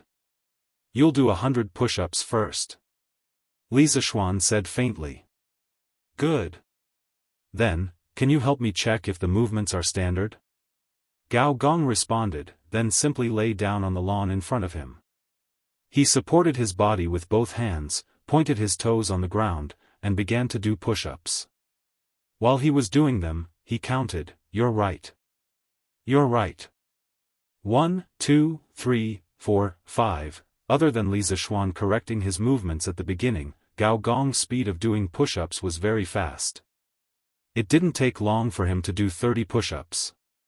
Moreover, this guy didn't even pant after doing 30 push-ups. It could be seen how good this guy's physical fitness was. No wonder he could become the 3rd camp's deputy general. Oh, that's not right. In terms of martial strength, this big guy completely beats Zhang Kongnian. Logically speaking, the third camp's commanding general should be Gao Gong. Li Zishuan thought in his heart. 95, 96, 97, 98, 99, 100. Lieutenant, I've finished 100 push-ups. In the time that Li Zishuan was lost in thought, Gao Gong had finished 100 push-ups. In modern times, this added up to a little more than a minute. This meant that this guy only needed about a second to do one push-up. More importantly, 100 push-ups obviously wasn't Gao Gong's limit. According to his movements, 500 to 600 push-ups wouldn't be a problem. This guy's physical fitness was really good. Good kung fu. Li Zishuan smiled and praised from the bottom of his heart. Gao Gong scratched his head embarrassedly and said, Lieutenant, you're joking. I'm just a brute force. In terms of kung fu, how can I compare to you, Lieutenant? He wasn't trying to flatter Li Zishuan. He wasn't someone who liked to bootlick. In fact, in terms of kung fu, he really couldn't be compared to Li Zishuan, who had a famous master. After all, in terms of kung fu, Li Zishuan had gone through systematic training and even had a famous master to guide him. He, on the other hand, only had a body of brute force.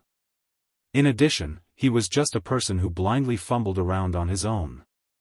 In fact, situations like his could be found everywhere in the army. In fact, it was the vast majority. After all, not everyone could be like Li Zishuan, who could enter a famous sect and have the guidance of a famous teacher. The vast majority of people had blindly fumbled their way here. This kind of cultivation method was destined to prevent them from reaching the highest realm on the path of martial arts. Kung Fu, to put it simply, was just some techniques to use force. But to put it in a complicated way, it included the changes of moves, prediction, restraint, as well as the circulation of inner force in the meridians and so on. Without the guidance of a famous master, it was very difficult to grasp these things through personal fumbling.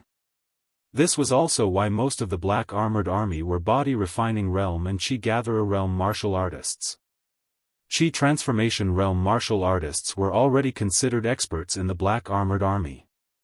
As for Grandmaster Realm martial artists, in the entire Great Tang Army, they could be counted with 2 hands. Alright.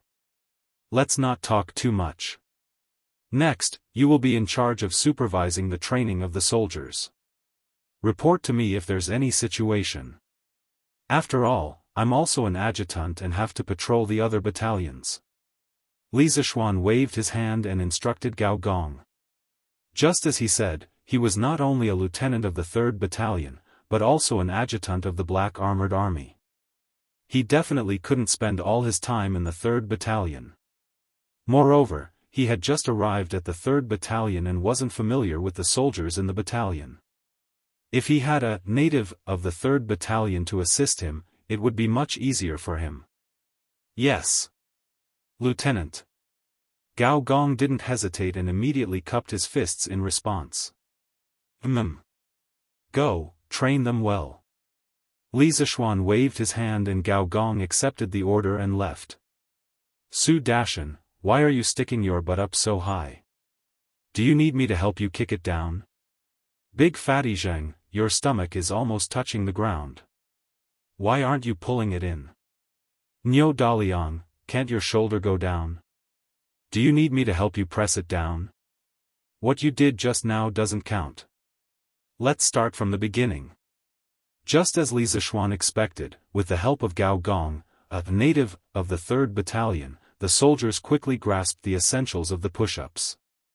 It could be seen that Gao Gong patrolled seriously and taught with great effort. He was a good helper. Li Zishuan planned to find out more about Gao Gong's personality and temperament during his free time in the afternoon. If he didn't have any obvious misdeeds, then he planned to put Gao Gong in an important position during this period of time. Seeing that the 3rd Battalion was training in an orderly manner, Li Zishuan felt relieved and left in the direction of the 5th Battalion. After all, the 5th Battalion was going to compete with the 2nd Battalion in 8 days. He had to go and check on the training progress. Although such a big incident happened last night, it didn't affect the competition between the two battalions at all. Clang, clang, clang. At noon, the soldiers finished their morning training. Logically speaking, they should go to the kitchen for lunch. But today was a little different. The Grand General has ordered all soldiers to gather at the drill ground. The Grand General has ordered all soldiers to gather at the drill ground. A few soldiers on war horses shuttled through the various battalions and shouted loudly. The soldiers didn't know what was going on, but they still gathered at the center of the drill ground under the lead of each battalion's chief commander. After everyone had gathered and lined up, Duan Jishuan went up the stage. The bright yellow silk scroll in his hand was especially eye-catching. Many people noticed it. Qiu Xingong also noticed it. His heart couldn't help but sink. He had seen a big scene before, so he knew that Duan Jishuan was holding an imperial edict. His Majesty has decreed. After Duan Jishuan stood on the stage, he opened the imperial edict and said, "Walala." In an instant, the 5,000 black-armored army soldiers below the stage knelt on one knee. This was the etiquette of welcoming an imperial edict in the army. Qiu Xingong also knelt down at this moment. Duan Jishuan then continued reading, "The Tang Empire's emperor decrees that Zhang Kongnian, Bai Shanhai and the rest of the 11 people are guilty of conspiring to commit a mutiny and should be executed. The Black-Armored Army's General Qiu Xingong is guilty of negligence in his management and will receive 30 strokes of the cane as punishment. The Marquis of Yong'an, Li Zishuan, is to be appointed as the lieutenant of the Black-Armored Army's 3rd Battalion. All soldiers of the 3rd Battalion will listen to his orders and not disobey." The contents of the imperial edict were very short and straightforward. It was completely different from the imperial edicts that Li Zishuan had sent out to the officials previously. The content was a little too straightforward. In fact, this was a common occurrence in the army. Everyone was already used to it. This was because most of the soldiers in the army were rough men. If the contents of the imperial edict were too scholarly, no one would be able to understand it. Simple and straightforward like this was the best. However, after Duan Jishuan finished reading the imperial edict, everyone on the drill ground was shocked. It wasn't because Li Zishuan wanted to execute Zhang Kongnian, Bai Shanhai and the rest, nor was it because Li Zishuan had officially appointed Li Zishuan as the Black-Armored Army's lieutenant. It was because Qiu Xingong was being punished for this incident. 30 strokes of the cane wouldn't be able to do much to Qiu Xingong. After all, he was also a martial arts expert. However, Qiu Xingong was a veteran in the Black-Armored Army. Wouldn't this make him lose face in front of the soldiers? It could be said that the 30 strokes of the cane were more symbolic than practical. "I'm guilty of negligence in my management." Qiu Xingong was also a little confused. He subconsciously guessed that Li Zishuan already knew that he was the mastermind behind last night's incident. However, after thinking about it carefully, he realized that something wasn't right. This was because if Li Zishuan already knew, he wouldn't just be punished with 30 strokes of the cane. He would have sent someone to arrest him directly. Therefore, the 30 strokes of the cane were more like a warning from Li Zishuan. At this moment, Qiu Xingong's heart was filled with fear and vigilance. He couldn't help but secretly regret listening to that idiot Zhang Kongnian's words. "I, Qiu Xingong, am willing to accept my punishment." Qiu Xingong bowed in the direction of the palace, then stood up and cupped his hands. Although it was embarrassing to be hit with the cane, at this moment, losing face was better than losing his life. "Xingong, I'll have to trouble you then." Duan Jishuan kept the imperial edict and walked over to pat Qiu Xingong's shoulder. He then ordered his bodyguards, "Men, help General Qiu with the punishment." Chapter 1791. Pung. Pung. Pung. According to past practice, it was time for the soldiers to eat. However, today was different. The soldiers were gathered at the military drill ground to witness a special execution. The executioner was Duan Jishuan's personal guard, and the one being executed was the Black Armored Army's general, Qiu Xingong. In the Black Armored Army, there was one general and two generals. When the Black Armored Army was first established, Qin Qiong, Cheng Yaojin, Duan Zhishuan, Yuqi Jingda, and the other generals had all taken up positions in the Black Armored Army. However, due to their military exploits, they were all promoted to other positions. Only Duan Zhishuan and Qiu Xingong remained in the Black Armored Army.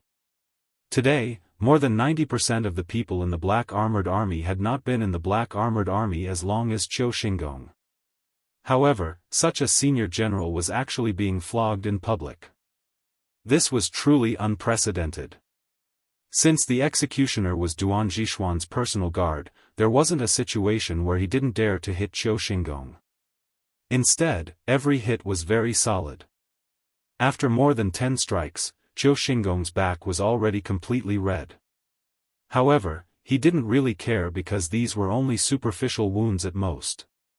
What he really cared about was how the soldiers below the stage would look at him after this incident.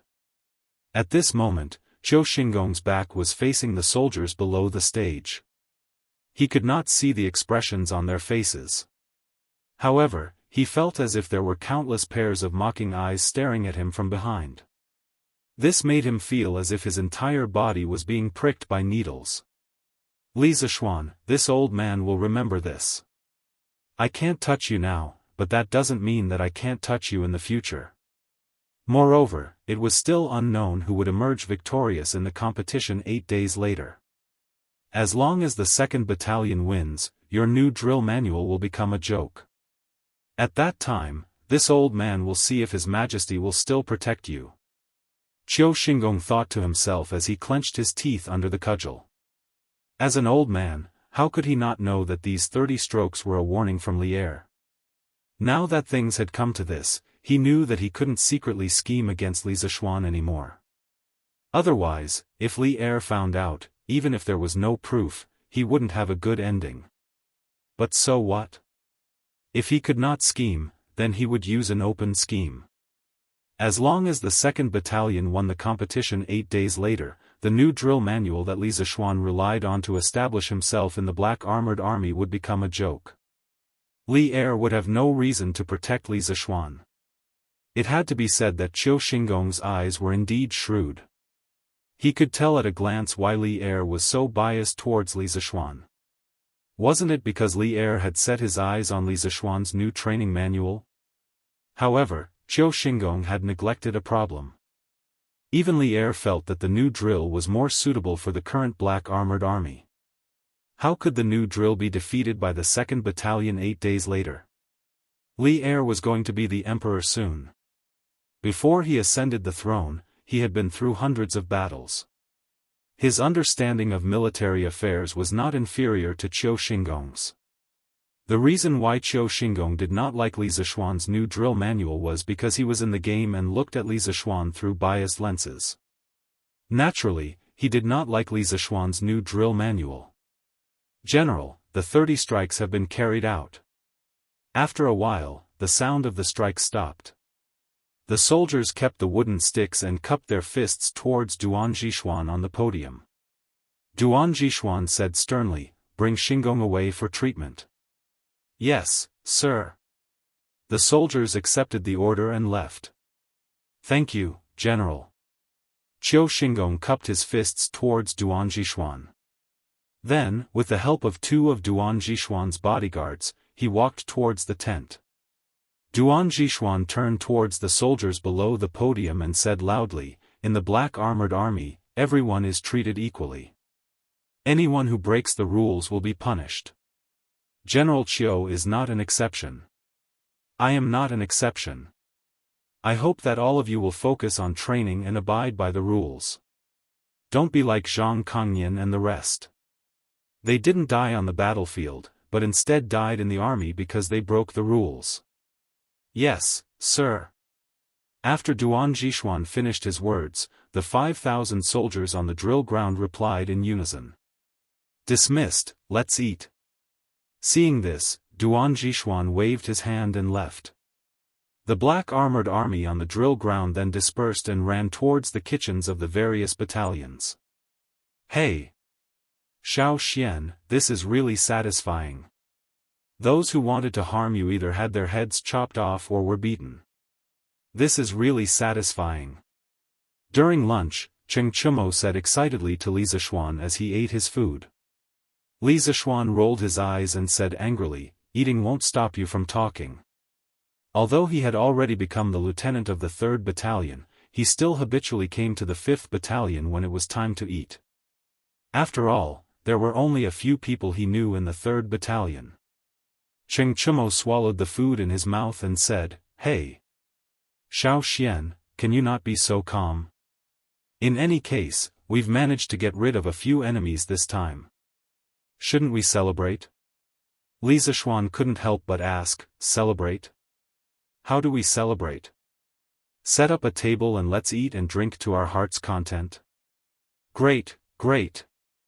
I haven't drunk in a long time." Hearing this, Cheng Chumo's eyes lit up and he quickly agreed. "Great my ass." Li Zishuan stared at this idiot and said, "If you dare to drink in the army, the one who will be chopped off tomorrow will be you." "Oh, right. We can't drink in the army." Cheng Chumo immediately reacted. He sighed helplessly and said, "Sigh, when can we leave the army camp?" When he was in the academy, he wanted to go to the army camp. But when he was actually in the army camp, especially the black armored army, he wanted to go back to the academy. At least the academy wasn't as closed off and boring as the army camp. Xiao Xian, this time we were able to get rid of this despicable Zhang Kongnian. No matter what, I've helped a lot, right? Since you've been promoted, shouldn't I be rewarded as well? Cheng Chumo suddenly rolled his eyes and said excitedly. "Helped a lot? I haven't pursued the matter of you slacking off yesterday. Your merits offset your faults. I won't reward you or punish you." Li Zishuan smiled and said.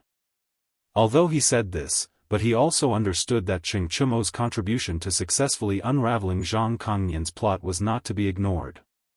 This friendship, he would remember it in his heart and there was no need to mention it. "Damn! Xiao Xian, you're too mean." Cheng Chumo scolded jokingly. The two of them bickered again. At this time, Li Zishuan looked at Sun Jiping and said, "Jiping, Gao Gong of the 3rd Battalion. Have you heard of this person before?" Previously, when Sun Jiping saw Li Zishuan and Cheng Chumo teasing each other and playing around, he couldn't help but feel envious. This was because that was the true feelings between brothers. At this time, when he saw Li Zishuan turn to ask about him, he was stunned for a moment before replying, "Gao Gong? I've heard of some things about this person before, but I haven't had any concrete contact with him. What is it? Tell me about it." Li Zishuan asked with interest. Sun Jiping recalled for a moment, then he put down his bowl and chopsticks and explained to Li Zishuan, "Gao Gong is a brave man. He can be considered as a veteran in the black armored army. He had achieved many military merits in his early years.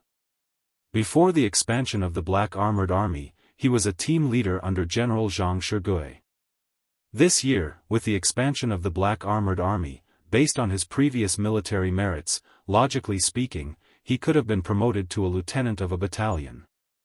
However, for some reason, he was assigned to the 3rd Battalion and became Zhang Kongnian's lieutenant. There were rumors in the army that although Gao Gong's martial arts were better than Zhang Kongnian's, and he was braver than Zhang Kongnian in battle, he was too straightforward. He even contradicted General Qiu and General Duan many times. Therefore, Zhang Kongnian received General Qiu's recommendation to become a lieutenant of the 3rd Battalion. As for Gao Gong, he could only be Zhang Kongnian's lieutenant. In the past 2 months after the expansion of the black armored army, Zhang Kongnian had not spared Gao Gong.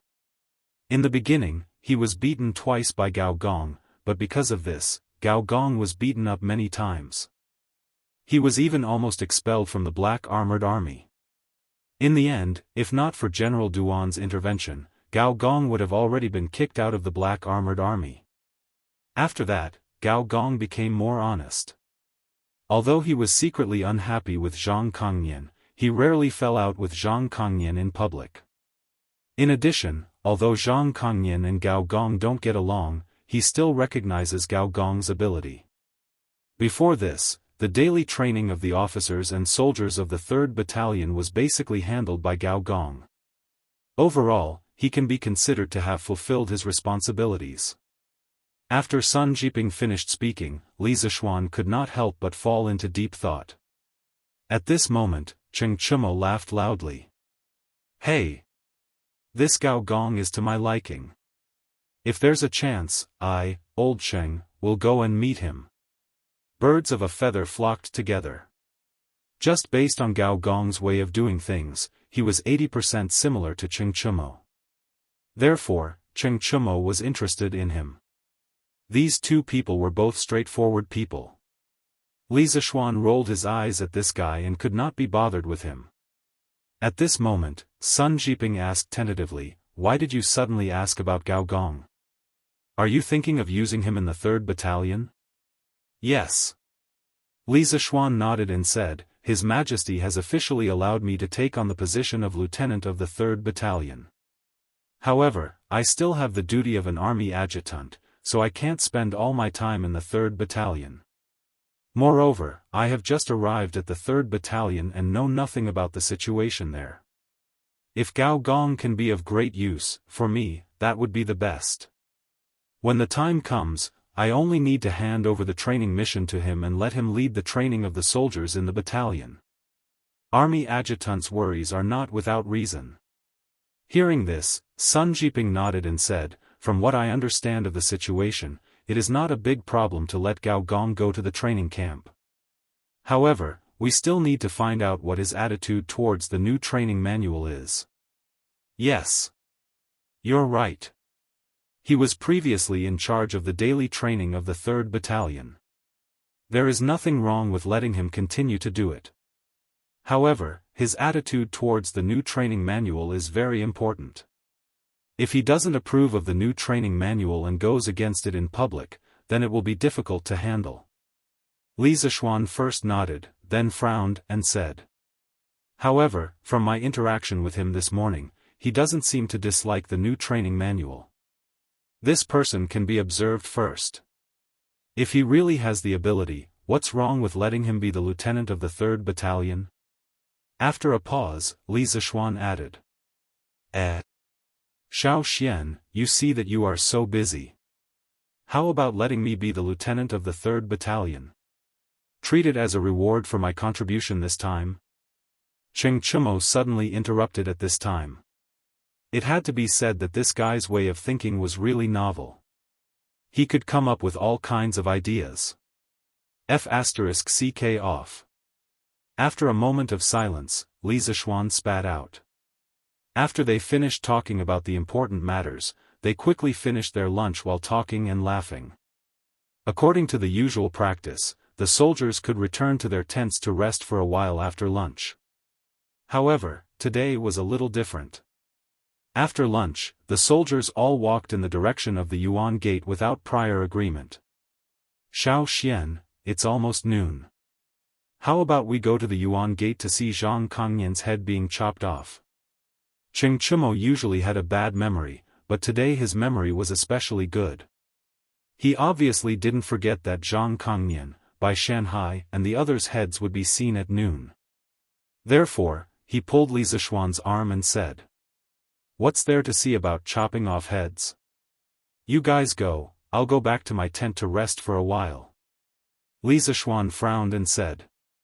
Although he had killed people in the past year since he transmigrated to Great Tang, those people he killed were people who wanted to kill him. He had no choice but to kill. Besides, he usually went for the vitals when he killed people. He rarely saw people's heads being chopped off. This scene was too bloody and violent, and he didn't like to see it. Therefore, he naturally had no interest in watching Zhang Kongnian and the others being executed. TSK. If you don't want to go, then we'll go. Baolin, Jiping, let's go. Cheng Chumo shook his head with a look of pity. Then, he pulled Yuchi Baolin and Sun Jiping and left. Miss, now that you and the young master of the Wang clan are together, Wulan is really happy for you. Qizhou, Yong County, west of the city, Li residence. Looking at the beautiful woman wearing a wedding dress and a phoenix crown in the mirror, the maid Wulan couldn't help but say happily. This beautiful bride was naturally Li Jingchu, who was waiting for Wang Renbiao to bring people to escort her. Today was the day of her wedding with Wang Renbiao.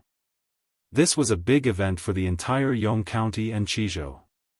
The marriage customs of the Tang dynasty were mostly inherited from the Northern dynasty.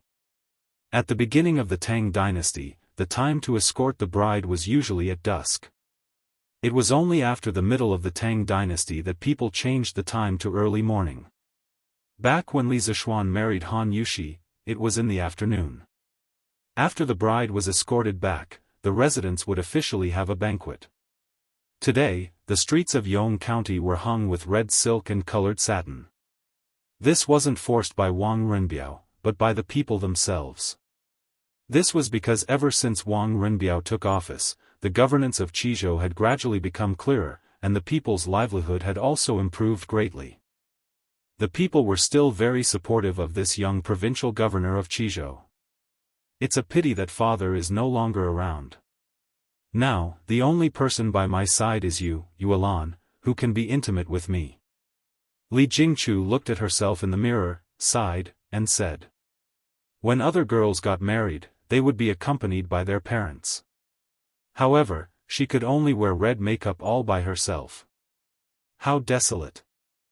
Chapter 1792. Young miss, don't say that. Today is your big day. If master and madam are watching from the heavens, they would definitely wish for you to be happy. Moreover, second aunt wouldn't dare to harm you now. Yong County seat, Li Jingchu's boudoir. Seeing Li Jingchu's sorrowful expression, Wulan couldn't help but console her. Humph. She's not afraid of me. She's afraid of the Wang family's power. Li Jingchu frowned and coldly retorted. Back then, Li Zishuan had gone north to eliminate the locusts and untied the knot in her heart. Only then did she open her heart to Wang Renbiao, and their relationship progressed at lightning speed. During that time, Li Jingchu's status in the Li family in the western part of the city soared. Even second aunt, Lu Yuerong, who had always bullied her, became respectful when she saw her. However, good times didn't last long. Wang Yu and Princess Tong, who were far away in Suizhou, found out about Li Jingchu and Wang Renbiao. These 2-foot boss-level bosses had personally come to Qizhou a few days ago to break up this pair of lovers. Li Jingchu didn't want to make things difficult for Wang Renbiao and the family, so she took the initiative to leave Yong County and go far away.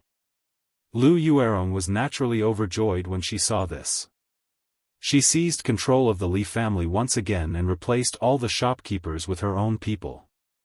She also announced to the public that Li Jingchu had been expelled from the Li family. She wanted to use this to draw a line between the Li family and Li Jingchu so that Wang Yu and Princess Tong wouldn't vent their anger on her. At that time, Lu Yuerong was in high spirits and extremely pleased with herself. After all, the Wang family of Taiyuan was a 1,000-year-old family. How could Wang Yu and Princess Tong allow their eldest son to marry a merchant's daughter? Without Wang Renbiao's protection, Li Jingchu posed no threat to her. Just when she thought that the Li family would forever be under her control, Li Jingchu actually returned. She had returned for the bedridden Wang Renbiao. What was even more inconceivable was that after Li Jingchu returned, Wang Yu and Princess Tong didn't send people to capture her. Instead, the Li family received a letter of appointment and betrothal gifts from the provincial governor's office. The dignified eldest son of the previous family, as well as the governor of Qizhou, actually wanted to marry a merchant's daughter. Lu Yuerong felt as if her worldview was about to be overturned. But for her, after the confusion came fear. If this marriage went through, then Li Jingchu would completely leap onto the branch and become a phoenix. She had done so many things to Li Jingchu when Li Jingchu was depressed. If Li Jingchu really climbed onto the branch of the Wang family, how could she let her off so easily? Therefore, driven by fear, Lu Yuerong had completely transformed into a bootlicker during this period. She did her best to prepare for Li Jingchu's marriage. Whenever Li Jingchu had a request, she would readily agree to it. Moreover, she often acted as if she did not retaliate when hit or scolded. As a result, Li Jingchu found it difficult to punish her. However, Li Jingchu knew that Lu Yuerong's change in attitude was entirely due to her marriage with Wang Renbiao. Once there was a change in the marriage and she couldn't get married to Wang Renbiao, Lu Yuerong would immediately revert to her former attitude. That was why she said that Lu Yuerong was not afraid of her, but of the Wang family's power. Young miss, no matter what, after you marry Provincial Governor Wang, you can be considered to have escaped the sea of bitterness. In the future, you won't have to look at concubine Lu's face. You should be happy.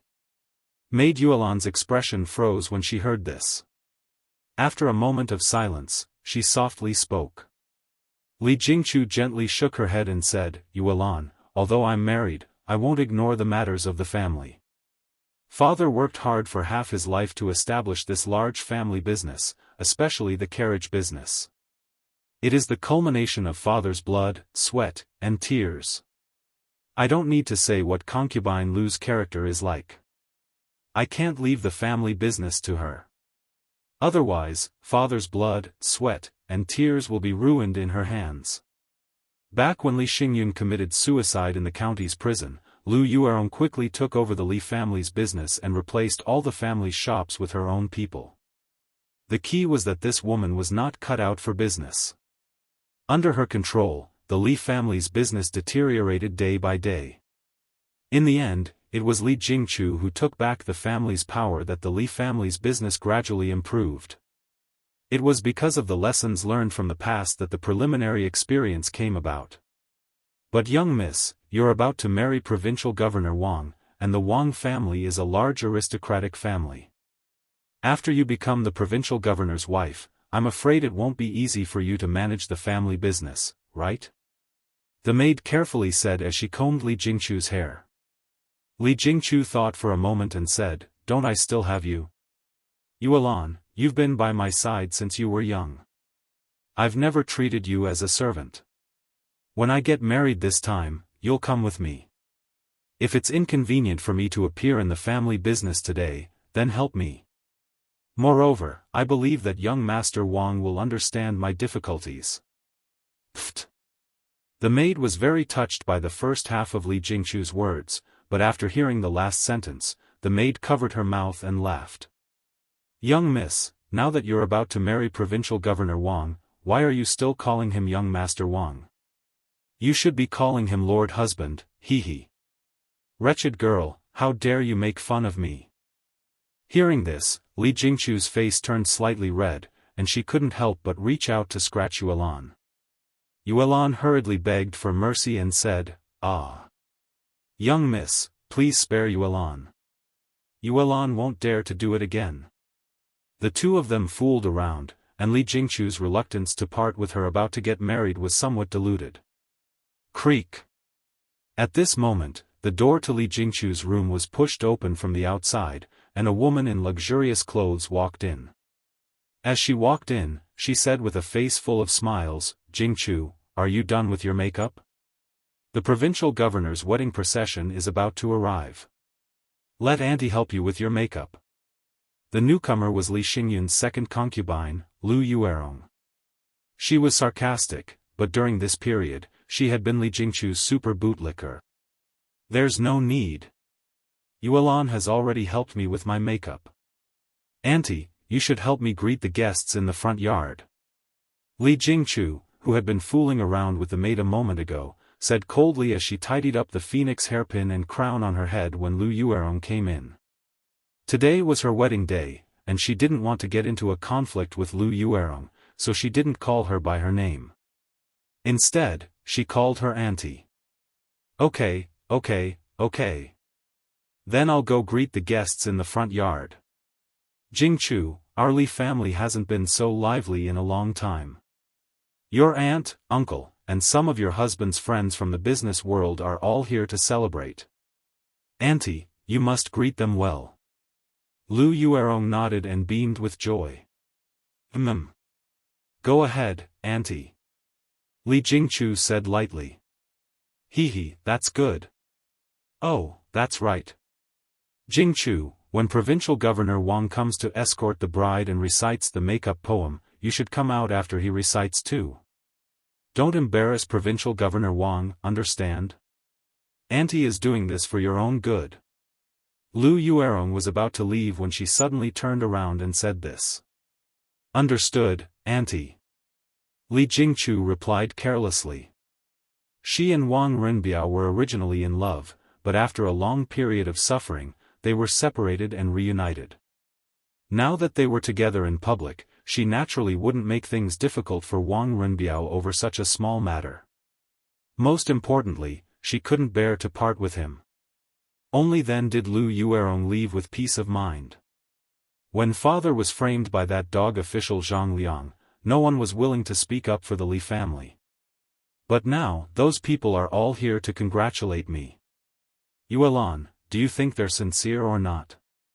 Li Jingchu muttered with a sigh after Lu Yuerong left.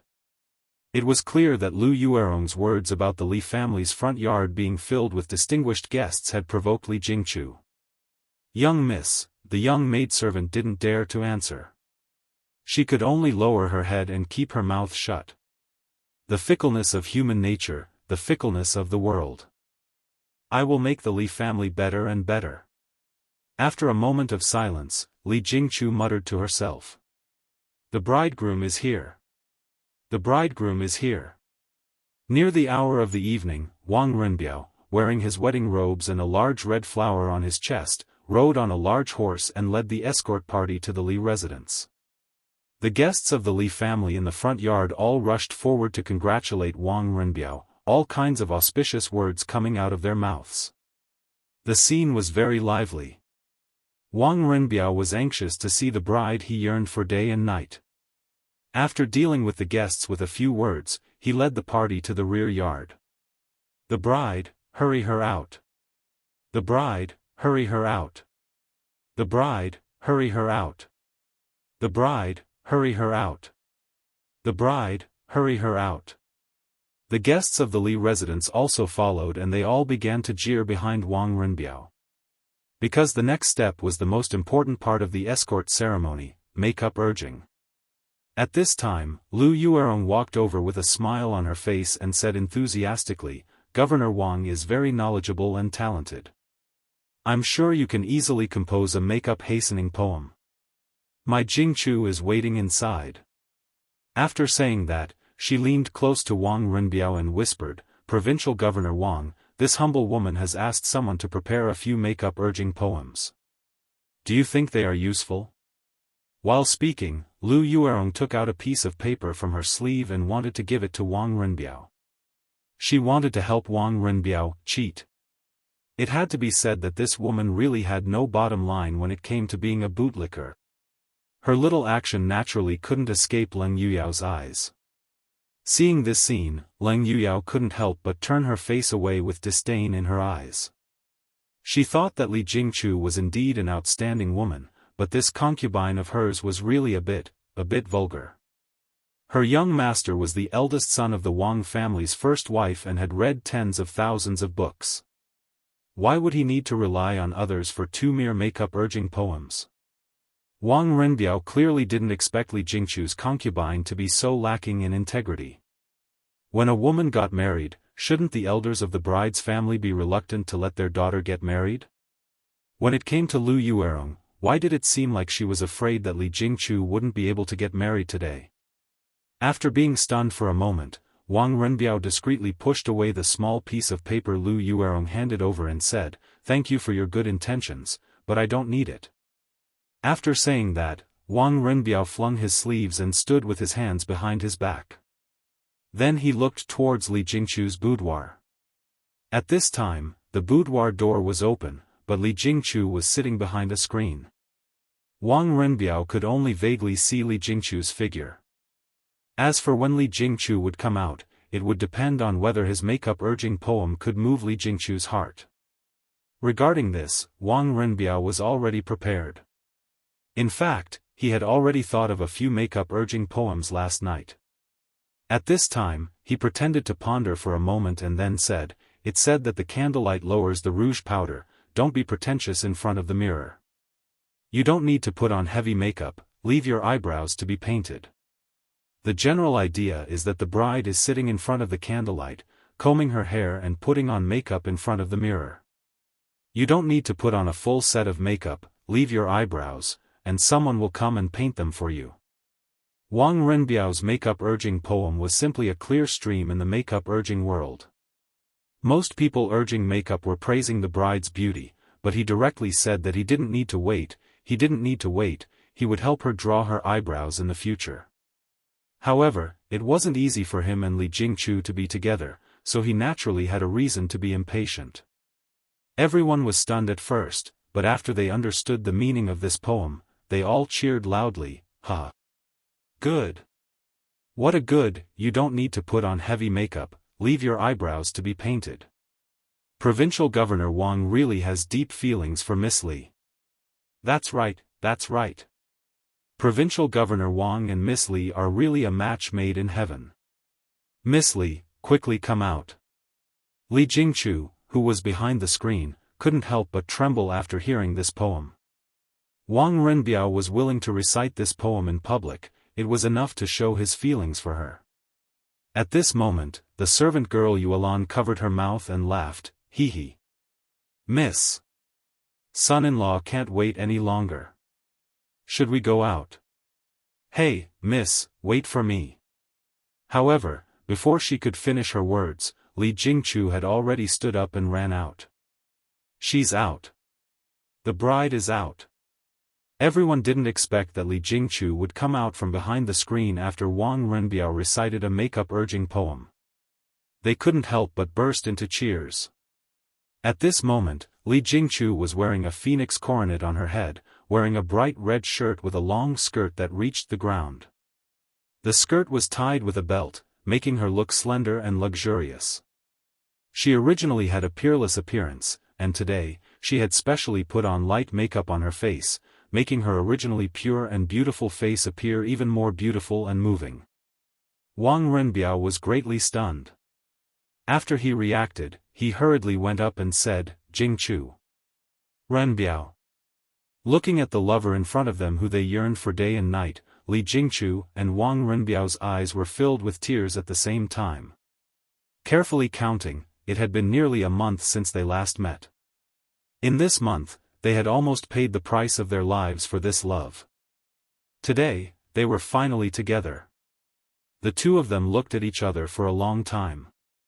At this time, Leng Yuyao stepped forward and said, "Young master, the auspicious hour is almost here. You have to go back and perform the ceremony." "Oh. Okay." Wang Renbiao came back to his senses and pulled Li Jingchu's hand. He looked at Li Jingchu affectionately and said, "Let's go, Jingchu. Let's go back and perform the ceremony. From now on, you and I are husband and wife, and we will never leave each other." Li Jingchu nodded heavily and replied. Thus, after the two of them bid farewell to Lu Yuerong, the nominal elder of the Li family, Li Jingchu boarded the bridal sedan and Wang Renbiao rode on the horse. The wedding procession turned around and went back to the provincial governor's mansion. That was the main event of this wedding. Chapter 1793. Qizhou Provincial Governor's Mansion. At this moment, the place was filled with guests and bustling with noise and excitement. Wang Renbiao was the Qizhou provincial governor and the eldest son of the Wang family of Taiyuan. Who in the Qizhou officialdom would dare to not attend his wedding? It wasn't just the officialdom. All the wealthy merchants and gentry in Qizhou were trying their best to attend the wedding. After all, Wang Renbiao was the boss of Qizhou. Furthermore, Wang Yu and Princess Tongpan, two important figures, were also in Qizhou. If they could use this wedding to establish a relationship with Wang Renbiao or the Wang family, they would be completely rich. Therefore, even if many people could not get an invitation, they still came to send congratulatory gifts. They wanted to get familiar with Wang Renbiao, Wang Yu, and Princess Tong An. Even if they could not get an invitation, it was still good to form a good relationship. However, as a 1,000-year-old family, the Wang family naturally did not lack money. Therefore, in terms of congratulatory gifts, they did not accept any gifts from guests who had nothing to do with the Wang family. If one came to celebrate Wang Renbiao's wedding, they were welcome to eat at the banquet outside the provincial governor's mansion. However, if one wanted to use this opportunity to bribe Wang Renbiao, then sorry, the Wang family would not accept these gifts. This rule was set by Wang Yu. Currently, the Wang family was in a precarious situation. 3 of the 5 families and 7 hopes were gone. Only 4 of the 7 great families were left, including the Li family. Now that Wang Renbiao and Wang Yu were both court officials, Wang Yu was quite cautious in his style. In his opinion, with the Wang family's foundation from 2 years ago, when had they ever lacked money? There was no need to let the imperial censors get hold of their weakness for such a small profit. After the fall of the Cui and Zheng families, the imperial censors in the court now especially liked to collect information about the evil deeds of the children of the aristocratic families to prove their integrity and noble character. Wang Yu would definitely not make a low-level mistake in this matter. Moreover, Wang Renbiao was very supportive of his decision. As the Qizhou provincial governor, Wang Renbiao naturally did not want the officials of the counties under him to send expensive congratulatory gifts because of his wedding. Qizhou was not rich and most of the officials could only live on the salary of the court. Of course, corrupt officials were excluded. Under such circumstances, how could Wang Renbiao be willing to accept their congratulatory gifts? Moreover, this could easily lead to the wind of comparison. Therefore, when Wang Renbiao sent people to send invitations to the officials of Qizhou, he had asked his servants to clearly inform them that they could come, but they would not accept any congratulatory gifts. Such a way of doing things naturally received unanimous praise from the officials in Qizhou. At the beginning of the Tang dynasty, the governance of various places was still relatively clean. It could not be said that there were no corrupt officials, but the proportion of corrupt officials was definitely very small. Most of the officials were still relatively honest. Before this, many officials were worried when they found out that Wang Renbiao was about to get married. Wang Renbiao was both the governor of Qizhou and the eldest son of the Wang family of Taiyuan. If the congratulatory gifts they gave him were too shabby, wouldn't they offend their superiors and the Wang family for no reason? But if this gift was too expensive, his money pouch wouldn't allow it. This was truly a dilemma. Therefore, Wang Renbiao's action allowed most of the officials in Qizhou to breathe a sigh of relief. Not only that, but the commoners were also full of praise for Wang Renbiao and Li Jingchu's marriage. Today, there were over 1,000 banquets set up on the streets outside the provincial governor's manor. Moreover, this banquet would be held for 3 days. During this period, all the commoners could eat for free. This was Wang Renbiao's handiwork. Last year, when Li Zishuan and Han Yushi got married, almost all the commoners in Chang'an City were invited to eat gnawed chicken. Of course, there was a prerequisite at that time, which was that everyone had to bring a bouquet of flowers before they went. Now that Wang Renbiao and Li Jingchu were getting married, Wang Renbiao naturally wanted to make it lively. This was because Li Jingchu had suffered too much for him, and he wanted to use this opportunity to compensate her. The bride is here. The bride is here. At 5 in the evening, the bridal procession finally returned. The crowd outside the provincial governor's manor took the initiative to open a path. Wang Renbiao flipped over and dismounted from his horse and led Li Jingchu out of the carriage. Looking at the newlyweds, the surrounding commoners and the guests in the provincial governor's manor couldn't help but exclaim in admiration. Provincial Governor Wang is young and handsome, and Miss Li is beautiful. They are a match made in heaven. Who says they aren't? The bride and groom are really a match made in heaven. Miss Li is from our Yong County. This will bring glory to our Yong County. Maybe Provincial Governor Wang will stay in Qizhou because of this. The commoners of Qizhou will also be blessed. That's right, that's right. There were those who praised from the bottom of their hearts, and naturally, there were also those who made sarcastic remarks. However, these sarcastic remarks only dared to whisper in small voices. But I heard that the Li family is only a merchant's family, while Provincial Governor Wang is from the Wang family of Taiyuan. Isn't this a bit inappropriate? That's right. It's said that this time, the head of the Wang family and Princess Tong traveled thousands of miles from Suizhou just to break up this pair. Then why are they still together now? You don't know about this, right? It's said that Wang Renbiao and Li Jingchu naturally couldn't be bothered to listen to these gossips in private. The two of them were clear that it wasn't easy for them to be together now. Naturally, they wouldn't add to their troubles because of other people's opinions. Wang Renbiao and Li Jingchu held a red silk ribbon together and walked on the red carpet into the provincial governor's manor. Next, the newlyweds had to go through 3 checkpoints, crossing a brazier, crossing a saddle, and crossing a rice bag. In the courtyard, the master of ceremonies sang loudly, "The jade phoenix raises its foot and crosses a brazier of fire. The evil spirits hide on both sides. Good fortune descends from the heavens to the nest of blessings. Good days are prosperous." The newlyweds cross a brazier. A piece of sandalwood carved into a jade saddle. When the newlyweds cross, each step is safe. The newlyweds cross a saddle. There's food and clothing. Each generation is better than the previous. The newlyweds cross a rice bag. At this moment, taking advantage of the newlyweds entering the manor, the senior official of the provincial governor's manor also began to sing the congratulatory gifts. This congratulatory gift singing was an essential part of the wedding. Firstly, it showed the groom's family's connections. Secondly, it was a form of respect for the guests who came to send congratulatory gifts. Previously, Wang Yu and Wang Renbiao had indeed told the officials and commoners in Qizhou that came to the banquet not to bring congratulatory gifts. However, that was because those people's relationship with the Wang family hadn't reached that level. Even if they sent congratulatory gifts, they didn't come to sincerely congratulate Wang Renbiao on his marriage.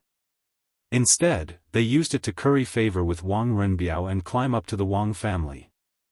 However, this didn't mean that the provincial governor's manor didn't accept congratulatory gifts today. For those who had a closer relationship with the Wang family or Wang Renbiao, they still had to accept their congratulatory gifts. After all, this was a courtesy that should be reciprocated between friends and acquaintances. If they didn't accept it, it would seem unreasonable. At the entrance, the senior official held a long list of gifts and sang loudly. Xiangzhou Provincial Governor Lu Wenchang has come to congratulate. Gifts of 400,000 yuan. A pair of pure gold buttons inlaid with jewels, a pair of white jade mandarin duck buttons, and a golden hairpin with longevity fruits in its mouth. Sui County Magistrate Zhang Wenfang has come to congratulate. Gifts of 100,000 yuan. A jade Buddha, a pair of golden cups, and 6 silver necklaces. Xiangyang County Magistrate Deng Guangcai has come to congratulate. Gifts of 100,000 yuan. A pair of white jade mandarin duck buttons, and a jade Buddha. Sui County Magistrate Zhang Jing has come to congratulate. Gifts of 30,000 yuan. A set of the 4 treasures of the study, and a set of calligraphy by the sage of calligraphy, Wang Yujun. Xiangzhou Provincial Governor He Wenqing has come to congratulate. Gifts of 30,000 yuan. A copy of the zither chiseling painting. The zither chiseling painting was created by the East Jin Dynasty painter Gu Kaiji. His representative work was the Luotian painting. The people at the front of the list of gifts were mostly local officials in Sui County or nearby Sui County. Of course, there were also teachers from local schools. Wang Yuyu had been an official in Sui County for a long time, so of course, he knew many local officials. The Wang family naturally had to accept these people who came to congratulate and send gifts. Among these gifts, there were gold, silver, jewelry, calligraphy, and paintings of famous people. In general, these gifts could not be considered to be extremely valuable. However, the gift was light, but the sentiment behind it mattered. After all, these people were either officials of a region or teachers of a government school. They could not be said to be extremely wealthy and wealthy. They weren't rich or wealthy. As for the Sui County officials who came to congratulate, the people and guests who knew the inside story weren't surprised. However, everyone felt that these gifts were lacking. After all, 10,000 yuan was only about a dozen strings of coins. 100,000 yuan was only about 100 strings of coins. For a 1,000-year-old family like the Wang family, it wasn't worth mentioning at all. But soon, the nouveau riche that everyone was looking forward to arrived. Fanyang Lu family's Lu Qingqing came to congratulate. He sent 4 million yuan, for gold necklaces, 6 silver necklaces, 1 golden phoenix with pearls, 1 golden phoenix hairpin with 2 phoenixes holding longevity fruits, a pair of golden phoenix hairpins with pearls, a pair of Hetian white jade phoenix hairpins inlaid with jade, and a pair of phoenix hairpins inlaid with jade. Zhao County's Li family's Li Jingxian came to congratulate. He sent 4 million yuan, a pair of white jade mandarin duck buckles, 4 pairs of pearls with pearls, 2 small knives with ivory handles, 4 gold necklaces, and 6 silver necklaces. The crowd immediately let out a burst of exclamations. Wow! 4 million yuan. People from Fanyang Lu family and Zhao County's Li family actually came. Provincial Governor Wang really has a lot of face. Lu Qingqing, Li Jingxian. They are the eldest sons of Fanyang Lu family and Zhao County's Li family.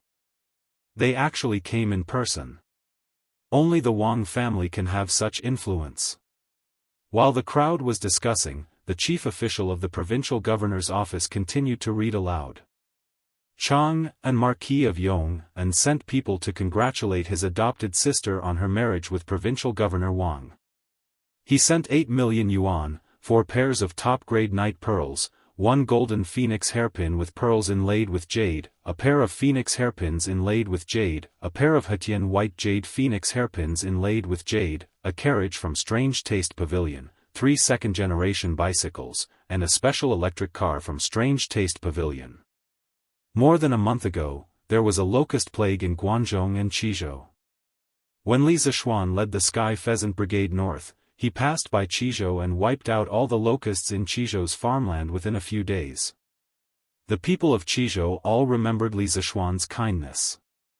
Now that they heard the chief official of the provincial governor's office read out the 3 words Marquis of Yong, how could the people and guests not be shocked? Not only were the people shocked by the gifts in the list, they were also shocked by the bride's other identity. 8 million yuan. The Marquis of Yong is really generous. What? The Marquis of Yong also came to congratulate? I heard that the Marquis of Yong and provincial governor Wang are good friends. I didn't know if this rumor was true, but it seems like it's true now. If that's the case, then won't the people of Qizhou be blessed? The Marquis of Yong's flaming yellow Chamber of Commerce has many new and interesting items. When the time comes, I wonder if they can open a branch in Qizhou. Who says there won't be a branch? The carriages sold by Miss Li's family's carriage shop are all from the flaming yellow Chamber of Commerce. There's actually such a thing? TSK. 8 million yuan. How much money is that? I've never seen so much money in my life. Tisk. What is this? Listen to the last 2 gifts in the list, they are the most precious. What gifts? There. It's the second-generation bicycles and the special electric car from Strange Taste Pavilion. Second-generation bicycles? The second-generation bicycles that were mentioned in Datong Daily a while ago? Even our Qizhou doesn't have many of them, right? Isn't that so? Look at how generous the Marquis of Yong'an is, giving away 3 at once. Actually, this isn't much. The most precious gift is the special electric car from Strange Taste Pavilion. What's this electric car? Why haven't I heard of it before? This electric car is too amazing. Most people don't even know about it. My uncle has always been doing business in Chang'an, so he heard some news. It said that this electric car is a huge metal box. When a person sits in it, they don't need animals to pull it, nor do they need to use their feet to push it. The car can move by itself. It's amazing. Wow. There's such a car in this world? Yes. Before this, there was only one in the entire Tang dynasty. It was given by the Marquis of Yong, and when the son of the Minister of Works, Yan Shaoning, got married. I didn't expect that the Marquis of Yong and would give one to our provincial governor Wang for his wedding. If I could see it with my own eyes, I would have no regrets in life. Wait, did you guys hear the provincial governor's office say that Miss Li is the adopted sister of the Marquis of Yong'an? Yes. I heard it too. When did Miss Li become the adopted sister of the Marquis of Yong'an? Previously, there were people who said that Miss Li and Provincial Governor Wang's families were not compatible. Let's see who dares to say that now. Yes. Miss Li and Provincial Governor Wang are obviously a match made in heaven. If anyone dares to say that they are not compatible in the future, I will tear their mouths apart. A month ago, Li Zishuan had saved hundreds of thousands of acres of farmland in Qizhou, which meant that he had saved tens of thousands of people in Qizhou. In the hearts of the people in Qizhou, Li Zishuan had already become their savior. Therefore, when they heard that Li Jingchu was Li Zishuan's adopted sister, they began to respect and love Li Jingchu, the bride, even more. This was Li Zishuan's reputation in Qizhou. Although he was not an official in Qizhou, his reputation was not much worse than Wang Renbiao, the provincial governor of Qizhou. Adopted sister? Wang Renbiao, when did I become Marquis's adopted sister? While the people were discussing and cheering, Li Jingchu's mind was filled with questions. She had just finished crossing the rice bags with Wang Renbiao and couldn't help but stop in her tracks. She tugged at the red silk in Wang Renbiao's hand and asked softly. Chapter 1794. This. I don't know either. In truth, Wang Renbiao was just as confused as Li Jingchu, because he didn't know much more than Li Jingchu. But suddenly, Wang Renbiao recalled that when his parents were about to break up the couple, a letter from Li Zishuan had arrived in the nick of time, completely reversing Princess Tong and Wang Yu's attitudes toward this marriage. Coupled with the fact that Li Zishuan had addressed Li Jingchu as his sworn sister, Wang Renbiao seemed to understand something. He paused, looked at Li Jingchu, and whispered, I know a little about this matter. I'll tell you in detail tonight. For now, let's go through the wedding ceremony. Okay. Li Jingchu nodded. Today, the important guests of the provincial governor's residence were all seated in the main hall. The less important ones were seated in the front courtyard, while the ordinary passers-by were seated in the flowing seats outside the residence. In the main hall of the provincial governor's residence, all the important guests of the Wang clan and Wang Renbiao were present. There were people from the Lu clan of Fanyang, the Li clan of Zhao County, the representatives sent by the Xiangzhou provincial governor to attend the wedding, and a few members of the imperial clan who were on the fringes of the court. After all, Princess Tong was born of the imperial clan, and as her son, Wang Renbiao could be considered half an imperial relative. Now that Wang Renbiao was getting married, the imperial clan would definitely send people over. However, none of the favored princes had come. Li Er had only sent 2 princes who were on the fringes of the court. With the upcoming war, Li Chengqian, Li Ku, and Li Tai all had important matters to attend to. How could they have the time to come all the way here to attend a wedding? Even though he had sent 2 unfavored princes, this was already giving Princess Tong and Wang Yu a lot of face. If not for the fact that Li Er had a good relationship with Princess Tong An's aunt, he probably wouldn't have sent anyone. I don't know about that either.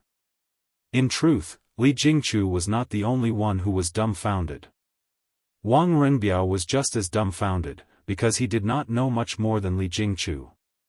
But suddenly, Wang Renbiao recalled the day when his parents were about to break up the couple. A letter from Li Zishuan had arrived in the nick of time, completely reversing Princess Tong and Wang Yu's attitudes toward this marriage. Combined with the fact that Li Zishuan had addressed Li Jingchu as his adopted sister, Wang Renbiao immediately understood. He paused, looked at Li Jingchu, and whispered, "I might know something about this. I'll tell you in detail tonight. Let's go through the wedding ceremony first." "Yes. All right." Li Jingchu nodded. Today, the important guests of the provincial governor's residence were all seated in the main hall. Those of lesser importance were seated in the front courtyard, while the ordinary passers-by were seated in the flowing seating area outside the residence. In the main hall of the provincial governor's residence, all the important guests of the Wang clan and Wang Renbiao were present. There were people from the Lu clan of Fanyang, the Li clan of Zhao County, the representatives sent by the Xiangzhou provincial governor to attend the wedding, and a few members of the imperial clan who were on the fringes of the court.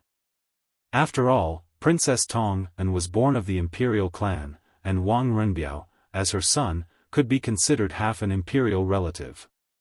Now that Wang Renbiao was getting married, the imperial clan would definitely send people over, but none of the favored princes had come. Li Tai had only sent 2 princes who were on the fringes of the court. With the upcoming war, Li Chengqian, Li Ku, Li Tai, and the others all had important matters to attend to. How could they have the time to come all the way here to attend a wedding? Chapter 1795. Poisoned Wine. Princess Tong An had given him a cup of poisoned wine.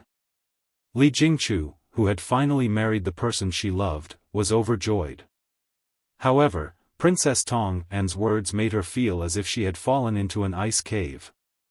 She had not expected that Princess Tong An would not let her and Wang Renbiao off even now. However, she could not understand why Princess Tong An would use such a method to kill her. After all, no one knew which of the 2 cups of wine was poisoned. If Wang Renbiao drank the poisoned cup, wouldn't Princess Tong An lose her beloved son? Or perhaps Princess Tong An had the antidote on her and would immediately save Wang Renbiao if he was poisoned? No. Princess Tong An dared to gamble with Wang Renbiao's life, but Li Jingchu did not. She thought back to the half a year she had known Wang Renbiao.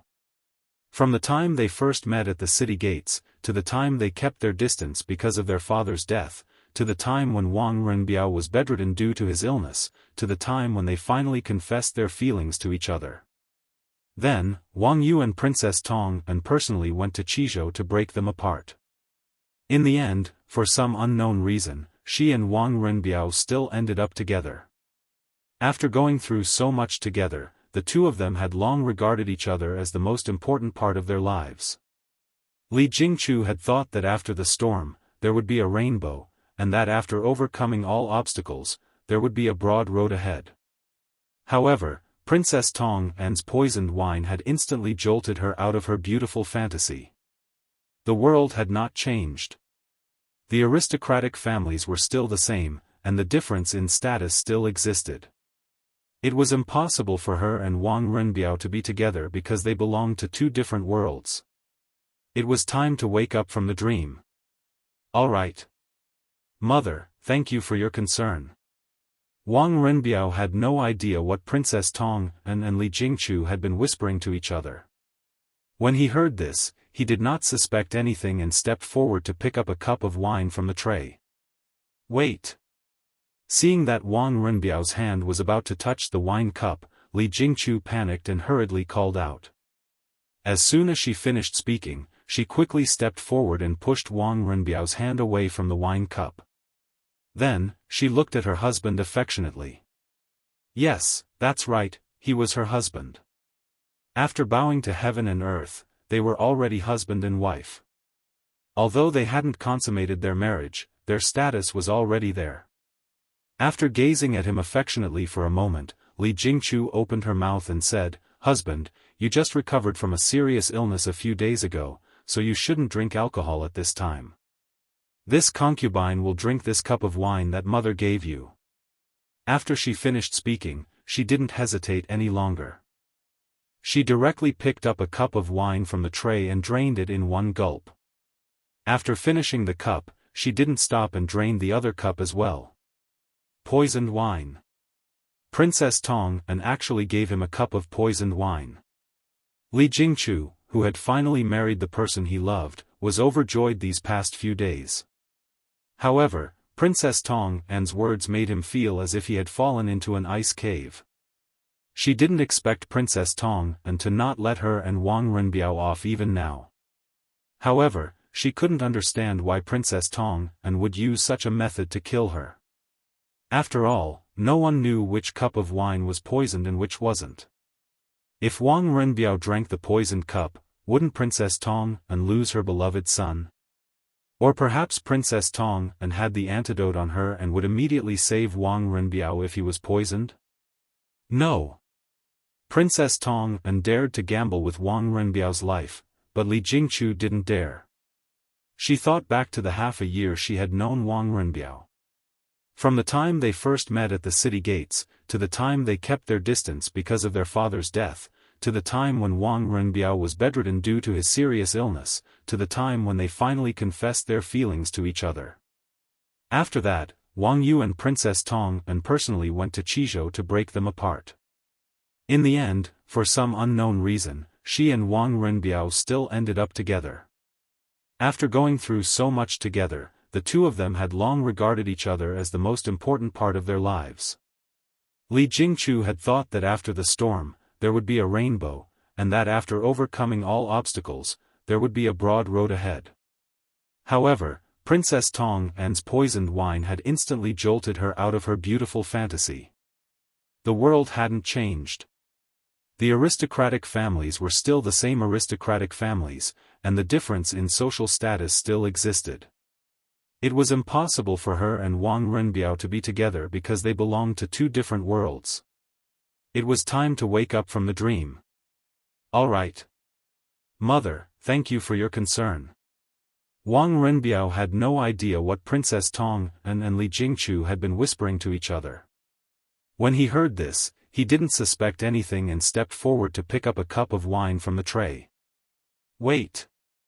Seeing that Wang Renbiao's hand was about to touch the wine cup, Li Jingchu panicked and hurriedly called out. She quickly stepped forward and pushed Wang Renbiao's hand away from the wine cup. Then, she looked at her husband with deep affection. Yes, that's right, he was her husband.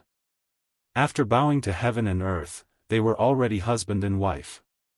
Although they hadn't consummated their marriage, their status was already there. After gazing at him affectionately for a moment, Li Jingchu said, "Husband, you've just recovered from a serious illness a few days ago, so you shouldn't drink wine at this time. I'll drink this cup of wine that mother has bestowed upon you." Then, she didn't hesitate any longer. She picked up the cup of wine from the tray and downed it in one gulp. After finishing the cup, she didn't stop and downed the other cup as well. Chapter 1796. On the other side, in the bridal chamber. Ever since she was brought into the bridal chamber, Han Yushi had been quietly waiting for death. It was undoubtedly torturous for her to not have the company of her beloved on the last journey of her life. She only hoped that the poison would take effect as soon as possible so that she could end this torment as soon as possible. However, reality often went against one's wishes. A quarter of an hour had passed, an hour had passed, and even 2 hours had passed. Li Jingchu still did not feel any discomfort in her body. After experiencing more than 2 hours of mental torment, she was now completely exhausted both physically and mentally. She couldn't help but wonder if the 2 cups of wine that Princess Tong gave her had been poisoned. After all, even if it was a slow-acting poison, it should have taken effect in 2 hours. However, if Princess Tong didn't poison her, then what was the meaning of those words during the wedding ceremony?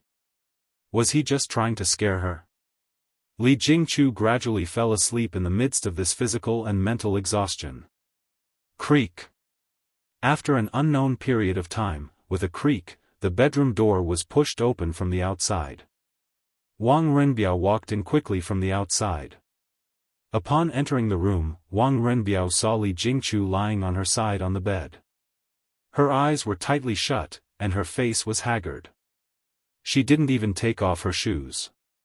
Wang Renbiao instantly recalled what he said to Princess An when he entered the backyard. Biao, you've married a good wife. Oh, tell her later not to worry too much. No one in this residence will harm her life.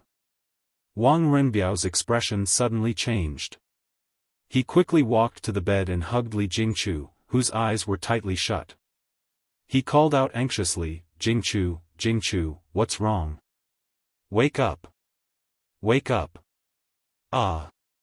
When Wang Renbiao was shaking Li Jingchu suddenly opened her eyes. This made Wang Renbiao, who thought that something had happened to Li Jingchu, couldn't help but be shocked. He stared with a stunned expression. When Li Jingchu saw this, she couldn't help but ask, Renbiao, what's wrong with you?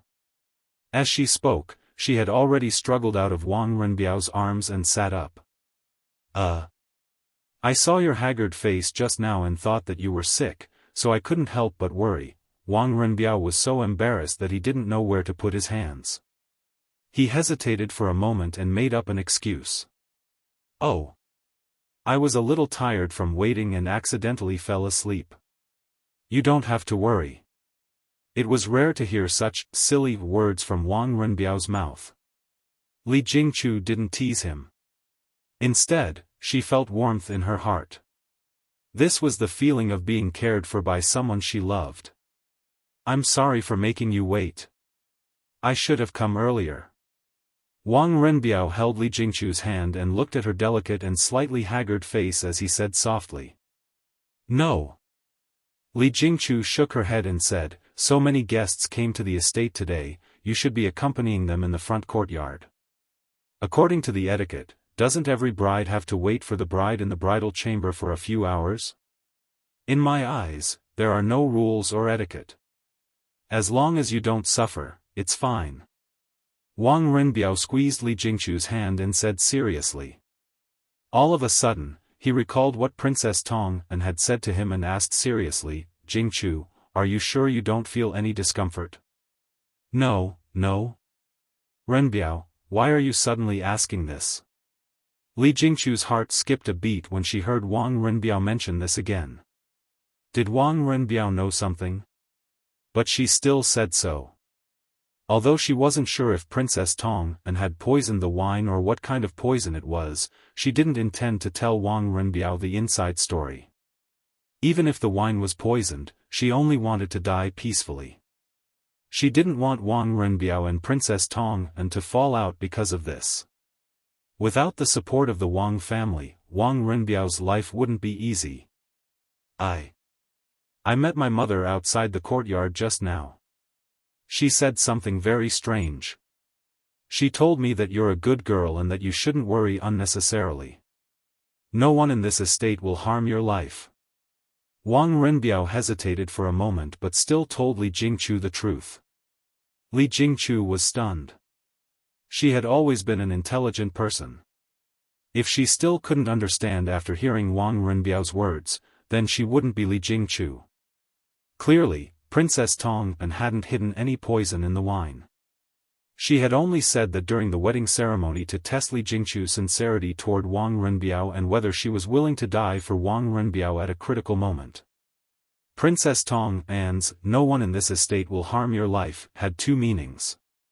First, she had no intention of harming Li Jingchu's life and this was only a test. Second, she meant that now that she had passed the test, no one in the Wang family would harm Li Jingchu again. So that's how it is. After understanding everything, Li Jingchu couldn't help but feel relieved.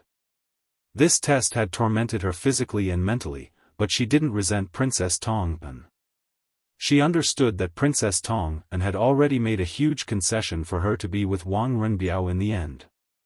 After all, the Wang family was one of the 5 great clans and 7 great nobles. In the eyes of ordinary people, it was unattainable and noble. As a mother, there was nothing wrong with wishing the best for her son. Furthermore, after going through this test, Li Jingchu also faced her own heart. It turned out that Wang Renbiao was so important to her that she would protect him at the cost of her life. "Jingchu, are you and my mother hiding something from me?" Wang Renbiao couldn't help but ask when he saw Li Jingchu's relieved expression. "No. It's nothing. I'm just very grateful to your mother. I'm grateful that she agreed to let us be together." Li Jingchu shook her head and smiled. After all the mysteries were solved, her previous worries could finally vanish into thin air. Now, she could finally be together with the person she loved. No one could stop them anymore. "Grateful to my mother?" Wang Renbiao smiled bitterly, a look of disapproval on his face. "You still don't know that my mother almost sent people to kidnap you back then, right? Jingchu, I feel that we should be even more grateful to little Xian for being able to be together in the end. Back then, my father and mother changed their attitudes completely because of a letter that little Xian sent over." Wang Renbiao reached out and pulled Li Jingchu into his embrace as he sighed softly. "The Marquis of Yong'an? A letter?" Li Jingchu was stunned. She suddenly recalled that half a month ago, she had seen Princess Tong and obstructing their marriage at every turn, and Wang Renbiao had fallen ill from his worry and was bedridden. Thus, she had written a letter and asked Leng Yuyao to use the provincial governor's estate's channels to deliver the letter to Li Zishuan. The letter that Wang Renbiao was talking about that changed Princess Tong An's attitude was very likely Li Zishuan's reply after he learned of the situation here. "I was wondering when I became Marquis's adopted sister. It seems that Marquis acknowledged me as his adopted sister in that letter to persuade your father and mother to agree to our marriage." Li Jingchu suddenly realized something when she recalled the coronation ceremony of the provincial governor's estate today. That must be the case. Wang Renbiao nodded thoughtfully and said. "But there's something I don't understand. Even if the Marquis of Yong'an acknowledged me as his adopted sister, it shouldn't have been able to change the princess's attitude completely, right? After all, the Wang clan is a 1,000-year-old clan." Li Jingchu frowned and asked in confusion. The relationship between an adopted brother and an adopted sister was clearly not as close as that between biological siblings. If she was Li Zishuan's biological sister, Princess Tong An might agree to their marriage, but she was only Li Zishuan's adopted sister. In this case, it would be difficult. Wang Renbiao pondered for a moment before shaking his head. "It's not completely impossible. Jingchu, you've underestimated the importance of little Xian in the eyes of us great clans. After all, how prestigious were the Qinghe Chui clan, Boling Chui clan, and Xingyangzhen clan. But in the end, they were all indirectly destroyed by little Xian. While the great clan's 1,000-year-old foundations are deep, they are no match for imperial power.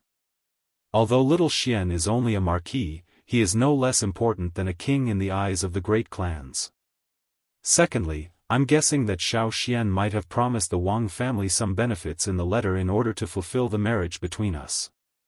Or perhaps he had shown enough determination in his heart to make our marriage happen, causing my father and mother to be wary of him. Right now, the aristocratic families are in a precarious situation. My father and mother aren't willing to offend a powerful marquis with unlimited potential. Perhaps they also felt a sliver of pity for me. Thus, they agreed to our marriage in the end." Although the second point was only Wang Renbiao's guess, it had to be said that his guess was infinitely close to the truth. Hearing this, Li Jingchu couldn't help but say, "Back then, I only wanted to ask Marquis to counsel you and help you resolve the knot in your heart. I didn't expect that Marquis would go to such an extent for us. I'm afraid I won't be able to repay this favor in this lifetime." Wang Renbiao patted Li Jingchu's shoulder and said gently, "It's fine. If you can't repay it, I'll repay it with you. Now that we're husband and wife, I owe little Xian a favor as well. Right, Jingchu?" when we were performing the ceremony earlier, you still called me husband. Why aren't you calling me that now?" At this point, Wang Renbiao suddenly teased. Hearing this, Li Jingchu's face instantly turned red. When she found out that Princess Tong and had poisoned the wine during the ceremony, she thought that she was about to leave Wang Renbiao. Before she died, she naturally didn't have any qualms about calling Wang Renbiao husband because she didn't want to leave any regrets. However, when Wang Renbiao came in and told her about Princess Tong and's words, she knew that it was just a test. There was no poison in the wine, so she wouldn't die. Thus, how could she still have the face to call him husband? My husband. At this moment, Li Jingchu finally remembered that tonight was her and Wang Renbiao's wedding night. She bit her red lips and hesitated for a moment before finally calling out the two words, "My husband." Wang Renbiao's face lit up with joy. He looked at Li Jingchu affectionately and said, "Wifey." With that, the two of them hugged each other tightly. The wedding night was naturally filled with tenderness and endless scenery. There was no need to tell outsiders. Chapter 1797. Master, what exactly was written in the letter sent by the first elder? The provincial governor's residence, the study of the eastern courtyard. Princess Tong asked Wang Yu, who was sitting in front of a desk and reading. In the evening, the Wang family's first elder had sent a hidden guard to deliver a letter and a ruler to Wang Yu, but Wang Yu did not open the letter in front of everyone. Princess Tong understood Wang Yu's intentions, so she only came to ask after the guests had left. Hearing this, Wang Yu raised his head and pulled out an opened letter from under a stack of books. He handed it to Princess Tong and said, "Madam, take a look for yourself." Wang Yu's expression was emotionless, like an ancient well. Princess Tong couldn't help but frown, because this meant that there was no good news in this letter. She took the letter from Wang Yu's hands and opened it. She skipped the opening greetings and got straight to the point. It said, "Renbiao is getting married." This old man should have personally come to congratulate him, but Renbiao's wife is the daughter of a merchant. There are many voices of opposition in the clan, and they are all blaming you for not being able to stop the two of them. Renbiao is the eldest son of the first wife of the Wang family. The Wang family has been noble for generations, and for thousands of years, no eldest son of the first wife has taken a commoner as his wife. This time, Renbiao has ignored the clan's reputation and interests for his own personal feelings, violating a great taboo in the clan. However, you sent a letter a few days ago saying that the Marquis of Yong has a close relationship with Renbiao and Li Jingchu, and that the Marquis of Yong is doing his best to facilitate the marriage between the two. You are not willing to offend the Marquis of Yong. This old man can understand, but the other four elders of the clan do not, especially the second elder.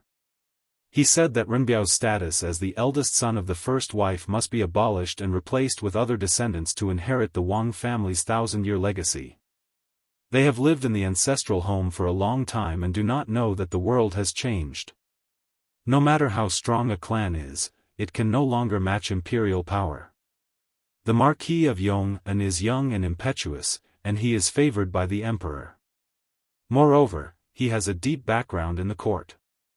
The Wang family cannot completely offend him, or else they will follow in the footsteps of the Chui and Zheng families. Within the family, I can still stabilize the situation with my status as the great elder. You can do whatever you want outside.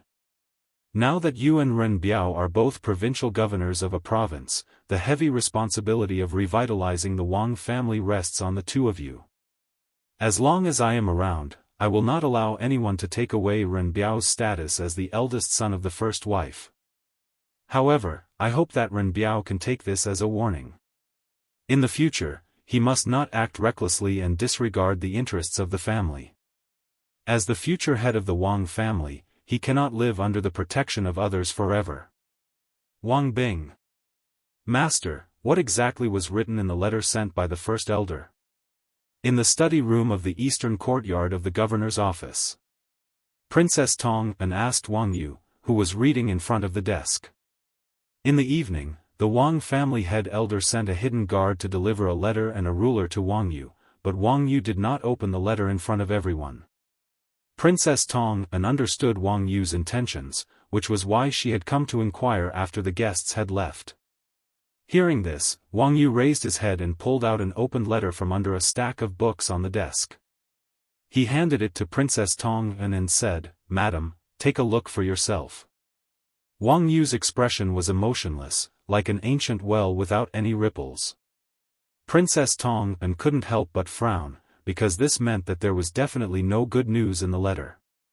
She stepped forward and took the letter from Wang Yu's hands. After opening the letter, she skipped the opening greetings and went straight to the main topic. It said, "Ren Biao is getting married." This old man should have personally come to congratulate him, but Ren Biao's wife is the daughter of a merchant. There are many voices of opposition in the family, and they are all blaming you for not being able to stop the two of them. Ren Biao is the eldest son of the first wife of the Wang family. The Wang family has been noble for generations, and for thousands of years, no eldest son of the first wife has taken a commoner as his wife.